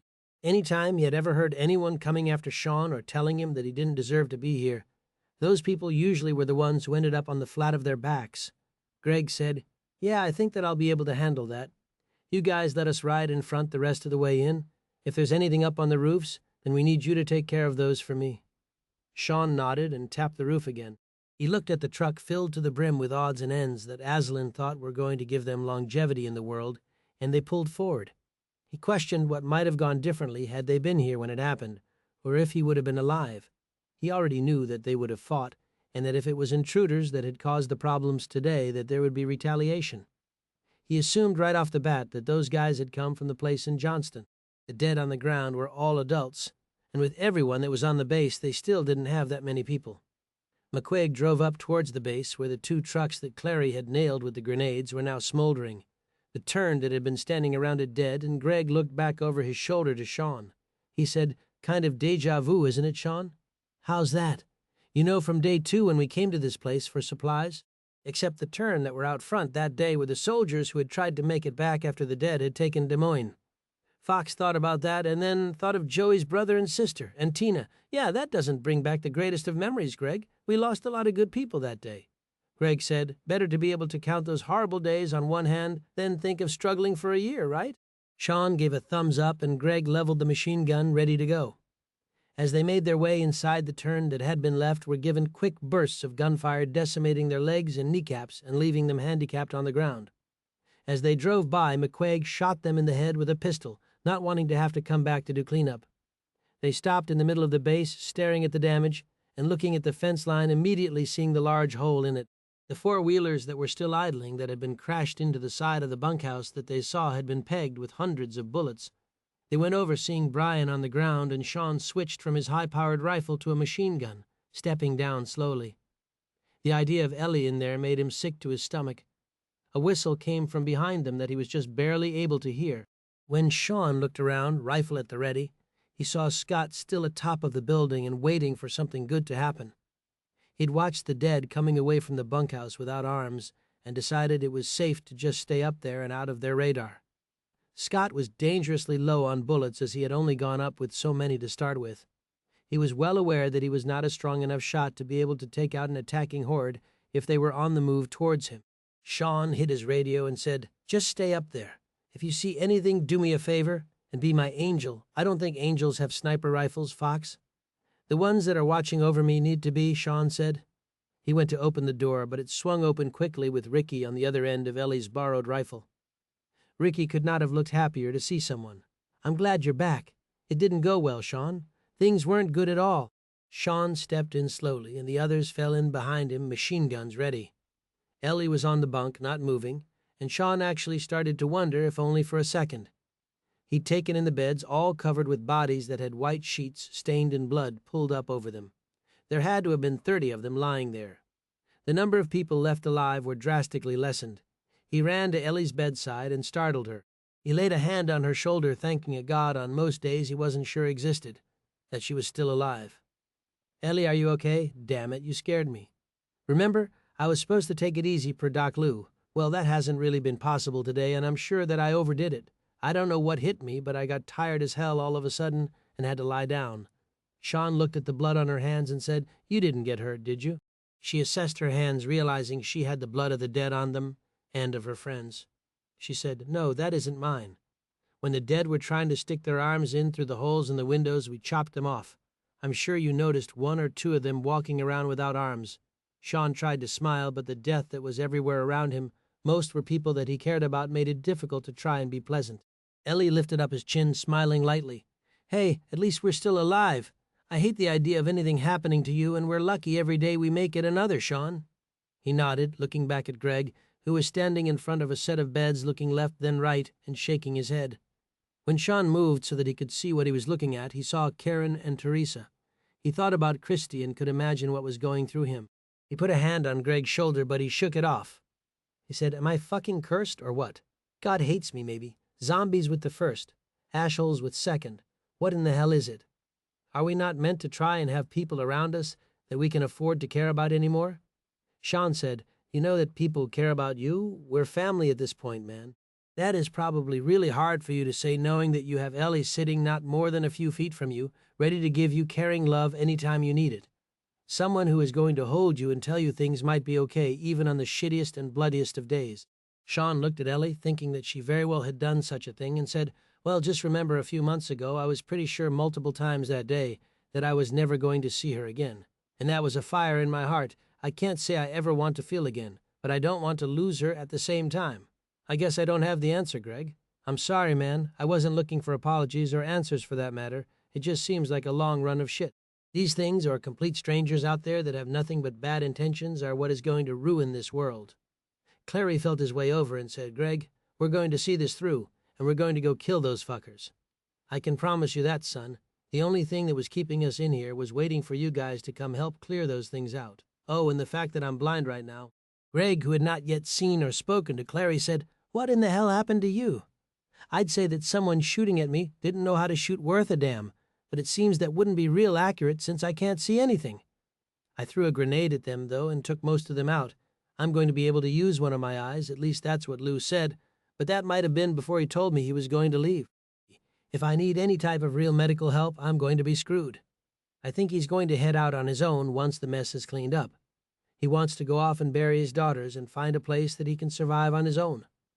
He brought up that he only came here with us because he had been looking for somewhere safe for his family, and this seemed as good of a sanctuary as any.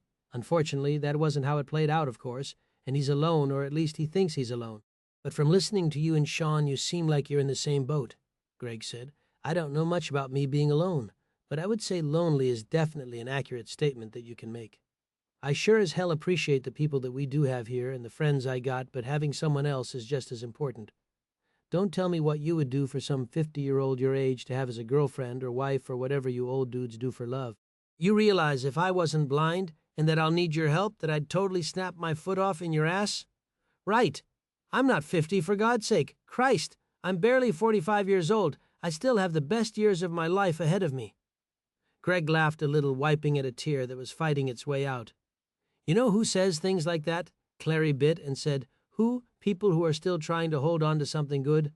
"Nah, old dudes say that, so you're old." Clary said, "You know what, Greg?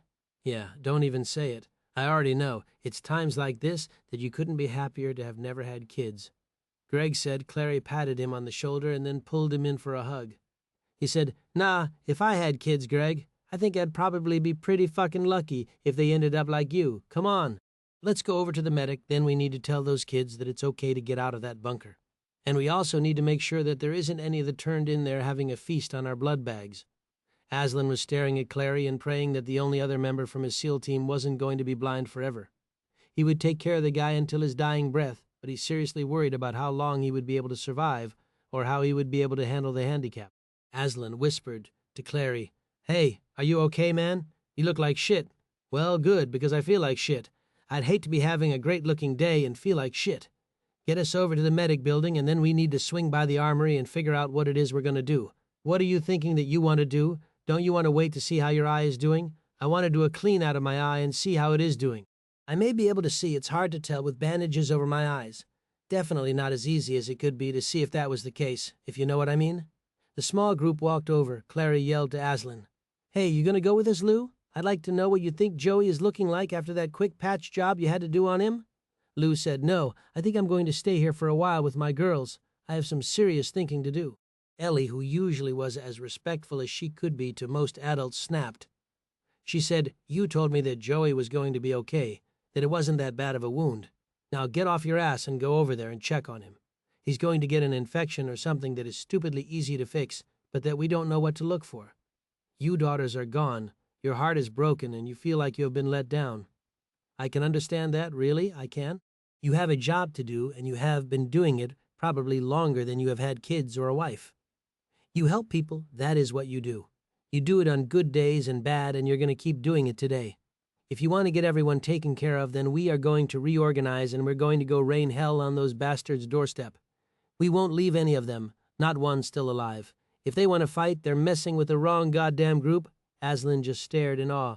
He had always thought that if anything happened to the two of them, that he would be having Shaun groomed to take control.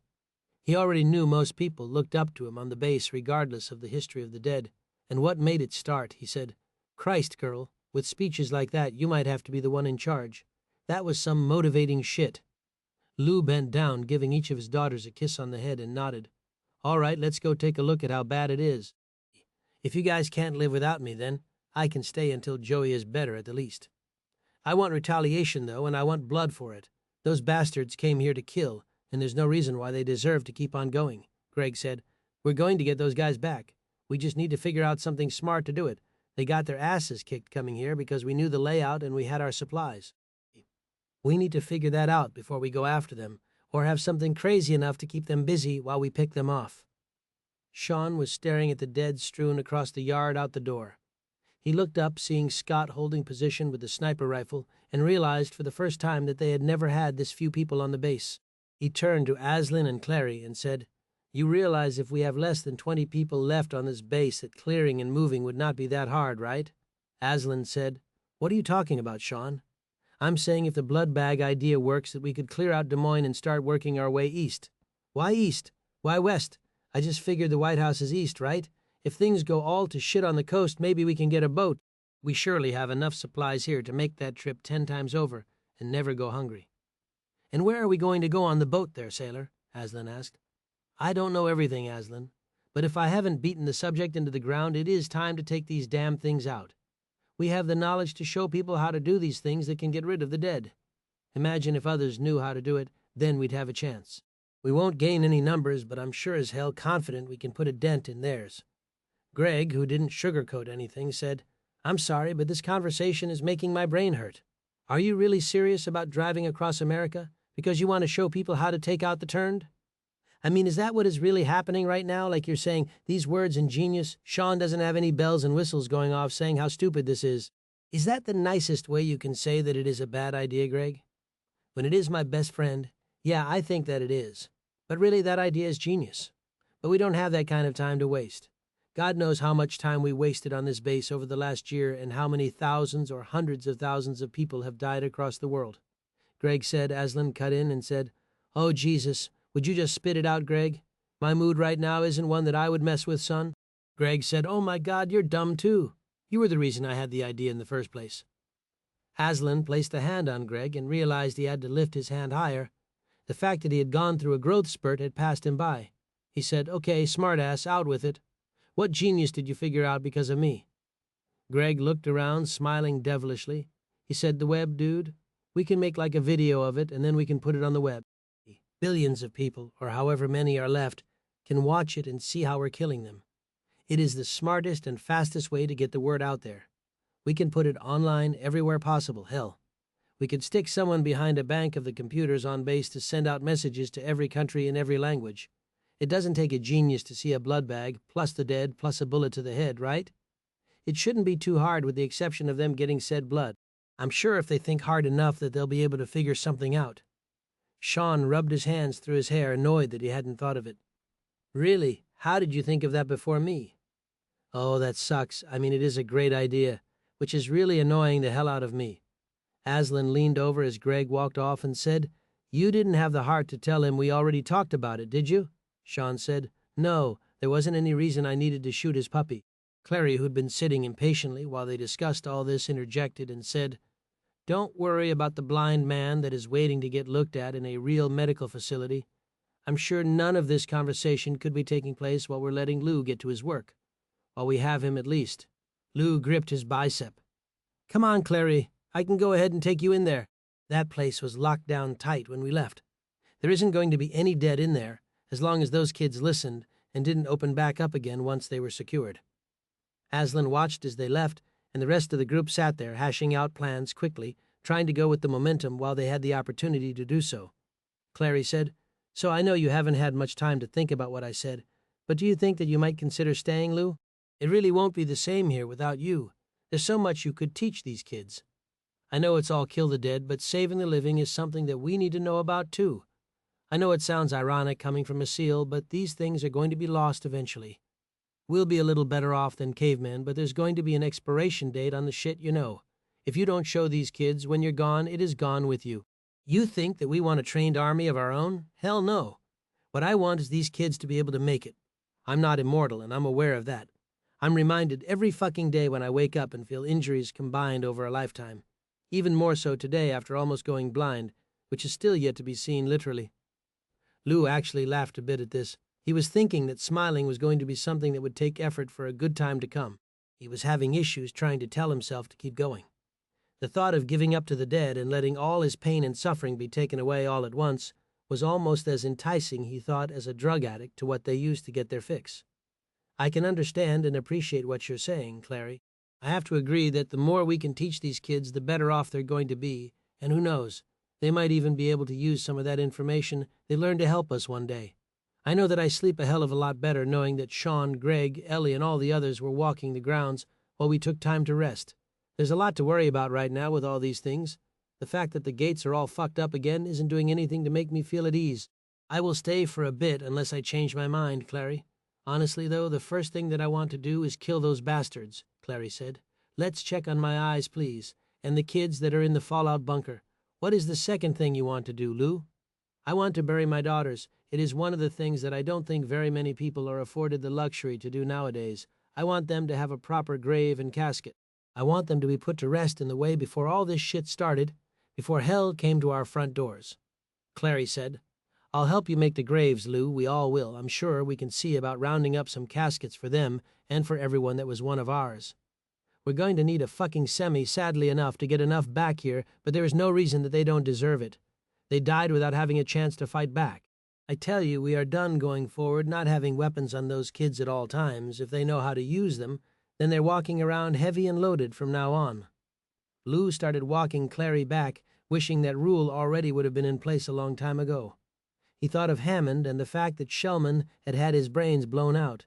He noticed that he wasn't with Shaun or the others and said, "Hey, can I ask you a question, Clary? I'm an open book, Lou. What's up? Where is Hammond? I thought that he went with the group earlier that went out to get Aslan's supply list. He was with them, but come to think of it, I don't remember hearing him when they came back. I don't want to ask right now. I think that we both know the answer that we're going to get. We can check later. There's been far too many lost today, though. We will not have a day like this again." When they entered the medic building, Lou walked with the pistol up, knowing he'd hit little but felt better than not having anything at all. He fought to put Clary in a wheelchair, but he finally gave in and sat in it. Lou had told him that it was hard enough leading a blind man around so he didn't walk into shit.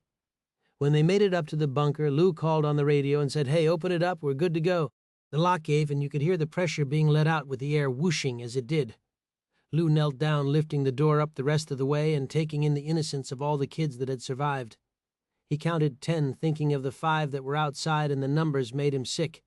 They had lost over 3/4 of their people today, and it was a horrific number to try and deal with. Lou looked at the innocence in their faces and felt guilty that they had been kept in there for that long. One of the boys, Jeff, pulled himself up and out of the hole. He said, "We thought that you guys were all dead. We were worried that we were going to be stuck in there for days. I'm glad that there are supplies in there, but we were seriously thinking about freaking out. Not to mention the fact that Joey is down there and he was still asleep on the cot you guys carried him down on." Lou patted him on the shoulder, not ready to really have a deep conversation with the teenager if he could forgo it happening. Lou ducked, going down, and saw the cot with Joey on it. He noticed the boy wasn't sweating heavily or more so than normal when he checked the wound. The blood had stopped, and the staples he'd put them in were holding the way he had prayed that they would. He smiled, looking up, thinking that at least he had done something for the good of others that day. The rest of the kids in the group were all around 14 to 15, he noticed. He thought about how Greg was probably the oldest person in the group now. A girl named Jessie stepped forward and asked, "Hey, Lou, did they get anyone else? Did those crazy guys get anyone?" Lou nodded slowly. He said, "They came straight for the bunkhouse. Fox saved your lives with his blood bank idea. If you would have been out on regular duty or in the bunkhouse, you would more than likely be dead right now. Those men came straight in, ready to kill, and nothing else on their mind, including trying to talk or negotiate for whatever it is they wanted. Clary, Ellie, Kia, and Scott took out most of the men. The dead showed up pretty soon after, and Ellie and Ricky did the majority of the chopping, so don't freak out when you go outside and see a lot of armless zombies laying around everywhere." Clary yelled from the top of the stairs and said, "You left a blind man on his own. Do you know how much trouble I can get in on my own up here, Lou? If I start randomly reaching out and grabbing things, it might get pretty awkward in here pretty damn quick," Lou said. "Hold your horses. I want to get Joey out of here and back where I can give him a better exam. This kid is going to make it, damn it. You are too. At least half of your vision, I hope, can be saved." The kids gasped when they saw Clary in the chair with bandages over his eyes. The man had been the figure that didn't get hurt, and that knew everything. They had relied on him to be the one going forward that was going to be able to make them into temporary SEALs until the day that all of the hell was over and they could go about living normal lives. "Given that ever happened?" Clary said. "I know you're all sitting there staring at me, making me feel like an asshole. Now get your asses moving carefully, please, and run over to the armory. If you aren't carrying, then you should be. If you don't know how to shoot, then make sure that you still grab a rifle. Worst case scenario, they come back and see you with guns and decided there's too many of us to make an attempt on the base again." Jessie said, "Wait, you think that they're going to come back? I don't know how to shoot those freaking guns.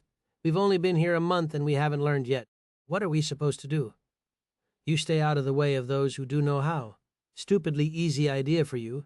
If you tag yourself along to someone who knows what they're doing, you could think about being their backup. You take their rifle when it's empty and have a new one ready for them. You think that you could learn how to load the guns for the shooter. You trade back and forth, and that barrel's going to be able to go a hell of a lot longer than if you're loading one after another. Oh, I know all about clips." Clary tried not to squint his eyes when the girl said clips. He said, "You learn how to change the magazines, not the clips, and then you might have a chance. We're going to be going on a little field trip here real soon, so I think another bit of time in the bunker, or if there is somewhere else we can stash anyone not going, might not be a horrible idea to think about. Wait. We just lost basically everyone who isn't standing here, and you think the best idea you can come up with is for us to learn how to load guns if the assholes come back? What are you talking about with going on a field trip, which I'd love more explanation of that, than we are to just hide until you get back?" Jessie asked.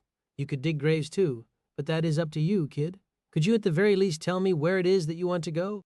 Clary smiled, and the blood that had crusted on his cheeks cracked, leaving small amounts of light skin showing. He said, "We're going to go to their base of operations, and we're going to raise hell until every single last one of them is dead. I don't mean we're going to go kick the shit out of them. I'm talking about taking 10,000 rounds with me and unloading on every last thing they have there. Their survival, if at all possible, is going to be harder because of the fact that they were ignorant and cocky enough to try and take the base." Jessie was nodding slowly and said, "You guys are all insane, really. We could take everything. We could leave, and what choice do you want? You want retaliation?" Lou put a hand on her shoulder and said, "Please stop talking. You don't know what you're saying. Those men came in and took both my daughters. They took friends and loved ones. Any of those kids in there that had parents here with them from our apartments we saved don't have them anymore. I can't handle any more loss, and if they think that they can go and take care of the threat, then I'm all for it. This base was safe and a good place where good things were being taught. Those men came here and destroyed everything and all of our progression. We were going to be able to take a long stand here. We could have survived for a long time to come." She took a deep breath, thinking of what he said for a second, and gave him the first hug he'd gotten in a long while. Lou gripped her back, and the girl practically disappeared inside of his giant forearms. She said, "I can't breathe, Lou. You'll be okay, just let me enjoy this for a second." She started to say something else, but when the teardrops started dripping onto the top of her head, she shut her mouth. She knew that showing affection and caring for others was rarer now than it had ever been, and she was thankful, in all honesty, to have someone giving her a hug as well. She walked behind Lou as he helped carry Joey, and she pushed Clary along to the examination room. When they made it there, she helped him up to a table where he sat waiting and trying his best to be patient. Clary hadn't realized that Aslan was in the room and thought that he could enjoy the quiet for a moment. The moment did not last long when he said, "What the fuck did I get myself into? God, please don't let me be blind. I don't think I'm strong enough to deal with it." Aslan wanted to give him a hard time and thought how it would probably be wrong, but quickly came to terms with being able to do that. He said, "Well, thank God for you, Clary, that you're lucky enough to have me in your life and to look out for you. Just let me ask you one thing. I can't take any more bad news, Aslan. If it is anything like that, just wait till later. We still have a full day of shit ahead of us. No, nothing that serious. I just wanted to ask if you get an eye patch, if you'd like to be called Captain Clary, like a pirate. You know how you always tell Greg how you never wanted kids and that he's a hell of an example why that is." "Yeah, and what of it? As much as I love you, Aslan, I'd have to say that I feel right about the same way for why I'm so happy that I got to be an only child. But I'm going to hold your ass to taking care of my gimpy ass if I really am blind. I'm pretty sure that they don't have any schools for the blind that could help me out at this point. God, I can't imagine trying to walk around anywhere blind in this shit. I would not go anywhere for anything. Well, unfortunately for us, the chances of us staying here forever are pretty slim. So, when Lou checks you out, you let him do what he needs to, or you're getting strapped down to this damn table. You got it. Your bedside manner is something that all nursing schools should have taught back in the day. You want me to get one of the rectal thermometers? Make sure that you aren't running a fever? You do that, and I promise you that you're going to think the daredevil walked in here." Aslan patted him on the shoulder. "I'll go check on Lou. I want to make sure he's doing okay. He kind of looks like his life got ripped out of him today. He lost his daughters, Aslan. He did lose everything that he had. I hate to bring it up, but I never heard Hammond when you guys came back home. Did he make it and I didn't hear him? Or we split up at the store we went to? We got everything we needed, but that wasn't until after we had found a small hoard in there, man. Were they pissed? They came from everywhere. I almost didn't come back. I don't think they're getting stronger, thank God, but they aren't getting any dumber either.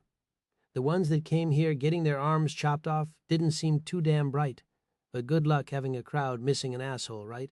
Clary smiled, unable to help himself. "You'd think between the two of us that we could have gotten that lucky. But alas, we didn't. You go check on Lou. I would really like to know how Joey is. It breaks my fucking heart that kid got shot, but I'm glad he at least took care of that little bitch. Anyone who can follow the rules of being civil and helping out are welcome here, and those fucks sent in a spy, a teenage girl on top of all of it. I had a conversation with one of the men who wasn't killed. He didn't want to talk very much at first, but we saw eye to eye eventually. What did he say? That they came from that place in Johnston that we'd checked out a few months back. There is someone called Cade that planned for all of it. The kid was his, and he was just as scared of what that man who was miles away was going to do as the man standing over him was. In his defense, he had assumed that I, being temporarily blinded, was going to in some way help him. He's dead, isn't he? Yeah, I decided that he didn't deserve to live and snapped his neck. The last thing I had seen before shit hit me in the eyes was all those teens we've spent hours training and watching trying to adapt to an abnormal life lying dead. It is going to put some strain on people keeping this place up and going with all that are gone. We barely have a dozen people left, and some of them don't even know how to shoot," Clary said. "We start again, we rebuild. But anyone that has a pulse carries a gun with them going forward every single minute of the day. I don't care if they just woke up, they have a gun on them. The threat of having one is almost as good as knowing how to use one. I'd rather them know how to use it." Clary laid his head back on the bed. The bright lights of the room were coming through in small amounts through the bandage, but he was only seeing something from his right eye. He was pretty confident of Lou's assessment that it was not going to be useful going forward. Aslan said, "Are you going to be okay?" "Yeah, there isn't much good in crying over spilt milk, is there? I thought you were going to check on Lou. Just didn't want to leave you sitting here in the dark until you were ready." Aslan walked down the long room. His heart sank when he walked past Kya and Ellie. Ellie was doing her best to console her, but she was having a very difficult time coming to terms with Patrick's loss. He put a hand on her shoulder. "Kya, he was a great kid, probably my favorite out of any of you guys. He just did what he was told and didn't complain about it. I'm really sorry about it, sweetheart. Yeah, well, doing his job led him to this. Would you look at him? What kinds of people act like this? Look at him, for God's sakes. Just an hour ago he was looking forward to meeting me after his shift was over. Now, would you look at him? Who does that? There's like 1,000,000 zombies for every person out there. Don't you think banding together instead of having wars with people is the way to accomplish winning this battle we have? Jesus, they must be morons. Don't they know this is a war? This fight is probably the most important world war that has ever taken place. What are these ass clowns doing? They're out killing innocent people because they're worried about what we will do to them because one group of theirs was taken out by us. Aslan rubbed his back and said, "Yeah, they're monsters, Kia. I promise you they didn't realize when they pushed us how fucking hard we were going to push back. I'm going to take an embarrassing amount of bullets and explosives with us, and we're going to blow their asses back into the Stone Age.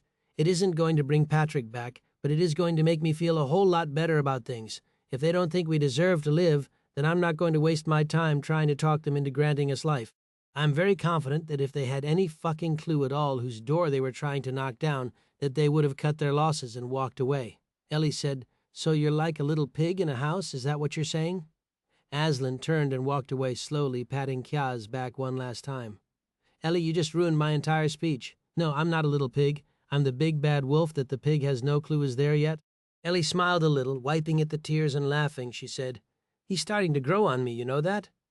She grabbed a dark comforter, and the two of them spread it over Patrick. "Thanks, Ellie. I don't think I could stand to see him like this much longer.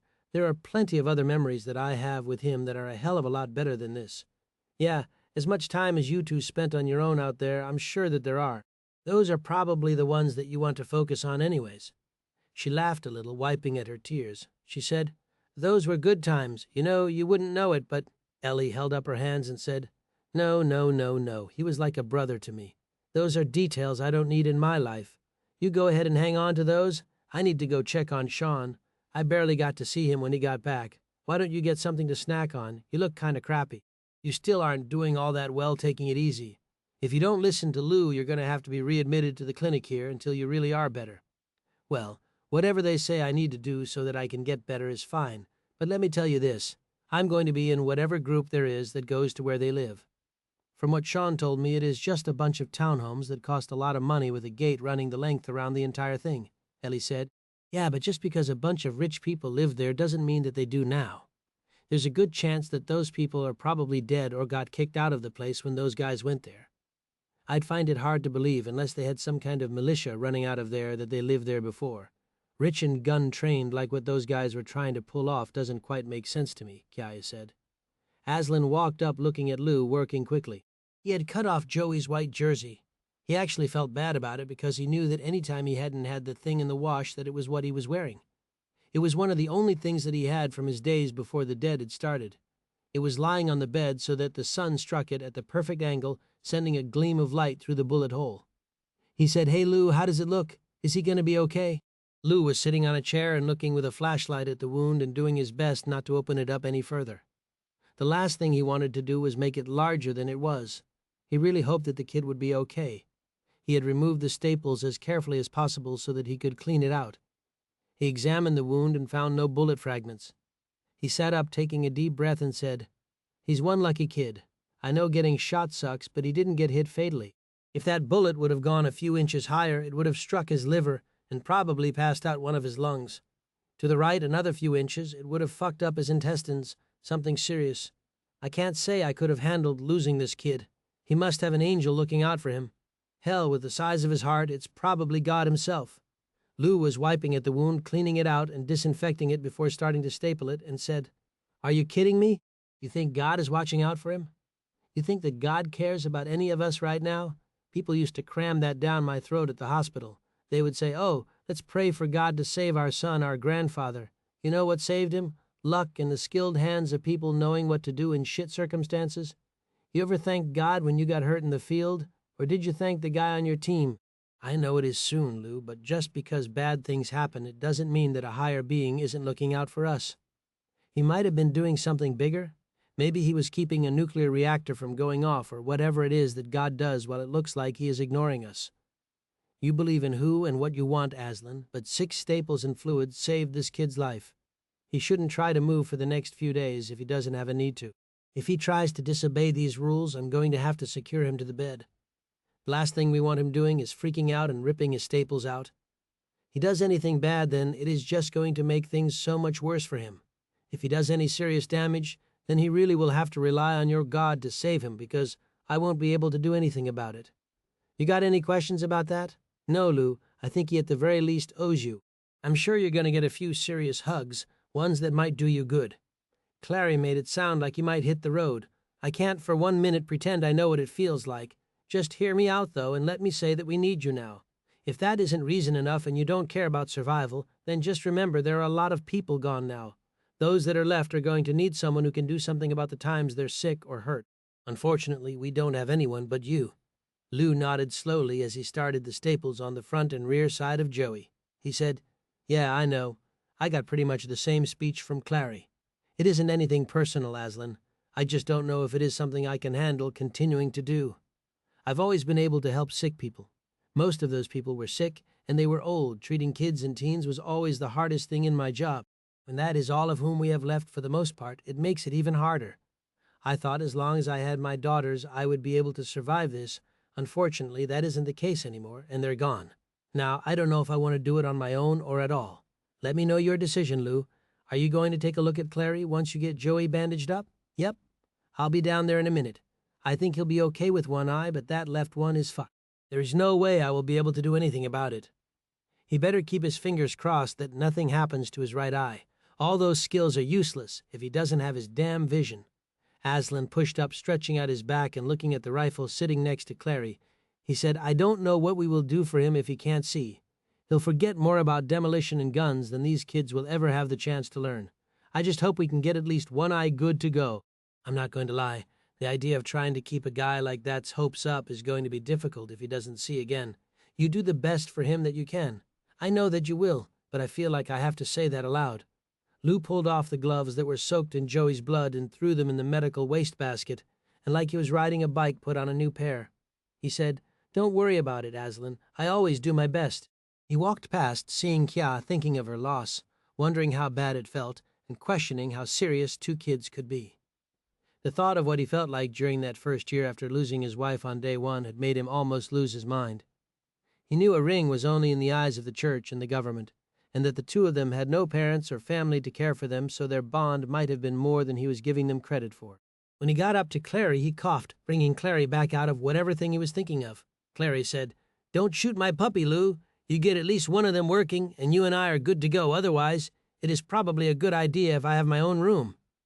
I'm confident these kids don't need to see a grown man losing his shit." Lou patted Clary's leg, laughing. He said, "Yeah, God forbid they see the adults are having just as hard of a time as they are. It might make you look a bit less like the symbol of who can't get hurt. I think most of them walk around every day just trying to keep it together. Now that there are a few handfuls of us left, it might be more helpful to their psyches than ever. But hey, don't put the cart before the horse, Clary." He pulled up the bandages on Clary's eyes, starting with the left, and started using an eye wash solution to clean it out. Clary was blinking, helping with the process with his tears. Lou was staring, seeing his pupil had been massacred there. Would be an eye patch for sure for his left eye, with little question as to if it would ever heal and be usable. When he was done cleaning the first eye out, Clary said, "Well, kinda looks like we're down to a one-eye possibility there, Lou." Lou said, "Can you see any light at all, Clary?" "Yeah, I can see some light, but it's just a blur of colors right now." "Okay then. You know if a car is going to hit you and to run out of the way, that's better than being pitch black, right?" "No, not really." "Lou, get going on the right eye, please." Lou pulled out the bandage on his right eye, taking a good look at it before he began to wash it out. "You want to know the good news or the bad news? How can there be both?" "Well, the good news is your eye looks fine. Most of the rock in it hit the sides of your eyes, and the blood that was blinding it looks like it was from a wound on your nose, and where the sleep forms in the corner of your eye has a decent cut as well." Wait. So what's the bad news? Are you saying that my right eye is okay? I mean, you don't see anything in it." "Oh, I just wanted to say that the bad news is you don't get to lose your shit in front of all the kids. So it would seem you will have to keep your godlike status that the kids seem to hold you to for a little while longer. I have this bandage I'm going to keep over that left eye. The last thing we want is for it to get infected. I'm going to fill it full of antibiotic ointment, and then we will check it every couple days. You never know, you might end up with 20% vision out of it, or blurred, or you'll be able to take in colors. Who knows? Anything is better than nothing, right? So, when it is all done, can you make sure I have a badass eye patch? Chicks dig guys with scars, right? I'd have to think that this thing is a guaranteed chick magnet, right? Well, we will have to run into some women who aren't dead and trying to eat you or teenage girls before we will be able to find out, won't we? Unfortunately, That seems to be the case, doesn't it? By the time he was done talking, Lou, who had not stopped working the entire time trying to keep him preoccupied with conversation, was finished. He wiped at the tears coming on their own now from the eye wash and stepped back, letting Clary see out of his right eye without having his bulking frame covering his vision. When Lou moved, Clary blinked, wiping the last of the tears away, and looked around the room. Everything became clear as the tears slowly began to stop. He blinked out what was left of them, and when he saw Joey and Patrick covered with the blanket and the two girls consoling each other, he almost wished he was blind for a moment. He said, "Thanks, Lou. I really do appreciate it. Any doctor's orders I need to know? You have to stick around regardless until this other eye is out of the danger zone." Lou thought for a second and said, "You have any glasses like you wear at the range back in the armory for target shooting?" "Yeah, I have shooting glasses. I would have had them on today if I hadn't have had a welding mask on right before the shit hit the fan." "Why?" "Because I want you to wear them pretty much forever. Don't forget to at some point, and I don't know what we would do about it, but if you keep heavy strain on that eye, which is kind of something that you can't avoid if you don't have a second eye working. I assume we're on the same page with you wanting some longevity in that one, continuing to work, right?" Clary nodded, and Lou patted his shoulder and turned to walk away. "I want you to rest here for an hour or two, and I know it's going to drive you crazy, but luckily for you, I don't give a shit. The rest is going to do you some good. You've just gone through more stress on your mind and body than you could possibly imagine. We don't need you getting worse because you are being stupid, and it is pretty easy to avoid usually if you just take a break. Try not to sit here thinking for the entire time either, because that doesn't really do anything to make it better either. You got it, Mom. You come back when it's okay for me to get up. I'm going to close my eye for a bit, and try not to overthink things. Good luck, Clary." Chapter 18. Shaun, Greg, and McQuaig were walking through the armory. Shaun was selecting, and Greg and McQuaig were following him through the building, and with the way the boxes were stacked, it looked like it would never end. Greg said, "So does anyone have any ideas?" "Yeah, we load up as many of these weapons as we have, and then we go to their home and blow the shit out of it," Shaun said. "Yeah, and you're saying you're the smart one," Greg said. "Do you really not have any better idea, or did you just want me to have the opportunity to come up with the good plan?" "They might be stupid, but I think they might see us rolling up," McQuaig said. "I got an idea, believe it or not." Greg motioned with his hands for her to keep going. "We aren't trying to fish, McQuaig. If you got an idea, don't hang it out there in front of us, would you? We need to figure out what it is we're going to do. I would hate to think this is just round one, and those assholes are coming back again in the not-too-far future." Shaun stopped walking, and the two looked expectantly at her. She said, "Like I said, I have an idea, and I don't know if, would you just get to the point, McQuaig?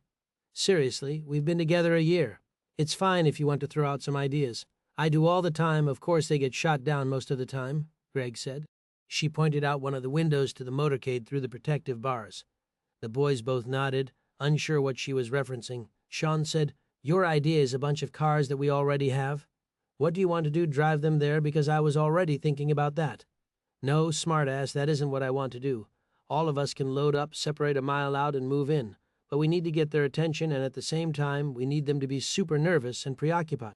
"How do we do that? You have any ideas?" Shaun said. "I thought that you had an idea. Why are you asking us what we think? You guys are dense sometimes, you know. It amazes me watching how you would sit for hours, figuring out advanced math to shoot that rifle.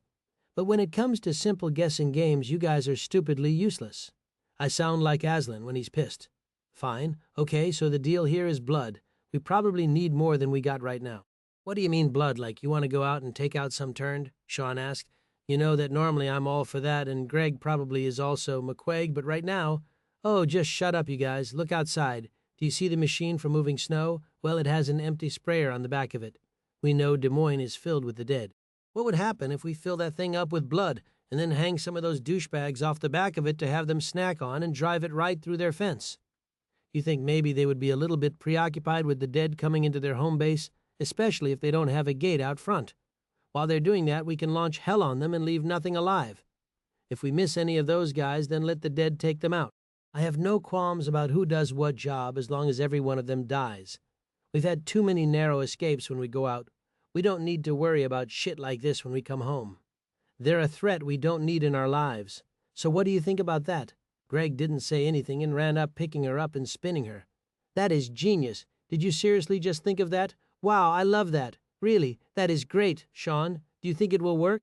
Shaun was nodding slowly, looking at the truck. "We'd just have to make sure the blood isn't too thick. but we could probably water it down a little bit. I doubt the dead need full-on blood. They can catch that scent with no issues at all, usually. The only other thing would be to figure out a way to reinforce the cab. I don't want anyone getting killed just because they're dealing with an idea they didn't come up with," McQuaig said. "I figured that I could drive that thing in there." "You must be kidding. You're too good behind a rifle to do anything like that. We need you to stick close and have a perch spot that you can pick them off as quickly as you're able to." She was nodding slowly. "Who's going to drive it in?" Greg said. "I could always do it. Maybe someone could grab me last minute before I drive in there." "I don't think anyone that goes in there is going to be coming back out if they have anything to do about it." Shaun said, "It'll be okay. We stop that thing 50 yards away and floor the truck. That gated community is so long, it won't matter where it hits that gate as long as it gets there. It's the impossible to miss target. Even if they end up taking out its tires, we can keep shooting on those that come up trying to take it out. How does that sound? We have a lot of blood, but I don't know if you have enough to keep the turn following that thing. I mean, eventually we run out, and then they just try to destroy the truck and the poor bastard that is inside. It's going to be scary enough having some poor shit ride up to pick up the person. Do you think that Clary and Aslan are going to go for it?" Greg said. "Well, considering the amount of manpower that we have left, I think that it is a hell of an idea. If they don't like it, then I'd love to see what they come up with. We get enough gear that we won't run out of ammo, and I say we go over to the clinic. Whenever Clary is able to roll is the perfect time to move." The teens went through the rest of the gear that they would need and got enough for the rest of the survivors. When Greg saw Shaun packing away a few extra items, he couldn't help but ask, "What are you getting there?" Shaun smiled and said, "I was just thinking that if they were stupid enough to come after us, that we can take one of Clary's grenade launchers. The second that they're trying to make their move, we unleash a second wave on them. They won't know what the hell is going on. They obviously wanted some of this stuff. Well, we can show them in style just how damn capable our little group is, even after their assault." Greg said, "You know, Shaun, how I hate to shoot your puppy because we all know you are the super genius stud. But, you know what? I just realized after a few weeks' worth of the donations that have been going on, if it's going to help Greg, then go ahead and pull the trigger. I can get a new one." Greg said, "We've been spending all this time donating blood, and we never thought about going to one of the blood centers in Des Moines, or even to the hospitals. Instead of letting blood drip, we could have gotten everything in one hit." McQuaig said, "That is definitely something that we probably could have known. Hell, maybe today wouldn't have happened." "I wasn't trying to place blame for today," Greg said. "It is just that I thought we could get a shit ton of blood and save what we have. Why waste resources if we don't need to? Shaun's idea is still damn smart, but can you imagine how many different blood banks there are across the United States?" Shaun started to smile, thinking of this. "If we spread the word through the internet, we have a chance to make a difference. If others can do what we're going to do, then maybe we will take back America before it is too late. They won't have to waste time collecting blood donations. We can all just steal it. Greg, you might be a genius." "What do you mean I might be a genius? It doesn't get any better than this." Chapter 19, a few hours later. Clary and Aslan were sitting silent by Joey, making sure that if the boy did wake up that there would be someone there to tell him he was okay. Shaun was pushing the cart and Greg was handing out gear to people regardless of if they knew what to do with it. Clary and Aslan watched as they approached and could see the teens were in a very much different attitude than the grieving ones they'd been when they left for the armory. Aslan said, "What is it?" McQuaig answered, "We have what we think are some pretty kick-ass ideas, guys. We think we could create a diversion that will expose those men, as well as probably let some of the dead take them out for us." Clary said, "What are the ideas? I'm not in the mood today to be screwed with." "We take one of the snowplows in the vehicle pool and top off the sprayer with blood," Shaun said. Aslan leaned forward, dying to hear the outcome of this. "And that would do what for us?" Aslan asked. "I thought if we tied their dead behind the trucks to lure them along, and then on top of that spray a few 100 gallons of blood as we make our way, that we could pretty much have them losing their shit when the truck makes its way to their gates." Aslan said, "Uh-huh. And since those things aren't remote-controlled, who exactly do you think is going to drive the truck with what you seem to think is going to be an absolute shit-ton of the dead following it? Second question, what is going to keep those things from jumping up on the truck cab, ripping the window out, and killing the poor bastard driving it?" Shaun said, "First, no clue who's driving. We thought that we could reinforce the windows with rebar or something to keep them out, mix that with a high speed and plenty of blood to keep them busy, and I think the driver's got a chance. I don't know if you want to drive right through the gates or ditch the truck last minute when you're within a safe distance that you won't get shot, but that you can still get out before the turned make their way close enough to get you or whoever it is." Clary was taking this all in and thinking of all the blood drives that they'd had, and wondered if they were even close to being able to have nearly enough to fill one of those trucks up. He said, "I don't think that we have enough blood to do that. It isn't a bad idea at all. I just don't think that we have the resources available to pull off what you guys are talking about doing." "We figured that out, actually," McQuaig said. "We were thinking that if we went ahead and got blood from a blood bank that we could probably get enough to fill it up and then some. We might have enough that we could bring back the extra, and we could do this again once these guys are dealt with and can get back to what Shaun originally wanted to do. Not too bad of an idea, is it? Well, shit, that would have saved us some time with Fox's big plan there, wouldn't it? I like the idea of the truck and where to get the blood. I doubt anyone else is doing anything with it right now," Clary said. Shaun choked back the laugh for a second because he knew that it would annoy him as much as it had himself. He said, "Bad news, though, Clary. It gets worse." "How could that get worse?" Greg cut in, "Because I was the one that thought of it. I knew that you would love that. It is hard to put that into words because of how much I love that it was you. I have to wonder if that is a good idea then," Clary said. "He was due at some point for a great idea," Aslan said. "Try not to give him too hard of a time, Clary. You and I should have thought of something along those lines a long time ago. The blood was smart, but God knows there's plenty of it already bagged that no one probably has any intentions of using. We don't have any use for it as of now. Taking those men out as quickly as possible seems like a good idea. If you think you could get the rebar in place, Clary, then the kids and I can run out and get the blood. Do you think you could handle that, or do you want me to think of something else? Hell, we could always take a tank out there. You guys think that that would be a little easier than having to put in the rebar and praying they don't rip through it?" Clary said, "We could top one off with diesel and go wherever the hell we want. You take a few backup trucks so we can drop you guys that know how to shoot here and there at different distances, and we can pick them off like fish in a barrel." "How does that sound to all of you?" Aslan said. "Considering the fact that no one here knows what they're doing for any of that, then I say that we do the tank. We don't have to worry about ditching anything last minute and hoping that the turned don't get a hold of the driver they can shoot at the tank all damn day," Greg said. "Can we put in something to shoot the blood behind us? I'm sure that there are plenty of things that we can use to have the hooks attached to those pieces of shit and that we can use as bait." Clary nodded and said, "You all get me the blood, and by the time that you make your way back we will have something rigged up that we can put the blood in a container and shoot it behind us. They can't stand noise either, so I think that we should get something that is going to get them going insane. Maybe we can crank some Metallica as we roll down the street.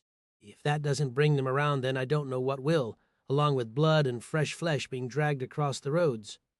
Shaun held up the gear and said, "We couldn't be more stoked. Why don't the three of us go for it, and that way we don't leave a skeleton crew here.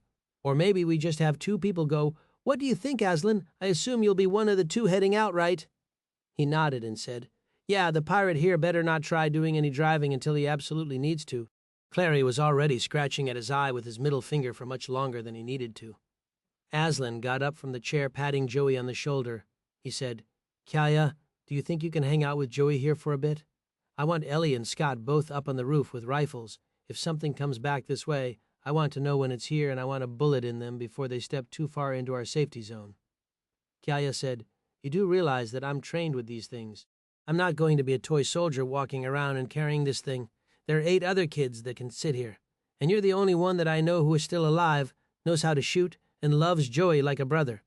Everyone might love Joey, but at the exact same time, remember that when he wakes up, he will be hurt and scared and not know what is going on. On top of all that, the first thing he might remember is running to the medical base with the dead body of his best friend Patrick in his arms. All that together is a shitty way to wake up from anything." Clary said Kia started to protest, but looked at Joey. She'd never seen the boy so vulnerable looking, and she'd been there when his sister had been taken in the field by the dead. She nodded, still looking over at Patrick, and said, "You know, one thing to consider is taking Patrick somewhere else. I really don't know what is going to go on with Joey when he gets up, but if Lou is in here and he wants out of that bed, then he's going to get out of there. He outweighs me by 100 pounds, I'm sure." Aslan said, "I'll take Patrick down to the cooler they have on site for the dead in the base morgue. When this day is done, we can start digging. We can put our deceased to rest, repair the fence, and come back stronger from this," Ellie said. "I think healing some hearts would be just as important as anything, but I agree about rebuilding. We need those gates secure or no one will ever want to sleep again." First thing we need is no threats, Clary said. There won't be any mercy on this trip. Those that came for us are going down.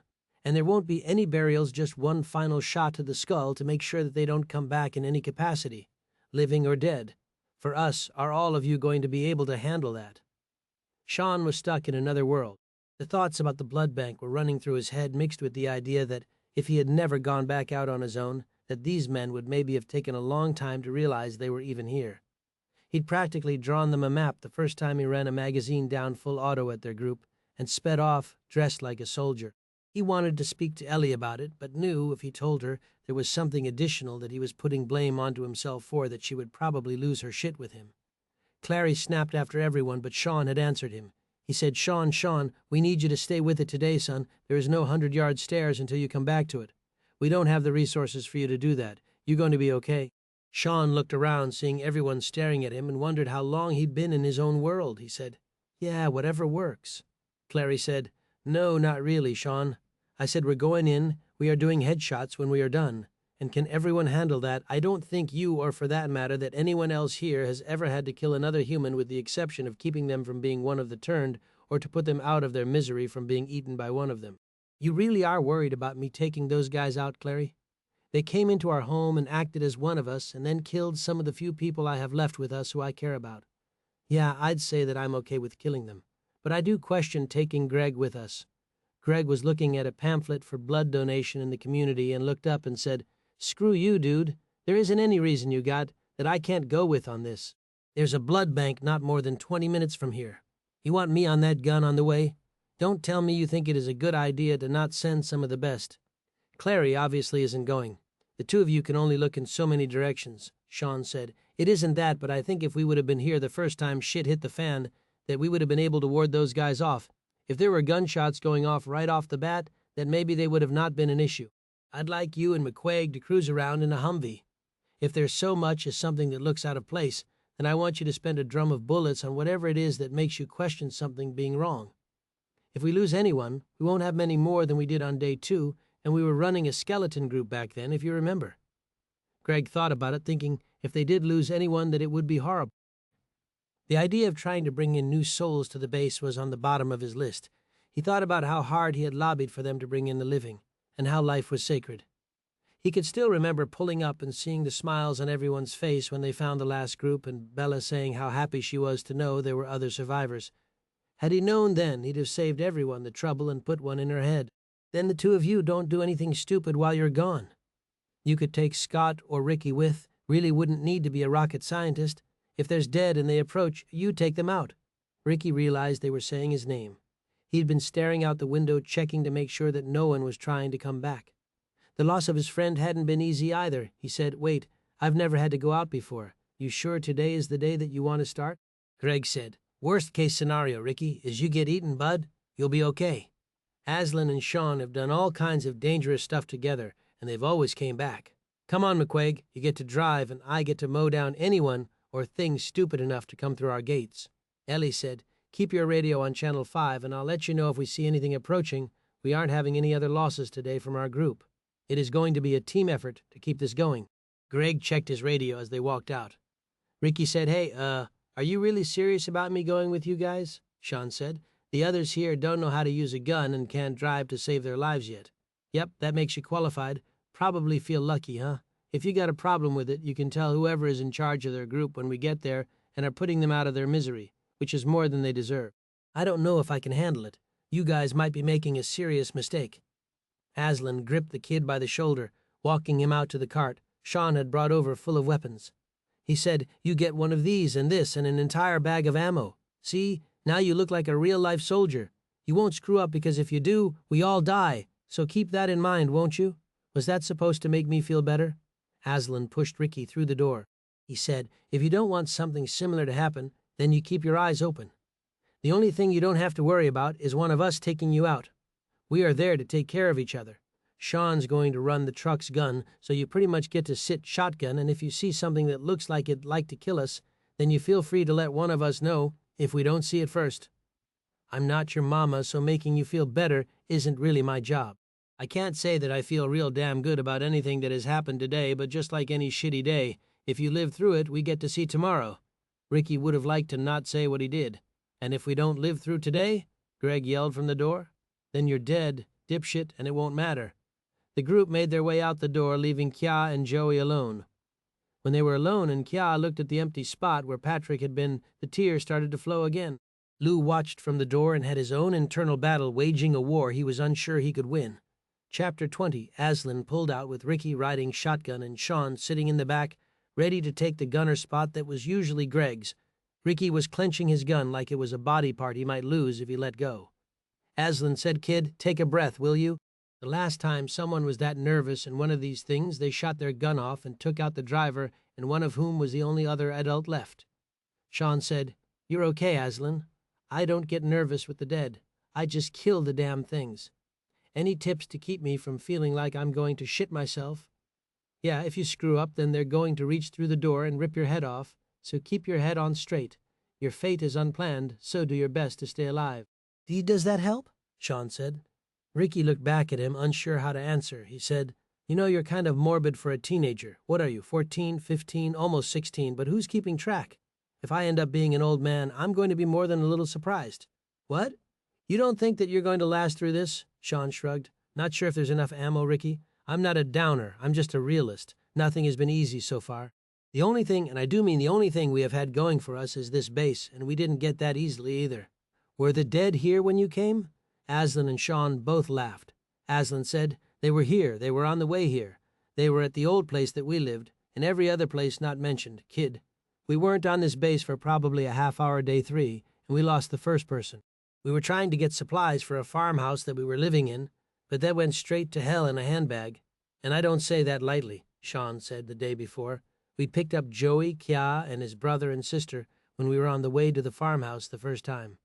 It didn't take long for the dead to find it, right? Because a big-ass yellow school bus drove right past the dead and drove straight to us. I believe that was the first time the girls got to meet Shellman and Philip.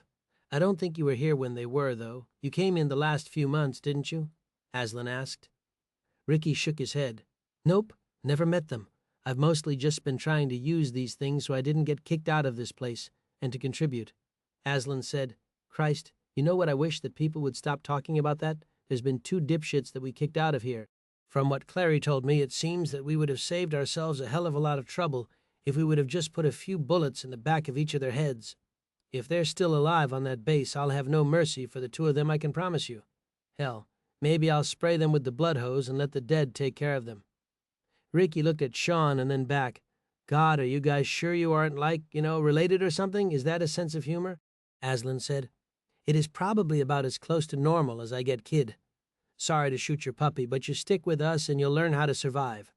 It is nice knowing you have a safe base to rely on, but when it hits the fan, you need to know what to do and how to survive. We aren't going to live on this thing forever. If there's one group who wants what we have, there's probably another one. I'm not saying we move immediately, but the more I think about it, there's probably a damn big portion of empty real estate out there that is primed for the taking. We go somewhere else, and with the exception of supplies and the living, we keep our happy asses put. Suit yourself, Aslan. I remember you being adamant about taking these things out not more than a few hours ago and making sure as many people, not counting the assholes we are going after, stay alive.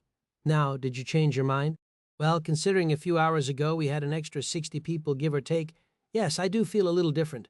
I feel guilty asking those kids to walk around the base looking like they know what they're doing, but when things get tough, you do what you do. Now, once we're back and if we could find somewhere safe to sleep, then it seems the safest of ideas to handle this type of thing. If bad people want to come to a base that got cleared out, then God bless them. And sorry there's nothing left," Shaun said. "I'm not staying on a farm. Once we get our retribution, taking these guys out and get everyone healed up, I'm going back to try my blood bag idea. You know, the longer that we wait, the worse it is for us. I don't want anything else bad to happen, so I'd much rather go about being in charge of my own fate. I'll be a farmer when they're dead," Aslan said. "You sure about that? You guys won't be stopping me, I think? I know you secretly are interested in me succeeding. There's enough dead to paint the streets, and that is my main focus, Aslan. I'm not saying I'm ready to move out of the house, but there needs to be more being done. This is the best thing I can think of. You are perfectly capable of getting a farm found and up and running. I'm confident that Greg would be perfectly happy heading out with me. Ricky, you think you'd be interested?" He looked at the machine gun in his hand and was not ignorant to their speed or strength. Ricky smiled uneasily, not believing in a million years he'd ever utter something like this. He said, "Yeah, I'd rather get them with my eyes open than wait for them to come for me while we sleep or aren't ready for it. If they're going to get me, then it is going to be on my terms as much as possible. If you really think that you have a chance, I don't think I could sit idly by and not do something about it." Shaun clapped him on the shoulder, sitting back, feeling good about the future. Aslan said, "Oh shit, the Orphans Brigade is born. It might be America's youngest army ever. Hey, Aslan, at least you're giving us some great training to use. I couldn't hit anything nearly at the distances that I could before you started showing Patrick, and, sorry, never mind, you get the point, though. Don't forget Fox. They're dead, not forgotten. The past hurts, but remembering it will keep it from happening again, ever again. The sooner we forget, the quicker the bad repeats itself. I have a feeling you aren't ever going to let these things go. You just make sure you don't go and let things tear you up inside, because that takes longer than physical wounds to heal." Shaun was watching out the window and said it without even thinking about it. He said, "Shit, you do realize or remember the reason you were sent here in the first place was because of my dad and the hell that he unleashed on society, right? If he'd have just left well enough alone, then there wouldn't have been any issues. Ellie would be a normal girl living life as an orphan and probably living with a grandparent or someone, I don't know, millions or hell, probably billions, would be alive and happy right now. You let me know what that does for your head, because I can't see it ever putting it back straight again. I'm not kidding that this shit is something to try and get over, and maybe when we take all of them out, it will be easier. But when I have to look them in the face every single day, it doesn't do much for me." Aslan began to say something, but Ricky cut in first. He said, "You wanted to go to the blood bank, right? Or are you just going to keep going, Aslan? We could always catch the next one if you want. I'm sure they have more of them around here." Aslan slammed on the brakes, sending the giant Hummer into a fishtail. Aslan was happy that there was no ice like when they had been out originally trying to find Greg and the others not long ago. He slammed the steering wheel and yelled, "Shit!" as the truck screeched to a sliding stop. Shaun looked around. He wasn't stupid and was aware when the loud noises went off was when the dead came from nowhere. He already had his hand on the latch that would free the door so he could get behind the machine gun mounted to the roof of the vehicle. He wasn't going to waste any chances or try to be stingy with bullets. He knew how much ammo they had and that they could put some serious damage on whatever got in their line of sight. Aslan threw it in reverse, looking in the mirrors and punching the gas into the parking lot. They drove through the start of the driveway, stopping when they got past the point of no return. Aslan said, "You know the reason that the blood banks are a shit idea, Shaun? I'll tell you, because the dead can smell the blood from a long way away. Can you take a wild fucking guess why this parking lot is currently full of the dead standing there ready to eat, Shaun? We didn't think about that, Aslan, and for the record, I don't think that you did either. Now couple that thought with the fact we were looking for an easy answer to a short-term problem, and there you go." Aslan stopped before pulling in any further. He was in complete agreement that the idea that sounded genius at the time definitely was missing something. Aslan looked at the horde filling the driveway. He looked back to Shaun expectantly. Shaun said, "Let me guess, you're waiting for them to just get bored and move on, or do you think that you could do something to assist?" Ricky said, "Holy shit, I've never seen that many dead before. Why are we sitting still? Why aren't you driving away?" Shaun smiled, pushing the door open quickly. He said, "There's a reason that we bring weapons, Ricky." Shaun didn't realize that the dead had been going through starvation. The food that they craved so greatly was trapped on the inside of the building. The explosion of the rounds at first was decimating and filled Shaun with hope. This lasted for only the first drum worth of ammunition. The dead were ripped apart, leaving them lying everywhere on the driveway. When Shaun went to reload the gun, Aslan threw it back in reverse again and sent Shaun almost out of the truck. He held onto the gun to keep steady. The dead that he had not been able to take out or injure enough to stay down bum rushed straight for them. Shaun forced the drum in pulling the charge handle back, and as it clicked, he had his trigger pulled fully back. He watched in terror as the dead spread out and went to the sides of the truck. Shaun was so focused on the turned in front of them that the ones running to the outside were coming faster than he was able to handle. He screamed down through the hole for Aslan to floor it. He could hear nothing over the insanity of noise that the machine gun was able to give off. When Shaun saw them leaping towards the Humvee, Aslan whipped the rear end into the dead that looked more like Superman position, flying towards the side of the truck. He stopped it dead cold and pulled Shaun down, tripping him and pulling his leg out. He screamed, "Pull the fucking door shut, now!" Shaun did as he was told and hit the lock on it quickly as the top began to rise from its place. Ricky was freaking out, looking left and right. He said, "What the hell are we going to do now? They're everywhere. Aslan, can you still drive this thing?" "Yeah, I could if there weren't 20 dead deep surrounding it," Shaun said. "What are we going to do, Aslan? Pray that they don't rip these doors off." The dead surrounding the Humvee were smashing their skulls into the windows and anywhere else that they could. They could barely see out of the windows with the blood that was smearing them. The roof was echoing from the pounding of their fists on the steel. A set of 4 explosions went off outside and shook the Humvee. Shaun said, "What the fuck is that?" Aslan's face went white when the implications of what happened hit him. "That, Shaun, that was our tires. They just figured out how to pop the fuckers. I hate those bastards." Ricky was losing his shit and screamed, "What do we do?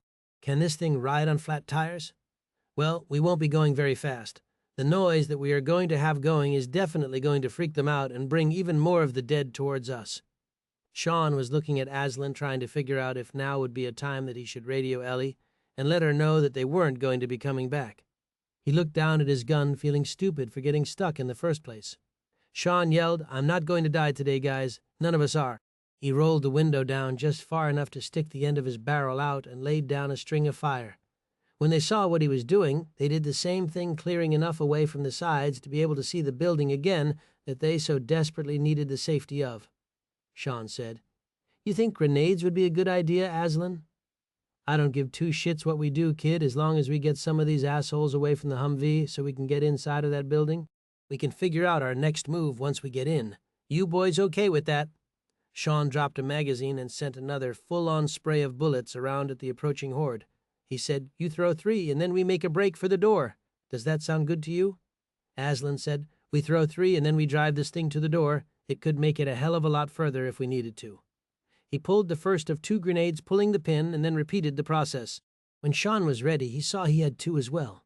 Shaun said, "Is there such a thing as overkill when it comes to taking out the dead?" Aslan couldn't figure how it was going to hurt, and they chucked the 4 grenades in front of them at different distances, one after another, and went straight back to firing off the rounds. They stopped after a 4-count, ducking beneath the dash and seats. Aslan pulled Ricky down and said, "You got some protective glass, but when a bone turns into shrapnel, I wouldn't go out of your way to trust it." Ricky didn't fight him and ducked down.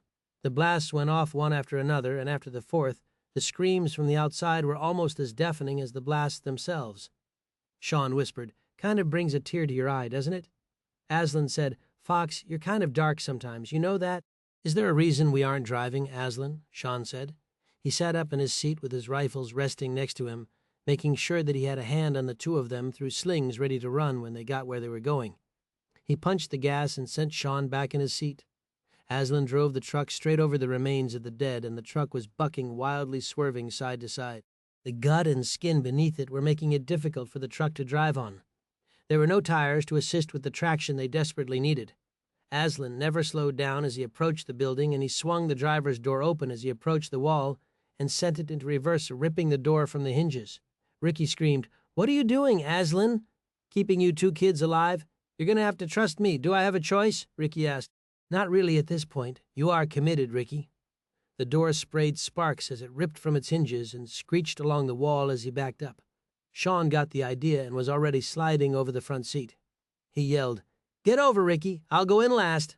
Aslan stopped in front of the metal door and sent 10 rounds into the handle and the metal around it. He kicked a size 12 boot into it until the door opened.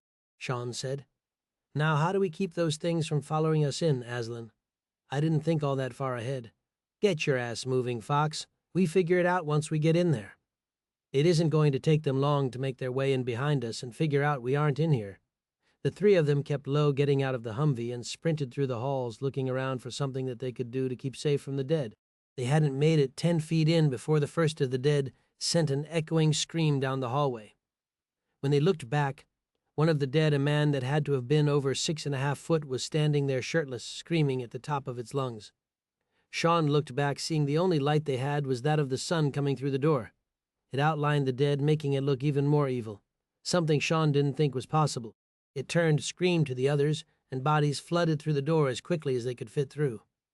Shaun watched, seeing the Alpha was standing still, screaming what seemed to be orders to kill at the rest of the turned, who were very quickly making their way through the dark halls. Shaun was doing the math in his head and was seriously debating that they did not have nearly enough rounds on them to survive this. He pulled his pistol, never slowing down and slinging his rifle. He sprinted ahead of the other two, hitting the flashlight on his pistol and lighting the way. Aslan said, "Any ideas, Fox?" "Yeah, we find somewhere to make a stand and we build up a wall of the dead. Other than that, I got nothing. Aslan, this sucks." Aslan didn't have anything that he could say because he wholeheartedly agreed. He yelled, "You hang in there, Ricky. We've been in worse than this." When they made the corner, there was an outline of steel going through, and Fox and Aslan were reading each other's mind. They gripped the gate, pulling it out and slamming it until they heard the click and reassurance of their temporary safety. The dead slammed into it, piling until they looked like the ones in the middle would be suffocating. The dead went for as far as the eye could see until they looked like they melted together. They took a knee while catching their breath, and Aslan said, "Okay, so now we got this going for us, which is nice." "What the hell do we want to do now?" Shaun asked. Aslan looked back and did the sign of the cross, just thanking him that they made it this far. He said, "To tell you the truth, I didn't think we were going to get this far. I don't know what the hell I was thinking. I wish this place was home and we had everything they have there." Shaun said, "Really? That's the best you got, huh?" "We're outnumbered hundreds to one, Fox. I say we find the blood, and then we see if they have a car or truck we can use, given they have a garage in the first place." Ricky was up on his feet, pacing back and forth. He hadn't been through anything like this and didn't understand what they were doing and why they were just sitting there. "Why aren't we doing something? There has to be something that we can do. We came for the blood because they like it, right? Well, what about out of sight, out of mind?" Aslan said, "We're listening. What are you trying to say?" Ricky said, "Yeah, really simple. We go and grab the blood and we toss that shit off the roof. They go crazy trying to get to it. We drive our little blood donor car away when they aren't thinking about us. Then when we get far enough away and we don't stop." "You got a better idea then? I'm totally up for it. But at the time, this seems like the best thing we have going for us." Shaun said, "Sounds good to me, Ricky. Let's go find the blood, and then we go from there." The gates behind them were rattling, and Aslan did not trust them nearly as much with all of the weight that was being forced into them. He said, "You boys keep going and find the blood. I'm going to keep an eye on those gates. I'm hoping if we can stay out of their sight that the out-of-sight part can start working. You never know how long it is going to take them to settle down once they're worked up." "Depends, but I wouldn't want to hang out here any longer. The smell of us might be enough to keep them pissed off and hungry," Shaun said. "Then let's kick it into double time, boys." Shaun and Ricky walked quickly through the halls. Shaun was reading the rooms, and when they found a wall sign with labels, he ripped it from the wall, and the two of them raced to the second floor near the elevator. Ricky said, "I don't like walking around this place in the dark. It seems stupid." Shaun said, "Well, I'd say from the flickering of the stoplights and everything that the power is almost done, I honestly can't believe there's still anything left, and I don't know what happens to blood that isn't refrigerated. I hope that it didn't spoil, but really I don't see the dead being picky. I mean, they're pretty stupid most of the time." "Yeah, so stupid that they're the ones in charge of everywhere," Ricky said. Shaun had never really thought before about the dead being in charge. He just always thought that they were the ones that outnumbered, and that the living just needed the time and right possibilities to take control again. The death that they had been responsible for would seem minimal when the living took back their lives again. They would decimate them and take back, ruling the world, Shaun said. "It's temporary, Ricky. We're going to be back again, you watch, I promise you. You're pretty optimistic, Shaun, for a kid that's seen some of the worst from what I've heard. Just don't believe everything you hear. I don't think anyone out there has had it harder than anyone else. I think the ones that have had it the worst have been those who didn't survive. And unfortunately, a lot of them are going to have to deal with death twice." Shaun saw the room they'd labeled donor on it and stopped. He pointed, and the two went in looking around with rifles up. Ricky was walking in front, and Shaun pulled him behind him. He said, "You keep your safety off and your finger off that trigger until you got something that you need to take out. You understand me?" Ricky said, "Is there a reason you're going to run lead on this?" "Yeah, because I've been training with the Navy SEALs daily for almost a year. You can say that in a year from now, and I'll happily listen to you and let you be bait. I don't think there's anything here to be scared of, but I'd rather be safe than sorry, and a group of dead coming for you doesn't make me feel any better about anything." They walked in, seeing more blood than they ever had in their life, including what had been spilled, Shaun said. "There's so much of it. We could fill one of the truck's sprayer tanks, or whatever it is that Clary gets rigged up as many times as we want to. Now we just need to figure out how to get it somewhere. I say we get Aslan and see if there's a riot anywhere. There's no point in trying to get ourselves a ton of blood that we can't do anything with." Shaun nodded, and when they ran down, Aslan was holding up a hand for them to slow down and be quiet. Shaun whispered, "We found the effing motherlode of blood, Aslan. I can't believe how much we found. Good God, it's going to be a bloodbath, literally," Aslan said. "Then it seems like we should try and find a vehicle, huh?" They went through towards the back, seeing a door that said, "Garage Underground Parking." Shaun said, "You think there's anything down there, Aslan?" He shrugged, opening the door and turning on the light to his rifle. As they made their way down the steps, the darkness surrounded everything that their flashlights did not touch. Ricky said, "You know, the longer this thing goes on, the less I like the darkness. There doesn't ever seem to be anything good that comes from it." Aslan said, "You know one good thing that happens once in a while, Ricky?" "What?" "When people can shut the fuck up when they're in a dangerous situation and we know that there's something nasty coming for us." Ricky didn't need any further direction or to be told directly to shut up. They walked slowly down the steps, and when Shaun saw the dead, he winced, looking back to Aslan, who was already raising his rifle and walking forward. He wanted to race up the steps and get a higher vantage point, but Aslan was done with running today if it could be avoided. Shaun followed closely behind him, and Ricky took the rear position. Aslan let off a deafening string of shots and decimated the first 5 in their path. Shaun ran his light around, seeing dead rising from their resting place behind trucks, and fired off, sending headshots, leaving nothing but death wherever his bullets struck. Ricky was looking around wildly, but did not look high. The dead that they had walked directly under dropped to the ground, wrapping his arms around him and latched his mouth onto his neck. Ricky screamed no as the first and last bite of flesh that it was going to take from him was torn from his skin. The dead screamed a bloody gurgle in triumph as it chewed.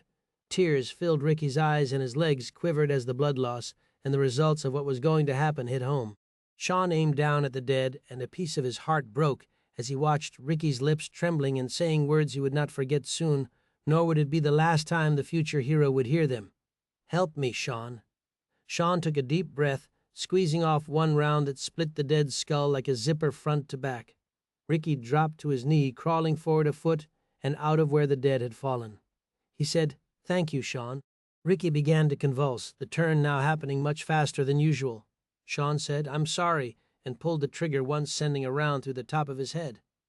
The idea of letting him go through the turn made no sense to him, and knew if it was ever his turn to be in that role that he would gladly be put out of his misery.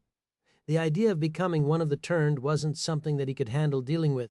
The only thing worse was watching it happen to the ones that they cared for, and he refused to let anyone go through that if and when it was possible to stop it. Aslan put a hand on his shoulder. "We need to get out of here, Shaun, before we can't. When is it going to be enough? We're losing people quicker than we can get new ones back. I don't want those people. I want our friends. I want the ones that have been around us from the start. I just keep thinking if we don't get our numbers back, we aren't going to make it, Aslan. Welcome to the mind of a warrior kid." He took his seal pin from his shirt and clipped it onto Shaun. He said, "You earned this. I'm sure if Greg was here, he's earned one by now as well." "I can't take this."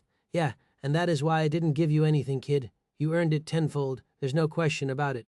I would have never been able to survive what you have had to put up with when I was your age. Your dad in the outbreak on day 1, you guys even had your own fallout bunker that you could have stayed in, but instead of that, you risked your lives for Patrick. And then when Greg heard the call asking for people to help you, all went back again regardless of what we were acting like towards you. Like I said, you weren't given anything, you earned it." Shaun looked at the small pin that looked more like a medal pinned to his chest. He said, "Let's make sure this parking garage is cleaned out, and then we go from there." The two walked slowly, taking their time, making sure that there were no spots the dead were able to hide. When they were confident that the place was cleared out, Aslan found the motor pool keys, and after a quick minute, they figured out that there was only one thing that they could drive that would be able to transport all of the blood that they needed. Shaun laughed a little as they walked around the large white bus that had smiley faces of blood drawn all around it. He said, "Do you know how to drive one of these? How hard can it be, Shaun?"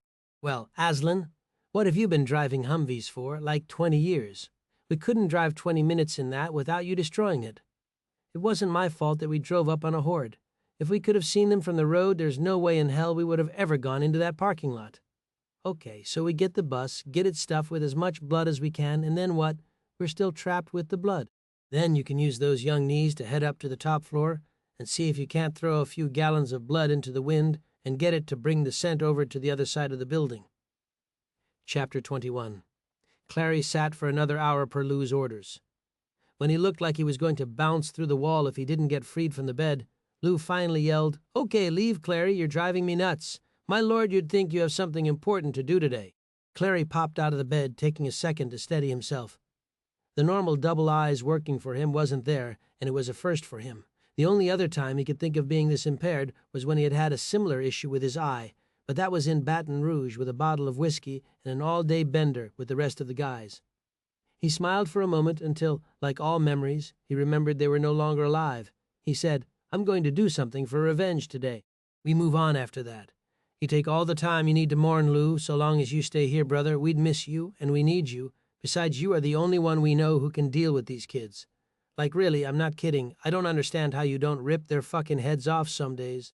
If you were growing at a rate you couldn't control, Clary, having things happen to your body that were hard to understand and deal with, and then on top of all that, through a crazy cocktail of being a teen living like a soldier with zombies always as a threat, then I'd say these kids are doing okay.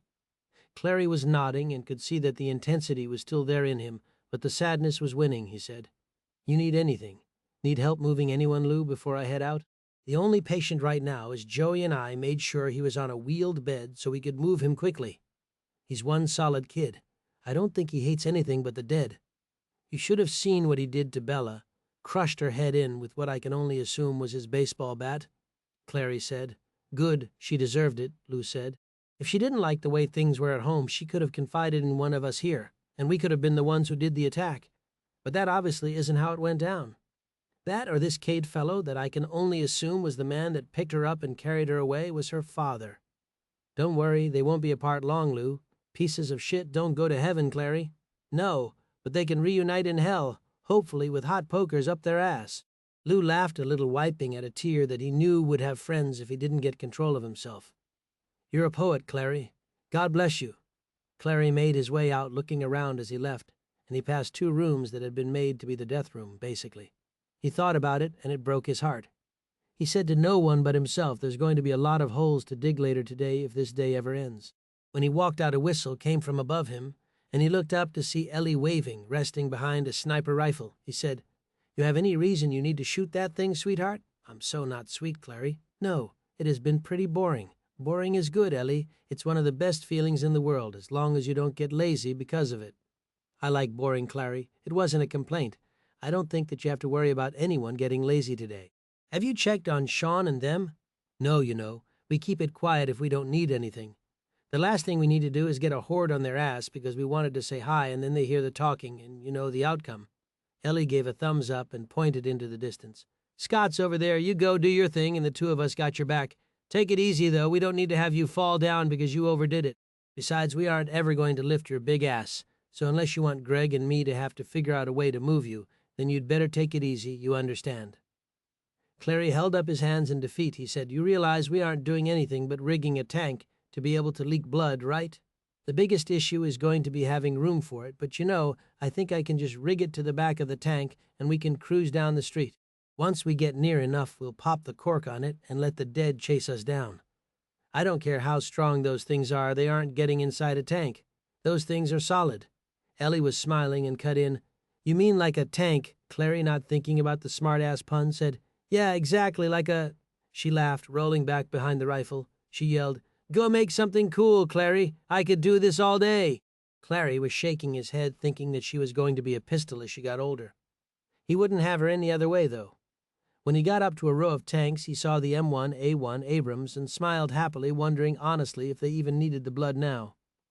The thought of taking this straight through their walls, firing off a few shots with the main weapon, would be decimating to their base. The machine gun mounted to the side of it would do no small amount of damage either. He liked the idea of sending the dead in while he had a front row seat. He picked the Abrams because it was the only one which he knew how to operate. Clary ran his hand down the main gun on it, thinking of sending hell from 2 miles away and hitting the target with little effort. He could not imagine having that happen to him, and knew that they could fit upwards of 40 rounds for just that gun alone, and that if they sent that much that way, that there would be little work for the kids to have to do. He was always all about being fair. But when it came to people coming into his home like these, that he would be relentless in his pursuit to kill every last one of them. He went to the truck that the kids had been talking about using, looking at the sprayer unit on it, and saw that in as little as 20 bolts this was going to be his. When he was near being done getting it loosened, he radioed McQuaig and Greg. They were there within a few minutes with nothing to report. Greg said, "I think we can fill it without having to take it off of the truck, Clary." "Yes. Smartass, thank you for that information. That is just great. We decided that instead of having the truck, which, since I'm the one who is least able right now with the eye hang-up, we would be safer in something else. The truck is still going to be too vulnerable to the dead finding a way to get in and then killing me. I'm not a fan of that idea, so we're going a different route. What are you going to drive that they can't make their way into?" Clary nodded his head towards the row of tanks. Greg almost jumped when the thought of damage they could do to them hit home, he said. "Holy shit, are you kidding me? I don't do the sniper rifle shit. Too much math. Let me ride with you. Come on, there's room, right? I can ride with you and we can go blow the hell out of those guys. Come on, please, you and me, we can have a good time in that thing. No more caffeine, Greg. Take a breath, buddy. Yes, you can ride with, but only if you take it down about 8 notches. Bud. I'll try, but only if you let me fire the main gun on this. Holy shit, we're going to make those guys regret ever coming here. I probably need both of you to help me get this thing rigged onto the tank. There's a few rear bolts that I'm going to take out and then attach them through some binding that I'll put on the back. When it's time we put a hole in this thing and let it run, it has to hold 50 or more gallons, I'd think, if we are smart with when we start it, that we should be okay. The people we drag behind it should make a pretty good mess once their road rash begins. Greg, once you and I are close enough to that base, we fire off some welcome to the neighborhood shots. If any of them survive, that they'll have sniper fire coming from all directions, the dead coming through the gates, and when it looks clear you on a machine gun with bulletproof armor in front of you. How does that sound?" McQuaig said, "Well, excuse my French, but it sounds like those fucknuts are going to regret ever coming to our base. That is worse than day one, and I can't think of many times I have wanted to or been able to say something like that.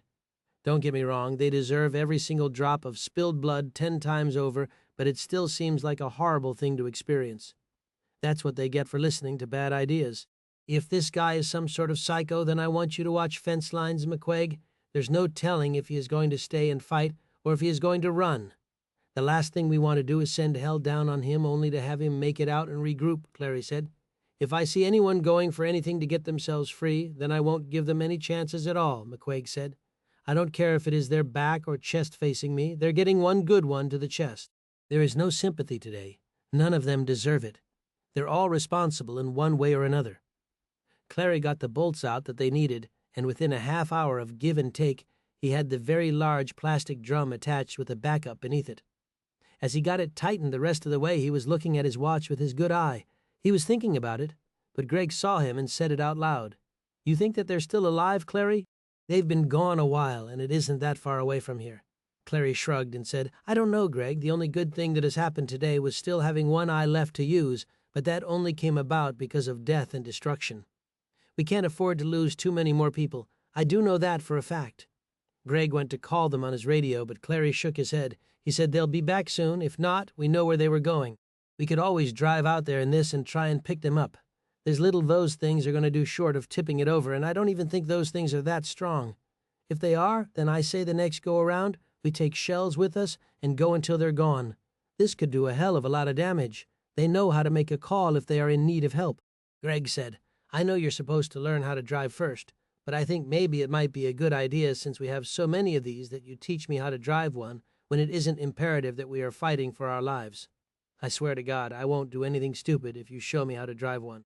Yeah, if you're going to teach him how to shoot off and fire a tank, then I don't think I'm going to feel really good about sleeping again, like ever.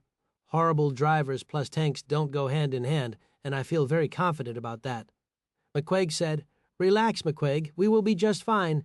He isn't going to be driving around in one of these until I trust him like I trust myself. You think I'd let him go driving around in one of the most, if not the most dangerous things on this base? I'm almost blind, not stupid. There's a big damn difference, girl." McQuaig nodded slowly, thinking how relieved she was. When they were done, they gassed up the tank, knowing they would have more than enough fuel for the trip there as well as back. When it was set to go, they took a Humvee around back, getting as many machine guns and ammunition as he could in the rear of it. He said, "I plan on having all of this work done before they get back. I don't want to fight in the dark. They know where we're going to better than we do. If we can take them while the sun is up, we're going to have a much better chance of succeeding on this little outing we got going for us. It never makes sense to fight out of your element, and you kids haven't had any real fights with other people. I really hope that everyone is up for it. There is no choking once it is time to take the shot. It isn't the same as killing the dead. That shit can come back and get you. Believe me, there's been some serious pieces of shit that Aslan and my team had to take down at one point. They were the scum of the earth, and I can still remember pulling the trigger on each and every one of them and the decimation that took place after the pull. I don't worry so much about Shaun and you, but there are a lot of people who don't nearly have the firing time that you do. Greg clapped him on the shoulder. He wasn't trying to make Clary feel any better, but still felt a little guilty for saying it. You realize that only like 4 of the kids left have shot one of the guns, and only a handful of times. Clary was mouthing 4 when McQuaig said 6, including Greg and Ricky. He forgot about him. 6 is better because it is closer to a dozen, and if we count you and Aslan, then we're good to go.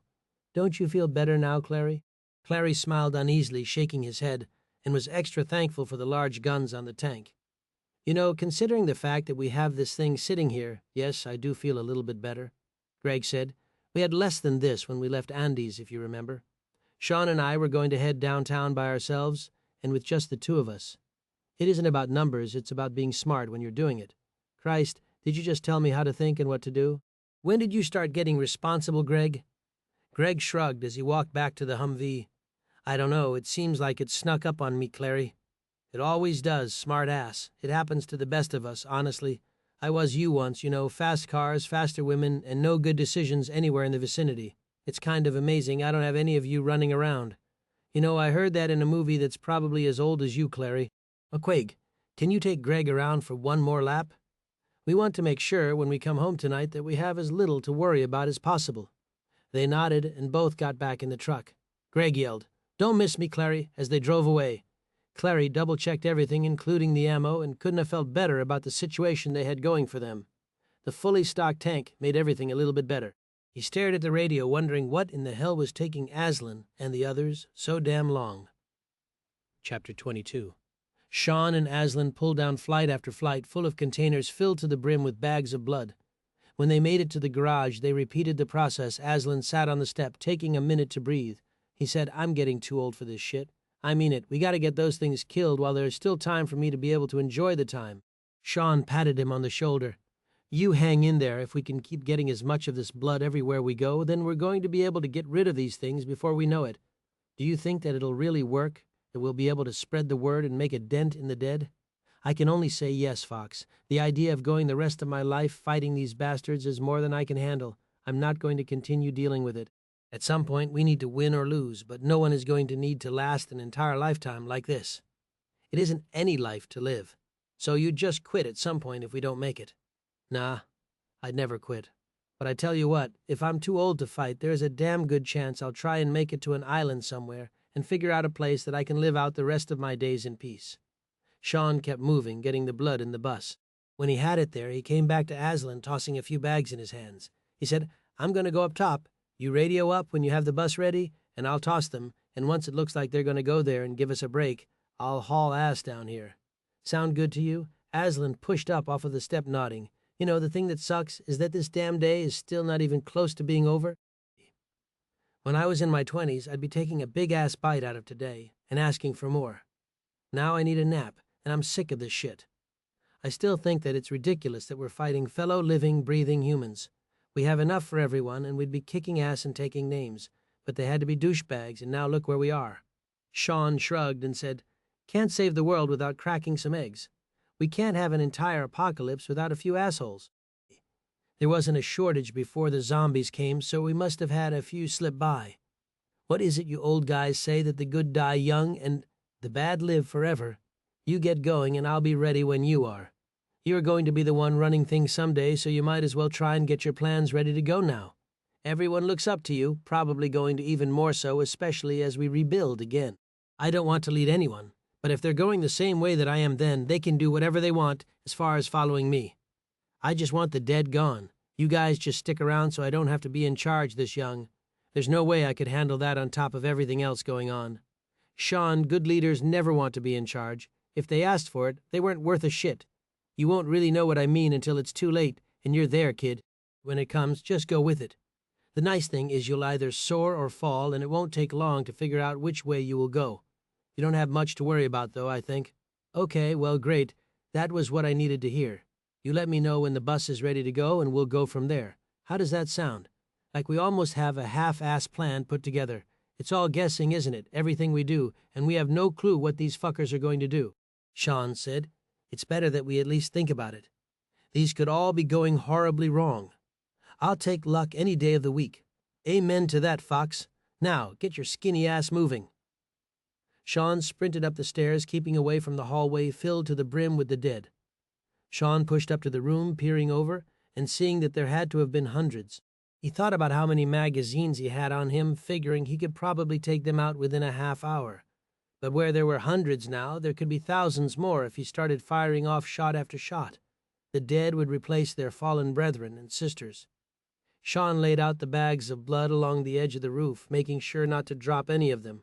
When he looked for a spot to chuck them into the distance, he saw one of the dead staring back. His eyes seemed to be almost black, and he did not blink. He was the only one in a sea of the dead staring at Shaun, or that seemed to even notice him sitting up there. Shaun threw the first bag and watched as it soared outside of the circle of the dead, splattering on the sidewalk. The blood bag exploded when it hit, painting the street with it. Shaun felt hope as the blood wafted up into the air. The dead that were still fighting to get in slowly began to raise their heads, looking around for the sweet nectar floating in the air. When they turned to run, the Alpha released a guttural cry. It sounded no different from any other screaming that Shaun had heard from the thousands of dead in the past. The turns stopped dead in their tracks. The ones that did not stop did so when the Alpha made its way out of the crowd. The dead seemed to part for him as if he were Moses in the Red Sea. When he got to the ones that were licking the blood like dogs in the street, he picked the first up, lodging a hand elbow deep into its skull and ripping it back out full of brain. The turn went limp, and when the others looked at it, they stopped pushing and walked slowly to get back in line. Shaun watched this in awe, and the intelligence of this one scared him like never before. He radioed Aslan, "Hey, Aslan, they have a leader for this group. You will never believe what they just did. Just get moving, Shaun, and toss some bags. I got the bus up and running. Lucky for us, the damn thing is filled to the brim with fuel. They must have had a busy week ahead of them and had it ready. You don't seem to appreciate the severity of the words coming out of my mouth, Aslan. I just launched a blood bag off the roof, and when they ran for it, one of the turned screamed and they stopped. Those that didn't got their brains pulled out of their heads. Can you still see it? Is he the only one that looks like he is in charge? Yeah, so far it looks like there's just one. The blood thing might not work if they have these in every group, but the important thing is you can see him, right? Yeah, but fucking nothing. Shoulder your rifle and put 2 in its head. If another one looks like it's going to step up, you take them out too. Use your sniper rifle. We don't need any extra sound that isn't theirs. God knows how many dead are around this part of town. You got any questions? Or are you already picking up your rifle? I'm on it. Shaun clipped his radio and unfolded the bipod on the bottom of his rifle. He found the dead, who was still staring at him. When Shaun found him in his sights, he screamed one last scream.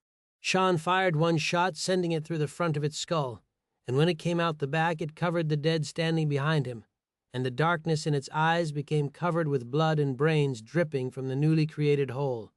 Shaun sat down for a second, actually thankful that it went down. For a moment he wondered if it would work, or if it had been killed. Screams erupted from below that were almost deafening even on top of the roof. Shaun grabbed a blood bag, slicing the top off it, trying to get as little on himself as possible, and tossed it off the top, letting it cover those in the middle. The dead started ripping at those covered in blood, tearing flesh from their skins and skulls from their necks, anxious for a taste. Shaun watched for a moment, thankful that it might work. And when he was confident that the command from the dead only lasted as long as his breath did, he launched 4 more bags off the side of the building. When they smashed into the ground, painting it a crimson red, the dead flocked to it, quickly seeming content, and back to their normal blood-hungry selves. Shaun threw what he had left as far as he could, and as the wind picked up, they went further and further down the street in search of the scent. The only ones left near the building were the dead that had been torn into multiple pieces. When Shaun was sure that they weren't going to leave the blood any time soon, and that there were no dead watching him like the Alpha, he turned and sprinted down the stairs, taking them 3 at a time, almost biffing it a few times, and going down head first. When he was close to the garage, he said, "Aslan, hit the opener for that door. We are out of here. I'm coming down the last flight now." Aslan let out a sigh, smiling with relief. He had not been completely sure that this was a good plan, but nonetheless it had turned out okay. He watched the door as it rose.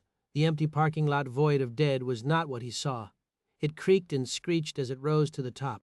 The dead that had been fighting to make their way to the front of the pack to get a taste of the blood that they so desperately yearned for were still there.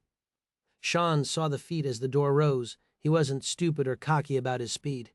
He dropped to the ground, switching his gun to semi-automatic fire, and started taking out kneecaps.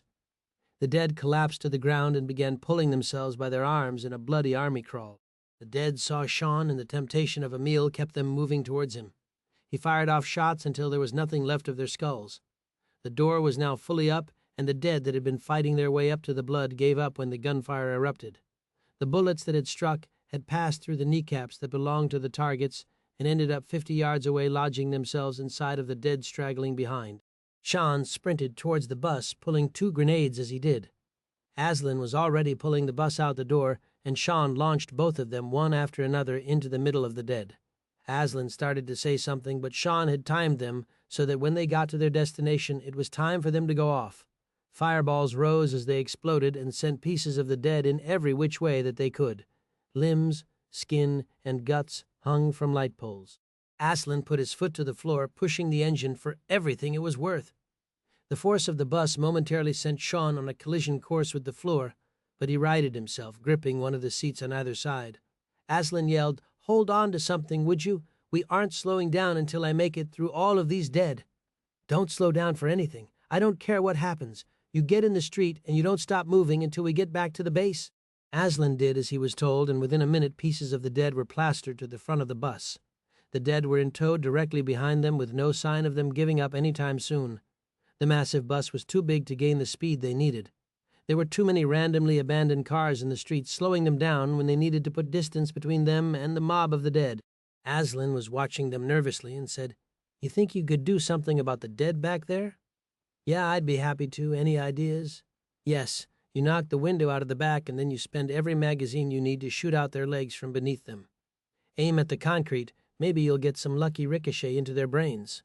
God bless you if you can actually take some of them out. But unless you got some short ones, you aim low. I think it is the safest bet. If we can trip them up, then we can put the distance that we need between us and them. If you got any grenades left, then be my guest. Take the 2 I have." Shaun took them, stuffing them in his pockets as he ran to the rear of the bus, knowing if they did get close they'd have an open invitation to fight their way inside. Shaun used the stock of the rifle, smashing it into the glass. It did not shatter as he had wanted. It only webbed out, looking like a spider had strewn a web across it. "Hey, Aslan, it won't break. What the hell do you want me to do?"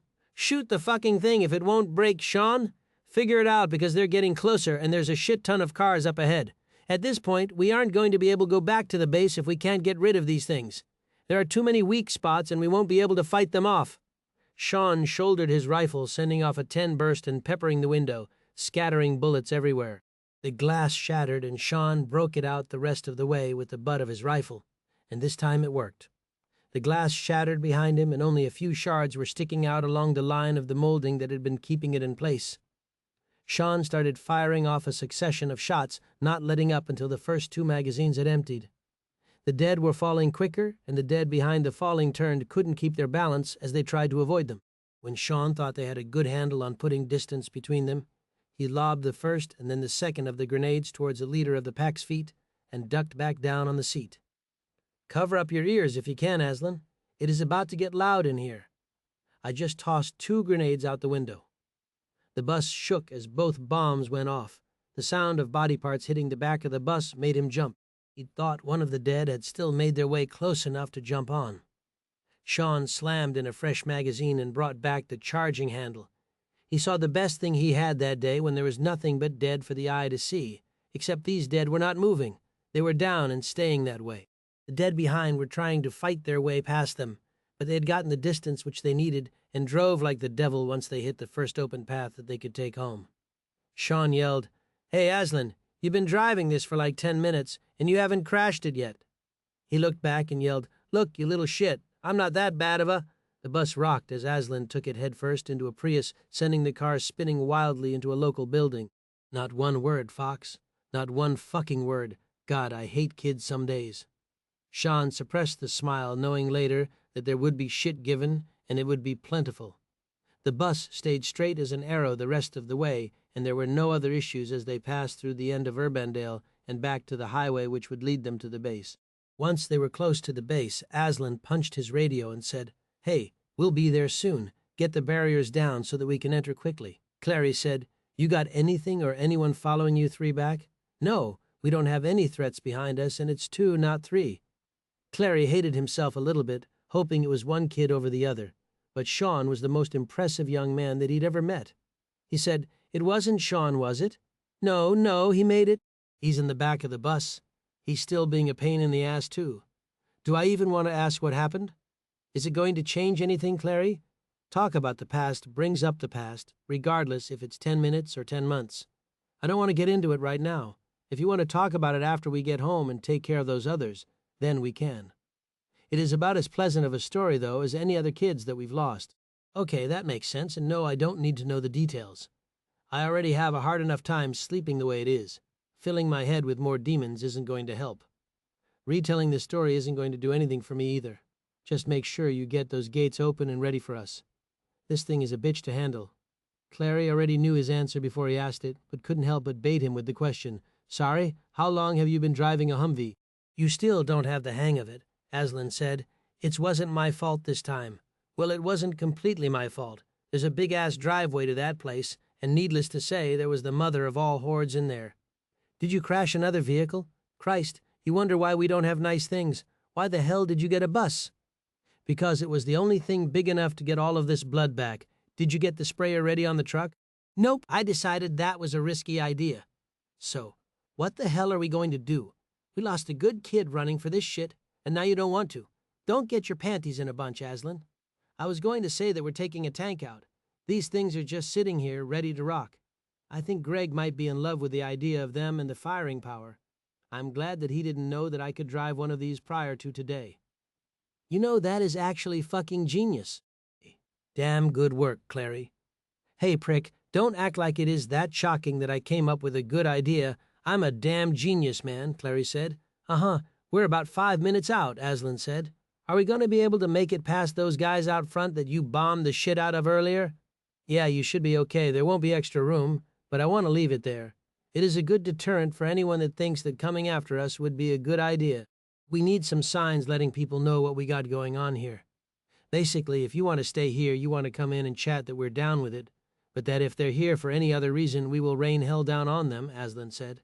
Clary said, "That's an idea, but it isn't a necessity at the moment. It is going to be a while before I welcome anyone with open arms. We can figure this shit out later. I'll be there in a few, so you make sure that everyone is ready to go when I get there. We fill it up and we get out of there." "What are we doing with the kids that don't know how to shoot?" Aslan asked. "They can still aim and pull a trigger towards their little base. At the very least, if they don't hit anything, they'll still seriously make some fucking racket. You pair each of them with Ellie, Kya, Scott, and... well, I guess that is it, isn't it?" "Fuck, we'll use that tank for everything it is worth." Clary said, "We will see you two in a few. I'll make the call to assemble everyone. They aren't too far off." 10:4, Chapter 23. Clary hit his radio, calling everyone in. When they made it up to the tank, a smile crept across their faces. They didn't have a clue what it really could do, and could only imagine what they knew from movies and TV shows. Ellie saw the tank and said, "You know how to drive this, Clary?" "Well, if I don't, Ellie, we aren't going to make it very damn far, are we? You going to drop some hell on those assholes today with the long gun?" "Yes, we're loaded up with as many as we could fit in it. We can drop 40 bombs on them, that's probably overkill. But I'm a pretty big fan of being thorough, and it'll save bullets. Does everyone here that doesn't have any experience with these rifles have ammunition for them?" A 15-year-old girl, Aaliyah, stepped forward, holding her hand up. Clary knew most of the kids, but figured this one must have been one of the last groups that had come in. He smiled, looking at her hair.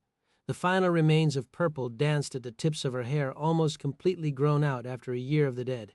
He thought of luxuries kids used to have, and that they'd not waste time on such things going forward. There was no reason to set themselves aside from the others because they were all one now. But he secretly loved the rebellious kids unafraid to be judged by their peers. She said, "I don't know how to use this thing like at all. I mean, I'm not stupid. You pull the trigger and it goes off. But other than that, I'm more likely to shoot one of you than to hit anything with it. I don't think that is a very good idea." "Well, young lady, there aren't a lot of options. With the exception of Aslan and Fox, there's no one else to fill your shoes. If you want to survive, hell, if you all want to survive, we need to put these men down before they come back and wipe us out. I guarantee you that they will come back. If they had all their cards in today, they probably would have won, especially with a number of people that they were able to take out with pure luck at the bunkhouse. If I wouldn't have been watching the surveillance and Patrick wouldn't have let us know with his dying moments on Earth, then we'd all be lying dead where we stood. That doesn't make me feel very safe, she said. It wasn't meant to make you feel safe. There isn't anything to save us but ourselves. We no longer have a government, police, or citizens that we can trust as backup. It's us. The welfare of life is gone, and if we want to make it, we need to make a stand. We need to take them out, and we need to do it today while they're still licking their wounds and mourning the loss of their group. That is, if they're mourning anything. She held up her rifle. So, what do you want us to do with these things then? If you think I'm kidding about not knowing what to do with it, then I hate to be standing behind you with one of these when the time comes. Clary walked over, taking the gun from her. He said, "For those of you, what do we have 8 that don't know what they're doing with these, it looks like?" He took the rifle, holding it out in front of him. "Everyone hold your rifle out like so. Don't put your finger on the trigger. I repeat, do not put your finger on the trigger. Push this button. It's called a magazine. The thing falling from it is called. Can anyone guess? That's right, a magazine. It will fall out given you aren't resting it on the ground. You only hit this button when your gun stops firing, and you're out of bullets. You release it, push it aside, and put in a new one here. The best way to know if it is in there correctly is if the bullets are pointing to the bad guys when you put it in. The idea of them facing you means you'd like the gun to shoot you, but they won't fire that way, nor will the magazine fit. They call this survival of idiots in combat. Once you have it in there securely, you pull this handle back. It is called the charging handle, and it will let you fire the gun again. There is a safety on here. You put it on until we get there. You will notice there is a scope on here. If you put it on single fire, you can try and see any bad people through it if you can find one and put the crosshairs in the middle of their chests. Then God bless you and please, please, please pull the trigger and take those assholes out. I know that is a lot to remember, but really just remember magazine release, charging handle when empty, and safety on until we get there. Do you think you got that?"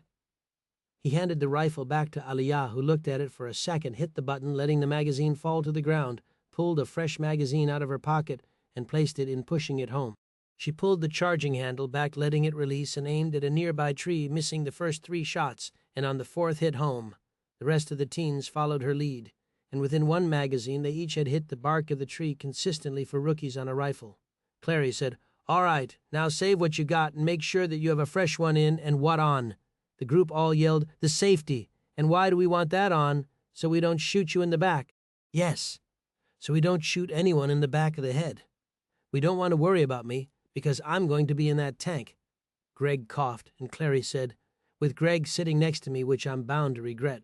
The teens nodded, and Ellie said, "Come on, when you think you have enough bullets is going to be when you run out. Let's run inside and grab everyone a few more to stuff in your bags. There's no reason to go light today when there is so much in there. Just make sure your shots count, please, so we don't waste them." The group followed her, and Aslan pulled in slowly with the bus. The front of it was covered with gore with a smiley give blood character on the front on a giant red sticker. Greg said, "Christ, he crashes the shit out of things, doesn't he?" Clary looked to him but didn't need to say anything. "Hey, I'm getting better at driving, so lay off, man." McQuaig coughed and said, "That's why I drive anytime we go somewhere, right?" "You drive because I'm a beautiful, evil genius behind a machine gun, McQuaig." McQuaig looked to Clary, who actually wouldn't deny that it was not somewhat accurate. "He is pretty good, but it sure seems like it's getting deep in here," Greg questioned. "Deep?" McQuaig was already pulling back the reel to set the hook. "Yeah, Greg, deep, like you're full of shit." Greg started to smile, trying to hold it back. He said, "You watch yourself, McQuaig, or you might just make me fall in love with you." She winked, walking back, and Clary said, "Watch yourself, Greg. She might be trouble." Greg pointed to himself and said, "I'm sorry, does that look like something I'm ever concerned with?" Clary turned around, getting the rest of the gear up on the tank to drop in. "No, it must be nice being young and dumb. I was young and dumb once, was one of the best times of my life." Chapter 24. Kaya sat next to Joey, who looked like peace was not in his dreams. His face was scrunched up and he was shaking his head more than she liked to see. He had been sedated so Lou could work on him and didn't want the boy waking up violently in the middle of it. He was scared enough doing such technical work on a boy who he had no medical history with, as well as it being the first bullet wound he had worked on. Kia held Joey's hand and felt his forehead because the sweat that was building on top of it was making her nervous, and she did not want to see anything else happen to him. If she had any more loss in her life today, she felt that her heart would literally break. When she wiped the sweat away from his forehead, she kissed him on the top of the head, making sure that he didn't have a fever. It was the way that her mother had checked her temperature for years when she was sick, and always made her feel loved and better. Joey stirred and groggily started to try to talk. The spit from his throat was non-existent, and he had jumped a little when he woke up. Kia sat back in the seat looking at him and realized she had only seen the boy look that scared twice. She thought back to the first few days that they had been hiding in the business district in Adel before Shaun and his crew had driven by. His father had been eating his mother for his birth into the zombie apocalypse. It was a dream that had haunted him since the beginning of the apocalypse, and probably still did today. His brother and sister had done everything in their power, trying to make the boy calm and feel safe in that storefront. But they had very little valid reassurances that they could promise the boy to make him feel better. He had not understood that his mother was gone until they had seen her randomly walking across the street, and at that point there was no question that she was most definitely gone and no longer of the living. The second time she recalled was only a day later, on the first day that they had slept in a bed since it started, and being at the old man Andy's farmhouse on the edge of town had given them the much-needed respite they were so desperate for. They'd all woken up feeling like this was going to be their home for a long time. That, of course, had only lasted a few precious hours before absolutely everything went to hell in a handbag. She remembered how Patrick and Joey had been bonding on day 3 of hell. She could see how Patrick was standoffish and didn't really know how to talk to anyone. He had been happy to help but was unsure what to do with Joey, if he should treat him differently or just like anyone else. Joey, who had not given him any chance to like him, had clung to him instantly. They had bonded quickly, and by the afternoon looked like they had known each other for years. They had split wood that Andy had said would be imperative to heat the 100-plus-year-old house in the winter, if they made it that long. That was something she could remember wasn't high on her list of things she thought would happen. Just as she thought she was getting to know Jen and Ellie, the bus had come from nowhere, filled with other kids from an orphanage, led by 2 men that had no clue what they were doing. She thought how most of those kids were no longer alive and that at best there were probably 5 still there. Joey's sister had been taken in the farm pasture by the dead that followed the bus that would end up saving their lives. She knew that the dead would have made their way there eventually, but she would have been grateful and felt blessed if it had been more than half a day. Joey tried saying something again, but it was useless, and he could only move his mouth. The more he tried to speak, the more nervous he got. He looked around, wild-eyed, trying to figure out what was going on. Kia sounded like she was yelling to him in a tunnel. The drugs were impairing him and making it impossible to understand anything. Kia gripped his hand with both of hers, making sure not to cover them up. When she saw him trying to speak, she let go and poured him a glass of water. He drank it quickly, and she had to tell him, "Take small sips, Joey. I don't know if you're going to make yourself sick or not by chugging that water, so take your time." Joey nodded, slowing down, and then tested his voice a second time. He cleared it and said, "What? What happened, Kia? Why am I in this bed? Where am I? Is this the hospital?" Her heart broke as she thought of it. "I'm sorry, but you don't remember anything? You don't remember what happened?" Joey shook his head no for a second and then looked down the long room, seeing that they were the only ones in there.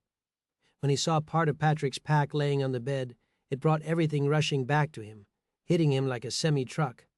Joey tried pushing himself up and felt the pain rushing through his side and abdomen.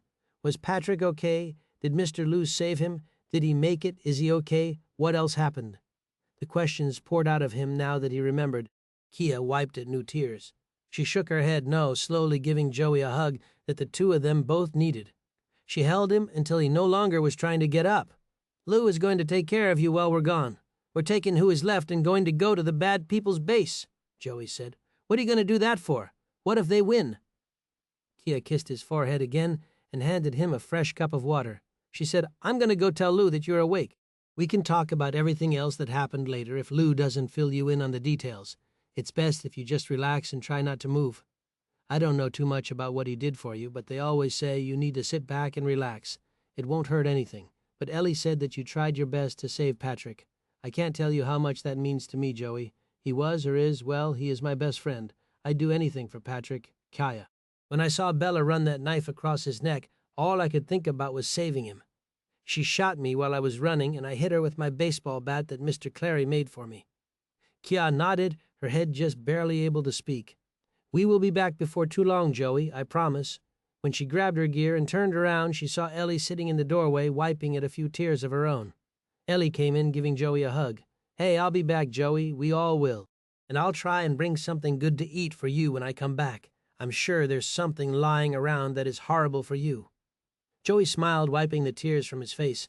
He pulled her in close and whispered, Look, on the top left shelf in the kitchen in the far back behind the extra plates. There might be some candy bars and cookies back there. Don't tell anyone that it is there. Cookies are almost gone. I'm going to miss cookies, Ellie. Joey, as long as we can have an oven, there will be cookies. I can promise you that. Yeah, but there's a lot of good stuff at Keebler that isn't ever going to get delivered. We have bad guys to go take care of, Joey. We will be back in a few hours. Joey nodded and the two girls left. Kya said, So I assume that they're ready to leave. Lou saw them walking and Ellie said, Hey Lou, it's time to head out. Clary wanted me to give you these. She said, You've seen the basics before, right? So he sent a care package. If any of the dead or those asshats try getting in here, you've got more bullets than you should ever need in this bag. You have any questions about how anything works before I go? Lou took the bag, staring at 100 magazines in it. He took both rifles from her and a pistol and said, You girls be safe. I know how to use these for the most part. Just aim it at the assholes and pull the trigger, right? I can handle it. You get going. The sooner those guys are gone, the better. It'll be nice to have one less thing to worry about. My biggest fear has already been brought into existence. It won't be easy for anything to get worse. I guess if I had to worry about you kids that I've grown to know and love over the last few months, I would. But do me a favor, Ellie, Kaya. Try not to do anything stupid. Can you do your best to be safe, please? The stupid, yes, the safe, we will do our best. We're purposely going to a group of people who are obviously insane, given the fact they sent a 15-year-old girl in as a freaking spy. I mean, talk about Father of the Year material, Ellie said. Lou asked, I saw Clary messing with a tank. Is he really going to do something with that? A small grin stretched across her face as she thought about what the destruction was going to look like when he unleashed hell on the housing community. Ellie chuckled and said, He and Greg are taking it in. Don't worry, Greg isn't driving. They're going to decimate that effing place, and whoever is left is going to get picked off one by one. We hope very much to have the dead in tow behind us so we can use the bastards that came to the base as bait. It is going to be one hell of a party for the men who are clueless that we're coming. Even as bad as it sounds, honestly, it could still be worse, and I don't think that I would feel like we're getting the justice that I'm seeking, Lou responded. Kia said, There isn't much else we could do, Lou, with the amount of firepower and the limited resources that we have going on right now. I promise if we had the resources, we would wage a war on those men that would leave them running for days on end. Unfortunately, since the asshats took out so many of us, it's difficult to do anything about it at the moment. They won't have to worry about us coming for days on end, and we won't have to worry about them taking the time to regroup and get new men to replace the old. Lou gave them both a hug, saying, I just hope very much that I get to see you later. I can't handle any more loss today. In all honesty, there isn't much more to lose besides you kids. I guess I'd miss Aslan and Clary. Christ, the idea of running this place with all of you and no other adults would drive me crazy. Ellie pulled him down and gave him a kiss on the cheek. She said, You're the closest thing to a dad that I've had in a long time, Lou. Kia did the same thing, and by the time they left, he felt hope and a reason to live instead of taking the easy way out in life. Lou walked around the corner, knocking on the side of the doorframe. Joey sat staring around, unsure what he was supposed to be doing. Lou stopped by the office section of the building, grabbing a few odds and ends. He held up a Snickers bar and a Marvel Comics magazine. Are you interested in either of these, Joey? Joey looked like he wasn't going to say anything, but then motioned with his hands for both of them. He said, You've been hiding candy, Lou. Lou patted his belly, chuckling. You think I keep this thing up just eating salads and meat? It isn't easy keeping this much good-looking going at once. Joey patted his belly, which, unlike Lou's, had a layer of solid muscle beneath it. He said, Yeah, I have to, fight the girls off of me. Lou tossed him the Snickers bar. Dig in, buddy. I don't want you leaving a pound lighter than you are now. Lots of that water, too. I'll see if the gym has any Gatorade in it tomorrow when we start trying to recollect what is going on here. There's going to be a bit of weirdness for a few days until we get things back in order. We are going to need you to get better quick, because we won't be able to handle having a man down for that long. You're important around here, Joey.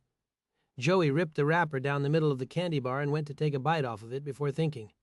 He ripped it in half and threw it to Lou. He said, "You're important too, Lou. You aren't getting rid of me anytime soon. You can count on that. I got cookies if you want to trade sometime, Lou." Lou popped the rest of what he had into his mouth and winked. "You need anything before I do a walk around? I want to make sure and lock down the windows and doors. If the worst case scenario happens, I want to make this place impossible to get into, or at least hard enough that by the time they do try and get in, I'll be close enough to make them regret it. I'm going to shut all the lights down. Are you going to be okay with that, Joey?"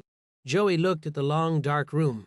He looked down at his side, gripping his baseball bat with one hand, and brought it up, setting it next to him with a flashlight on the other side. "I'll be okay, Lou. Don't worry about me. But you're coming back, aren't you? You aren't going to go sit somewhere on your own in the dark, right?" Lou shook his head. "No, buddy. I'll be back real soon. Give me about 20 minutes. I'm going to be quick." Joey, who didn't know, asked, "Are you going to get Karen and Teresa before you lock it down? Are they okay, Lou?" Lou tried to smile, but grief flooded back over him. The visions of his daughters, both bloodied by bullets in his arms, brought him back to a personal hell. It was one that he was sure he would be able to revisit on a regular basis. Lou tried to keep a straight face until he turned around. The gut-wrenching agony of the losses he had pouring out of him were more than he could handle at the moment. He went to a nearby room and buried his face in a pillow to muffle the cries and screams. He, for a moment, actually wished that there would be someone trying to get in because he was confident that he would leave nothing of them to be turned. Chapter 25. Greg secured the chains to the feet of the men that had fallen to the tank. There were 3 Humvees lined up, and enough bullets and gear that it dropped the truck suspension by a foot. McQuaig, Aslan, and Shaun each had a set of keys and were ready to roll out. Ellie and Kya came up to it as the last 2 the group had been waiting for. Clary said, "Hey, Kya, you 2 ready to go?" She smiled, and everyone piled into the Humvees. Greg whispered to Clary as they climbed into the tank, "You're going to let me pull the trigger on one of those shots, right? I want to stick one of those shells right up their asses." Clary smiled, patting him on the shoulder. "You be my guest. I only hope that by the time that we're in there, we still have some people to use the 40 cal gun on. When those bombs go off, they'll be getting off easy. The blast for that is going to decimate them." The Humvees went ahead driving with lights off in the dusk of day. They took their time keeping the engines from screaming like they were capable of. They each took a separate route, communicating while setting up with radios around the base. The dead that were near were taken out with the silenced high-power rifles. The Humvees parked at surrounding houses, and the teens took turns climbing atop of the roof. The guns would be near their limits for firing distances, but more than likely the teens would be safe where they were. The sniper rifles were set on bipods, and Shaun knew without fear that his and the others with those guns would be just stretching its legs at the distance he was at. Shaun, McQuaig, and Aslan all hit their radios one after another. There would be sunlight up for another hour, but the direction that Shaun was sitting in, they would have a hell of a time seeing him. Ellie looked at the sunset and said, "You know, it's a shame we have to ruin this beautiful evening with more bloodshed." Shaun stared at her for a moment before she winked. "You know, I had you for a minute, maybe 2, but I did have you," Shaun said. "You aren't ever getting rid of me, Ellie, Aliyah. Are you ready to rock?" She held up the machine gun set to full auto and showed a full blanket laid out on the roof with 15 magazines sitting on it. "Yeah, I'm ready. I just hope that this plan works.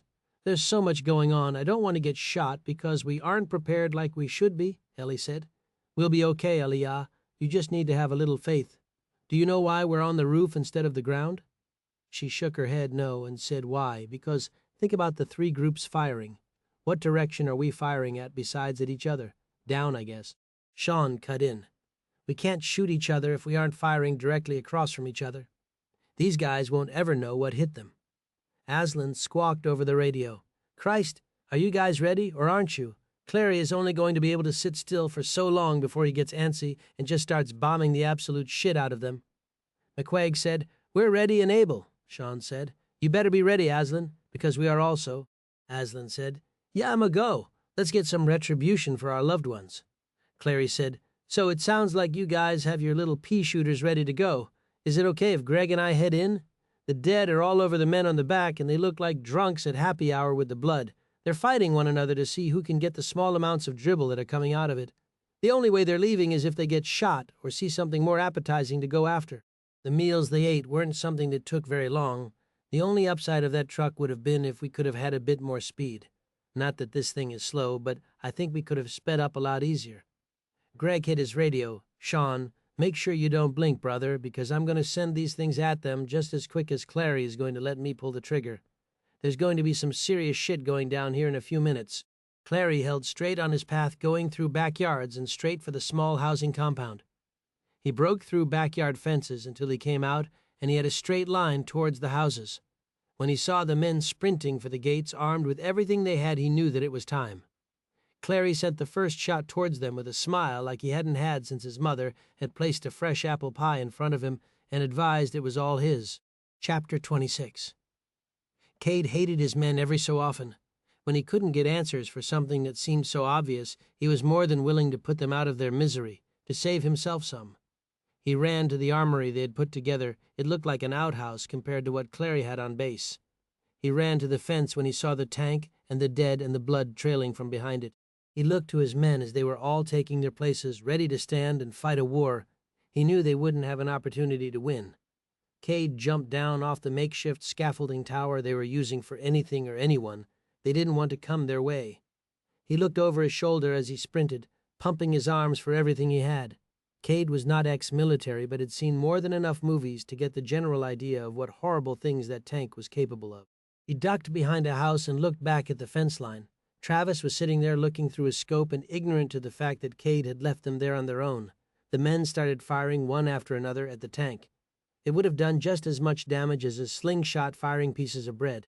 Clary brought the long gun into view, aiming it directly for the fence. And when the men went to jump down, everything that they knew was jumbled together in a collage of blood, steel fencing, and guts. Travis was screaming to the others. He tried to get up, but could not.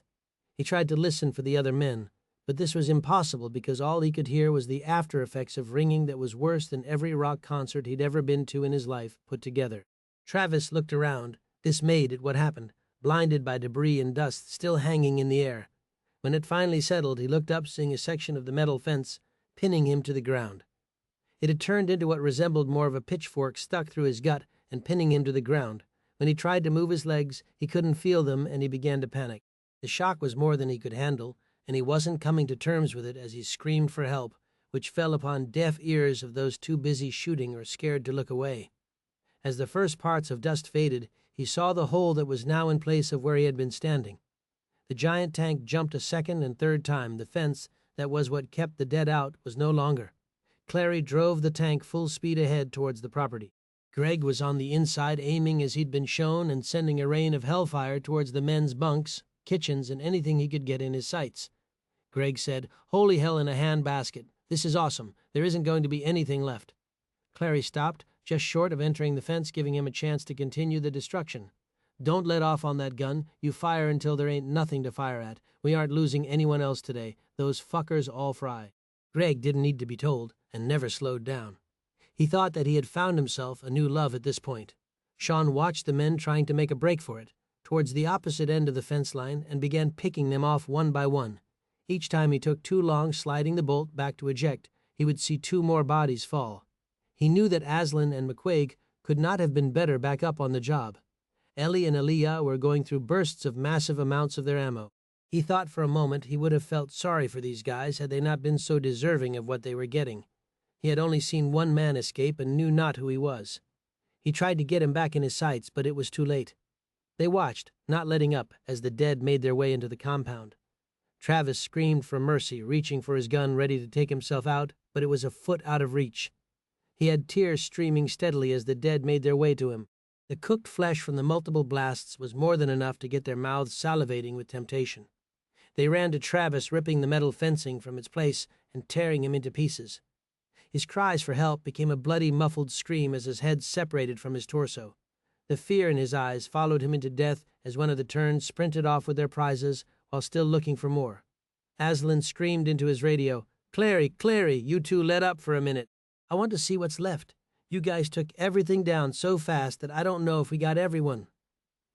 Clary, who had a front row seat to the action, said, "Are you fucking kidding me? Did we get everyone?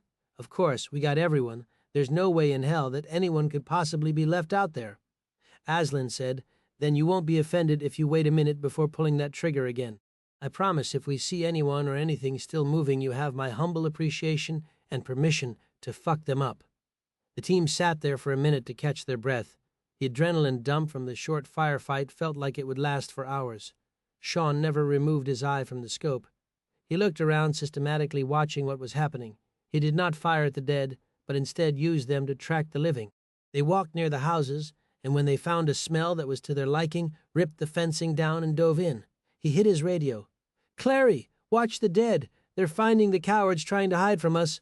Clary came back and said, "I don't know if you can call someone a coward for being inside of a safe zone, or as safe as they can get, when there's a fucking tank coming their way." Shaun couldn't disagree with him, but said nothing about it.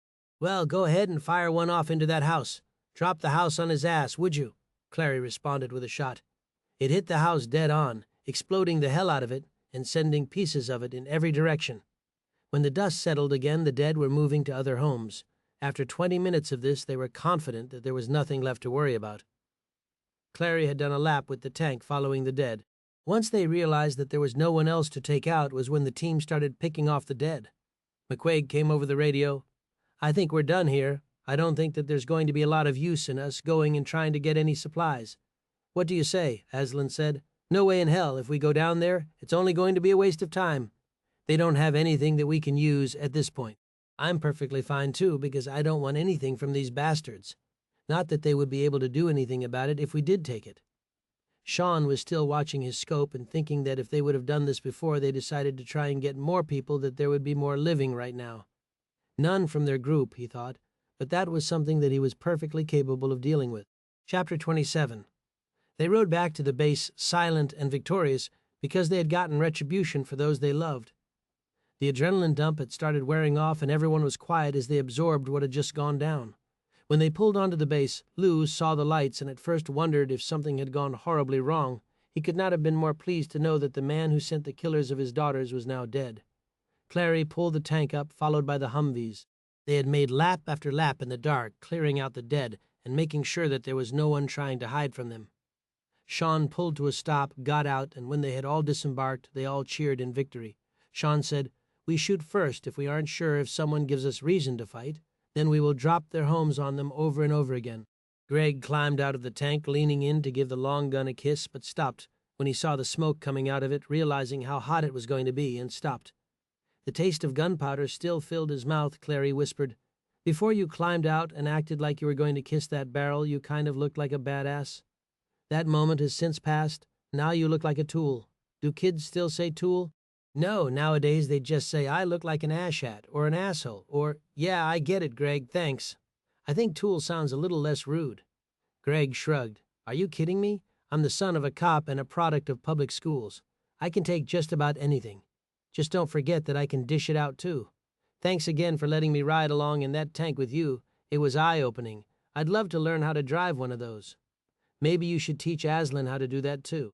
I figure it can go through anything, and the more things he can hit, the better the chances are he will be able to make it back safely." Aslan walked across the grounds. "Hey, I heard you, Greg. There's nothing wrong with my driving if you want to start bringing up old memories. I remember someone being the reason that we have one lesser Humvee on base," Greg said. "Yeah, but didn't you get trained by like a driver instructor in school and then on the farm you grew up on and the Navy? How many teachers does it, Greg? Did I ever show you any of those moves that will literally make you shit yourself upon being implemented?" Greg clapped Aslan on the shoulder. No, you didn't. But don't worry. I'm sure if we both know how to drive one of these, we're going to have all kinds of extra cars and Hummers sitting around for use."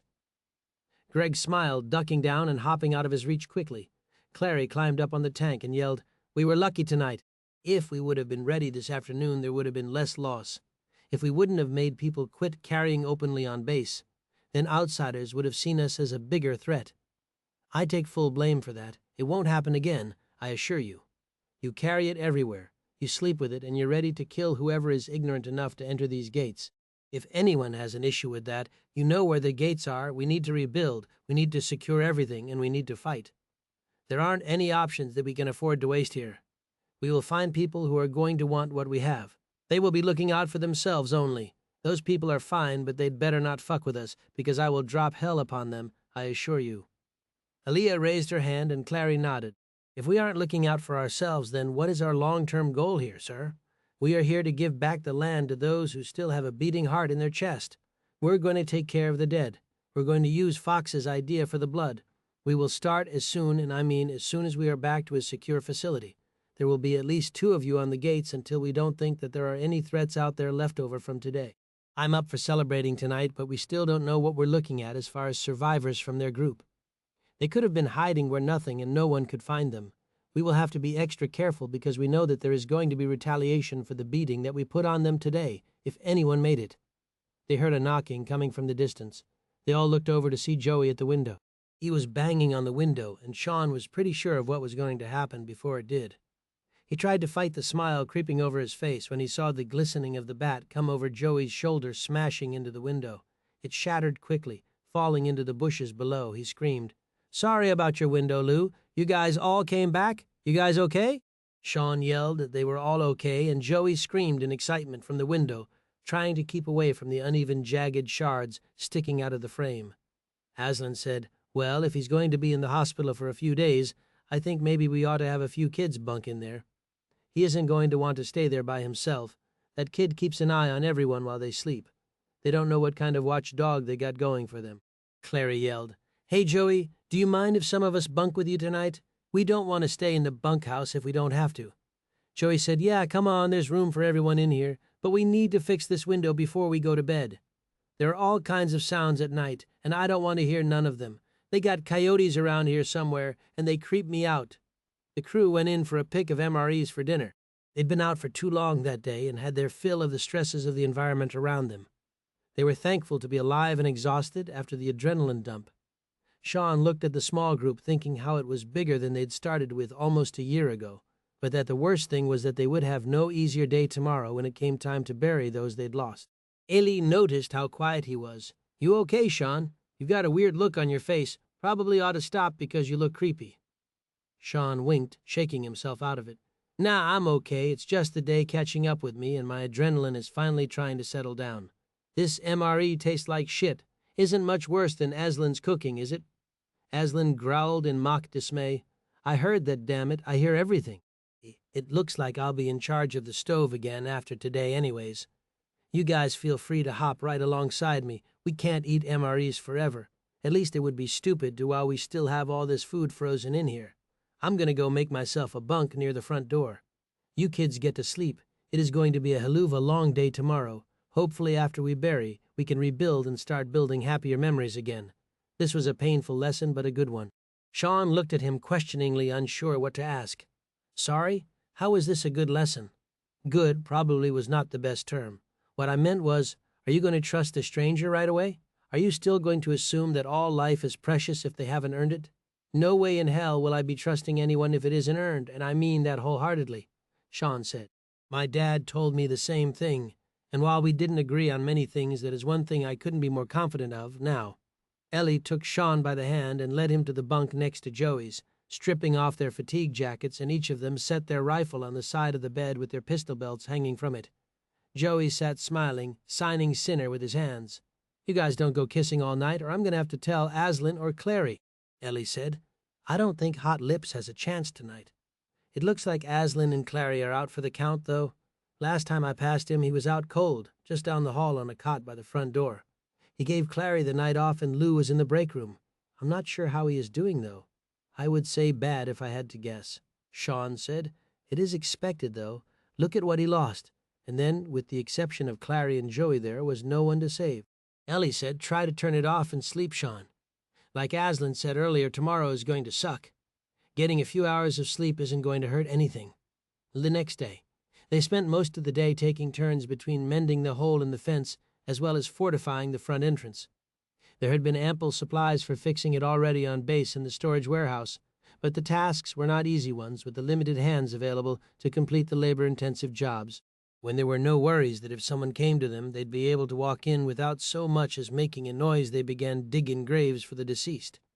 Aslan and Greg had gone to the Johnston funeral home and taken their delivery truck, packing it with as many as coffins as they could fit. Lou had put Karen and Teresa together in one so that they would not need to be alone forever. Patrick had his neck bandaged properly and cleaned. The rest were laid in the caskets, and they had spent the rest of the day lowering the dead to their eternal resting places.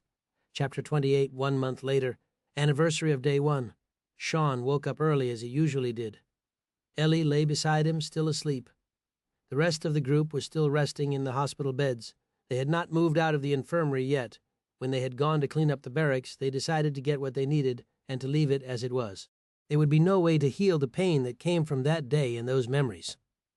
Shaun gripped his rifle and gear and walked out to the main hallway to exit the building. Aslan, who had made his room the hallway by the door, looked like he was out for the count still. When Shaun tried walking past him slowly, he said, "Fox, make coffee, make really strong coffee. How'd you know it was me, Aslan?" "Because it is always you, Fox. I think you are the only one out there who sleeps less than I do, and I didn't think that was possible. Do a sweep around the fence if you can after the coffee. I think today is the day we start righting the wrong." Shaun thought about the day as he had been keeping track since it started. He said, "It is fitting that we start today, I guess." Aslan removed the ball cap that had been covering his face. "Damn it, I just wanted coffee, and then you have to start me thinking." "What are you talking about, Fox? This is the 1-year anniversary of everything, of when it all started. A year and a day, and is when we met. I still remember everything like yesterday, and it is a memory that I wish I could forget. Did you want to go visit your dad today, Shaun?" The thought had never occurred to him that it would even be a possibility. He thought of how many people he'd known who would not have had the privilege of a burial. He said, "When we don't have the work to do, then I'd like to go see him. I can already see him yelling at me from the grave, telling me there is more important shit to do than to come up and cry over a mound of dirt. He was never one to be a slacker, and to tell you the truth, he's probably the hardest working guy I've ever met. You guys probably rank up there pretty high, too." Aslan said, "You know what? You go do your rounds. I'll get the coffee going myself. We can see if McQuaig wants to tag along with us. I'd say with 3 shooters, we're going to have a pretty high dead count if the baiting is good." Shaun felt a bit excited about finally getting to go out and make a dent in the dead. He'd taken out more in one day than they probably had since the entire thing started as a group. The thought that there would be 3 of them was intoxicating. He was already running scenarios through his head of having an entire city safe from the dead, one that they could come in and out of as they pleased. He was thankful for the miles between cities in Des Moines and the farmland that was more precious now than ever. He knew if it had been just one housing development after another, that it would be almost impossible to clear. Shaun made his way around the base, checking the fence line with his scope. None of them got closer than 200 yards to it now after knowing how easily they could hide on the outside. They had spent an entire week with a bulldozer going across and knocking as many trees down as they could, going back about 20 feet from the fence line. The cover of the trees would only be there until they got that close. Shaun thought it was almost the same concept they would have used at Andy's if they'd stayed there. He saw McQuaig on duty walking a half-mile ahead and ran to catch up. "Hey, McQuaig, you want to go out today?" "I don't know. I think Greg might have a problem with you dating his girl," McQuaig said. "Besides, isn't Ellie going to be upset if you start seeing me?" Shaun's face immediately blushed red. He said, "No, that isn't what—" She laughed and punched him in the shoulder. She said, "Wow, you really are gullible. I figured Greg was just being, well, just being Greg." Shaun said, "I can't help myself sometimes. I try not to, but there isn't much I can do about it. I think that I just trust all of you so much that it is hard to not just assume that you are telling the truth. I'll have to make a mental note that you're staying around Greg way too much for your own good. That is a shame, too, because you seem like good people." "Oh, Shaun, awesome. All right, Fox. What did you want to talk about, or were you just out pouting that you weren't on watch all effing night long?" "I wanted to throw out an idea to you and see if you were interested in tagging along. You're talking like we're actually going to leave. What's up?" "Well, when I went past Aslan this morning, he said that today seemed like a damn good day to start moving forward again and to start taking back from the dead. He wants to take charge and start doing the blood bag trick. From what I've seen of it so far, it is a no-fail plan. We've kicked some serious ass using blood to bait those things. The only thing we have to do is make sure that there are no alpha dead around. I haven't a clue how many of those things there are anymore. Every time I see one, I'm going to kill them." She smiled and said, "Yeah, Shaun, I'm so up for getting off base for a few hours, and if the reason is to take care of some of the dead, then I couldn't be happier." "What time did we want to leave?" Shaun shrugged. "I don't know. I'll head over to the mess hall and see what Aslan is thinking. I'm down for doing this all day long if the time allows it.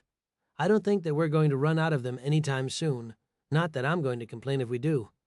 McQuaig looked down at her belt and said, "Let me run to the armory. I want to load up on high-power rounds. I've got plenty for the machine gun, regardless, though, if we take Aslan's normal Humvee.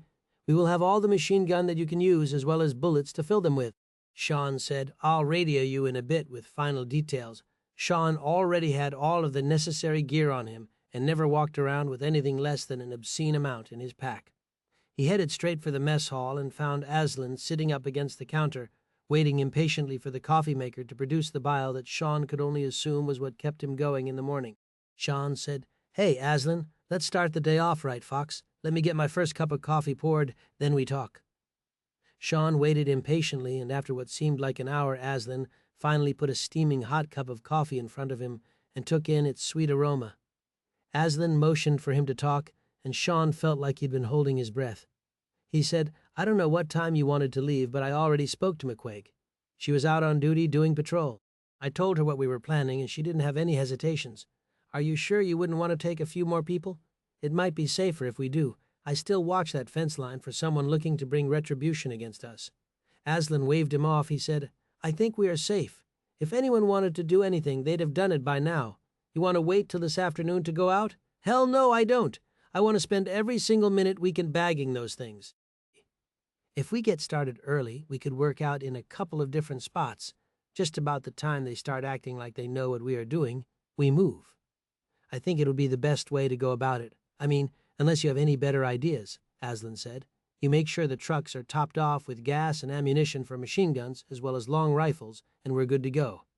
You might want to grab some shit from the kitchen and make sure that we aren't going to starve out there as well, Shaun said. What do you think that you're going to be doing until then? Oh, me, Shaun, I'm going to be sipping on this delicious Folgers coffee until you're ready to go. If you want to ask why, then let me refresh your memory. What happens when I don't get my coffee?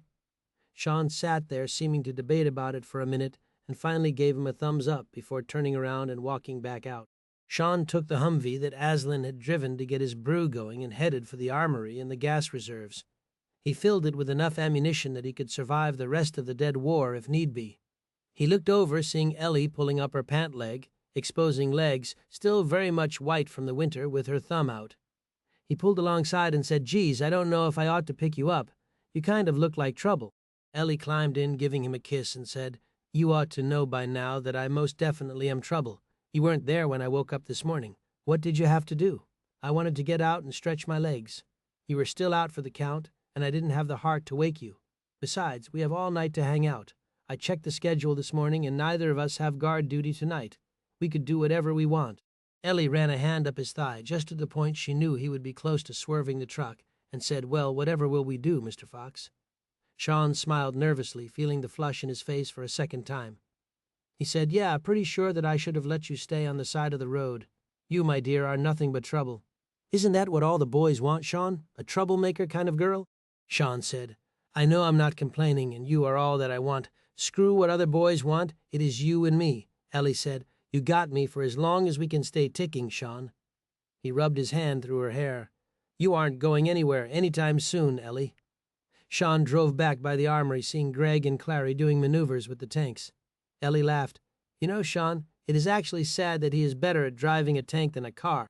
If the world ever gets back to normal, he might be the only one still driving one of those. Just think how much more effective we're going to be having two people driving around in a tank. I'm going to drop you off here, Ellie. I will see you a little bit later, okay? She pulled him in, giving him a long, wet kiss. She said, Now, you don't let anything happen to you, Mr. Fox. Shaun, I am seriously not kidding. I want you to be as safe as you can out there, with all those dead things out there. And Aslan and McQuaig, make sure they cover your back. Shaun felt the chills running up his back and smiled. You give me another kiss like that, and we can skip the damn trip. Good Lord, you do bad things to me, Ellie. Just gives you a good reason to come back, Shaun. I'll see you later. Be good out there, and get rid of as many of those things as you can. Maybe we'll be able to live off the base one day. That would be great, to just live. Ellie hopped out of the truck and ran back into the base. Joey was sitting outside watching the birds flying around. Shaun honked his horn once, and Joey gave him a thumbs up as he drove away. Shaun pulled up to McQuaig at the armory, and the two headed over to get Aslan. McQuaig said, So, how many do you think we're going to get? Isn't this exciting? It is the future, Shaun said. If things rock today and we can keep this up, then we will have something to look forward to, a new hope. McQuaig was like the others and was unsure if such a day would ever happen. Aslan was sitting outside waiting while drinking a steaming cup of coffee. When they pulled up, he grabbed a bag of food and a thermos of what the two assumed was more coffee. McQuaig asked, Do you think he knows that living off of coffee isn't good for him? I don't think Aslan is worried about living a long life. I kind of think that he already feels like he has done better than most. With the rest of his time on Earth, he just wants to try and kill as many of those damn things as he can. Aslan climbed into the truck, setting his high-powered rifle and machine gun down on the back seat. He slammed the door shut and tapped on the roof. Shaun pulled out carefully, doing his best to keep the truck steady. "You're getting pretty good at driving this thing, Fox. Before you know it, you're going to actually be old enough to drive one of these things legally," Aslan chuckled. "I only need to make it another 6 months and I will be old enough. I got a feeling the lady at the license station isn't holding down the fort any longer. You just sit back. We don't want the elderly driving any more than we need them to." Aslan said, "You know, comments like that will not get you seconds at dinner, Fox." Fox and McQuaig both laughed. "Did you hear that, McQuaig? My luck is getting better with every day that passes." They drove back to Johnston, thinking if they worked their way through the smaller towns first, that it would give them more leverage and room to spread out when they were moving into Des Moines. Shaun parked under a traffic light that was just barely flickering. One thing hit him as he watched McQuaig with the video camera. How the hell are we going to get people to watch this? She lowered the camera, not catching on to what he was implying. "What do you mean?" "We stick it on the web, and then there will be a billion people ready to watch anything that has to do with how to kill these bastards." Shaun actually very much liked the idea of billions of people still alive. "What I mean, McQuaig, was there are flickering lights. One of the things we need to have to be able to watch the video is energy. We might be going through all this work for nothing." Aslan responded, "We are going to do it, Shaun, even if there's only one state that still has electricity. We still want them to know, don't we? Besides, what is it going to hurt to make a video of it? It isn't costing you anything but a little bit of time, right?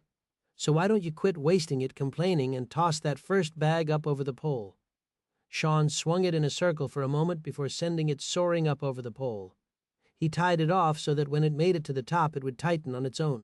Aslan handed him a second and third bag, and by the time they were down the street there was a line for as long as they could see of blood bags swaying in the wind, dripping slowly in the wind. When they could hear growling in the distance, they drove with Aslan behind the wheel a few hundred yards away off of the bloodied path and climbed up onto the roof of a price chopper market. Aslan groused, "Well, I guess now we wait for the turn to come. What do you think we're going to get for a turnout?" Shaun didn't say anything, but McQuaig said, "Oh shit, we're going to get like 200, maybe 250. Hell, we might get 1,000. Shaun looked at the two of them and watched as the dead began to fill the street. He saw no Alpha screaming to leave the blood alone. No, these dead were hungry, thirsty, and ready for something, anything they could get on their lips. Shaun didn't say anything else as he tucked beneath his scope and began ridding the world of the dead. Aslan and McQuaig watched, smiling, seeing Shaun hitting dead on with skull shots. They both knew that it would be no use to worry about cleaning these up with machine guns. There was nothing but hope pouring out of them with each squeeze of the trigger. They spent the next 4 hours taking turns, keeping the rifles firing one after another, only taking breaks for their guns to cool off, so that the barrels didn't overheat. When the piles became too large, they moved down, staying behind the buildings and going to a new one along the 2-mile stretch worth of strip malls. When the day was coming to an end, Aslan was sold on the idea that they were on to something and that this was the answer. He set the gun down, pulling out a reserve smoke that he only had a few of. He'd stopped, per the kids' insistence that they would leave him behind if they were hacking up a lung while they were running from the dead. He hit the transmit button, smiling. "Clary, you have to come and see this." Shaun's idea was genius. "This is a fucking game changer, brother. We had to have shot 300 or 400 of those stinking bastards. This is the best." Shaun felt it before he realized why he had winced. He felt his face and brought back a hand lightly covered in blood. He looked to Aslan, horrified. A stream of blood was running down the front of his fatigues. Shaun looked down in front of him, seeing that the tissue was skin, fatigue coat, and pieces of his heart. Shaun's eyes started to well up with tears, but Shaun fought them back. Aslan tried to smile but coughed on blood that spurted from his mouth. Shaun ran to him, but he held up a hand telling him to stop. McQuaig started to say something when his second shot went off. McQuaig went down hard, falling over the roof. Shaun gripped his rifle, running for the edge of the roof, keeping low to the ground. Clary was screaming over the radio. It had been struck down as Aslan fell to the ground. Shaun jumped from the roof, landing on top of the Hummer roof. He threw his guns in, wasting no time. He hit the start and floored it, running over the curbs, and when he had an open spot to turn it around, he did. The turned were looking for the source of the shots. The cover of silencers was now gone, and the dead were more interested in the sounds than the blood. Shaun raced around the corner knowing that the shots were rifles and that they had been from a good distance back. When he drove to the nearest street, he saw an old truck pulling out of a driveway. When he saw the man look back at the Humvee, he knew instantly he had been the man that was responsible for the death of his friends. Shaun drove straight for the truck. His truck's passenger door was pointing towards Shaun's front. Shaun turned the truck just enough so that he aimed directly for the back right wheel of the truck. He slammed into it with no slowing down. When he hit, the truck spun violently into a tree. When the man tried to get out of the truck, Shaun was already holding a gun on him. Cade tried walking, but had broken his leg. He held up his hands and said, "You got me, kid. Christ, I would have had you if it wasn't for not having a silencer." "That is what gave me away, isn't it?" Shaun pulled the trigger on his pistol, hitting him in his good leg. Cade screamed in pain. "I said that I give up," Bella said. "You guys were all just and honest. What the fuck are you doing?" Shaun fired again, striking him in the arm, keeping him from crawling, and when he still tried to crawl, he shot him in the other arm. Shaun walked up, staring at him. Cade started laughing. He said, "Christ, you're just a fucking kid. What the fuck is wrong with you? You just shot two of the people that I care most about in this world. What exactly do you think is wrong with me? But you're supposed to, help me and shit." Shaun pulled out 3 blood bags. He sliced through them, standing over a immobilized Cade. The crimson red poured over him, washing him in blood. The nectar to the dead was going to be more than they would be able to withstand. Shaun fired his pistol until the magazine was spent. Cade said, "Hey, kid, come on. You can't leave me like this. You can't leave me alone." Shaun climbed into his Humvee, glad that it was still running like a tank. He said, "You don't have to worry, asshole. You won't be alone for long." Shaun pulled down to the end of the street, standing and watching the feeding take place. Cade screamed until he did not have the body parts to be able to produce sound. Shaun smiled, thinking that he was getting everything he deserved. When the dead had eaten and lost interest, they eventually left. Shaun went back to where he had left behind Aslan and McQuaig and climbed back up to the roof. When he saw the two of them, the tears threatened him, and he let them come. His shoulders shook, and he could not help but let his emotions pour out. When he heard Clary coming over the radio, he couldn't help himself. He screamed, "Clary, they're all dead. McQuaig and Aslan are both fucking gone." Clary could barely speak. He said, "Shaun, oh, thank God you're okay. What happened? What do you mean they're dead? What happened, Shaun?" The guy from the other housing development that we thought we took out, he was watching us the entire time. When we were done for the day, all I heard or felt was the shot or what came out of Aslan. A second later, he took out McQuaig. We never saw it coming. We were up here for hours without any issues. We killed hundreds of them, Clary. Hundreds, and that motherfucker took them out. Shaun, it's okay. Tell me where you are, and I will come get you myself. We will all come get you. It is going to be okay." Shaun just stared at the dead, thinking how anyone he had gotten close to was just biding their time until they were dead. He said, "It isn't going to be okay, Clary. Anyone that gets close to me gets hurt, gets shot, or gets killed. Shaun, where are you, buddy?" Shaun looked at the radio and picked up McQuaig and Aslan's rifles and gear before hitting the transmit button. He said, "Do me a favor, Clary. Tell Ellie I love her." Clary said, "We can be there in 10 minutes, Shaun. Don't do anything stupid. You guys know how to kill the dead now. There's no reason you need me here to do it. I'm going on my own. At least anyone else I meet isn't going to be as close as you guys. I might come back one day. Sorry about Aslan. I know he was like a brother to you, Clary. Yeah, he was, and you're like a son. Don't leave, Shaun. We can't afford to lose anyone else. You're going to break Ellie's heart. Just promise me you'll take care of her, Clary. I'll take the radio with, but don't sit waiting for it to come on. Fox property." Shaun used the flashlight. The hill he had been up and down hundreds of times seemed shorter than before. His legs did not burn when he made it to the top. He looked at the wooden cross where his dad rested. He walked over to it slowly, sitting down and resting against a tree. He said, "Hi, Dad. Sorry about this. I meant to do better. We all did. I wanted them gone. I wanted them dead, and to write things the way that I know you would have if they wouldn't have taken you from me as well. I promise that I will write this. If it is the last thing that I ever do, I'm going to take them out." Shaun sat there through the night. He did not want to let the emotions in, but there was little he could do. He sat with a fire watching the shadows dance on the ground near the burnt cabin that he'd grown up in. He thought the entire night until he had plans on what his next moves were going to be. As the sun started to rise, Shaun went back down the hill. Chapter 29, 2 weeks later. Shaun sat on the roof of the building. He'd been watching it for hours, waiting to see if there were any of the dead. He'd found the address in a phone book in a part of town that looked abandoned. When he thought that there was nothing to worry about, he made his way down to the street and ran across to the alley that he hoped would lead to a side door. He didn't know if the store was going to be empty, but he figured there had to be something to eat. The food that he had picked up along the way had been few and far in between. He had second-guessed many times going back to the base, but the thought of Aslan and McQuaig on the roof had put the thoughts to sleep. When he ran up to the alley, one of the turned who'd been hidden behind a dumpster came out of nowhere. He raised his rifle, ready to take aim, when a foot from behind him slid his feet back, gripping his rifle and tossing it to the side. Shaun barely saw what was happening before it had. The man stepped over him quickly, carrying something glistening by his side. The turned leapt into the air, coming at him and jumping off of the wall. The man did not as much as flinch. When the dead came near him, he brought up the blade once directly under its neck, letting the force of its jump do the work. The turn's head spun to the side, and the decapitated corpse landed a few feet from Shaun. When he turned around, he saw a man that he was confident was of Chinese descent. The man had a sword that Shaun could only guess was a samurai sword. The stranger wiped the blade with a rag, and Shaun pushed up from the ground.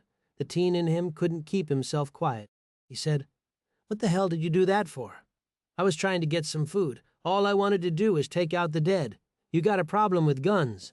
The man responded, "Guns are loud. You are loud. You want food. You find somewhere else." Shaun said, "There isn't enough to share. I came a long-ass way to get here." The man shrugged, opening the door. "You don't look like you're going to live long. Why should I waste my food on you?" Shaun pushed up from the ground, staring at the man's blade and seeing that there had been no use for silencers or gunpowder. He said, "Do you think that you could teach me? I've driven from a long way away. I want to teach people how to kill the dead." The man stopped opening the door, gaining a little bit more respect for the young boy. He said, "What do you know of the dead? Where did you get such weapons?" Shaun said, "For the last year I've been in Iowa living with a group. We've been doing one thing, and that has been killing the dead. When things went wrong, I decided it was time to move on and teach others how to do it. It is not hard if you have the equipment to do it. They feed on flesh and blood. If you have one of those, that is all that you need to succeed." The man said, "If I teach you, will you learn?" Shaun said, "If you teach me, I'll do whatever you want. What is your name, sir?" "You can call me Mr. Lee, and you can call this your first weapon. It is a katana. You need to learn how to be quiet. Do you have any questions? Are there others still alive here, Mr. Lee?" He shrugged and said, "Thousands, they need to be found." Shaun pushed up, grabbing his gear, and followed the man, ready to start the next part of his education. The end.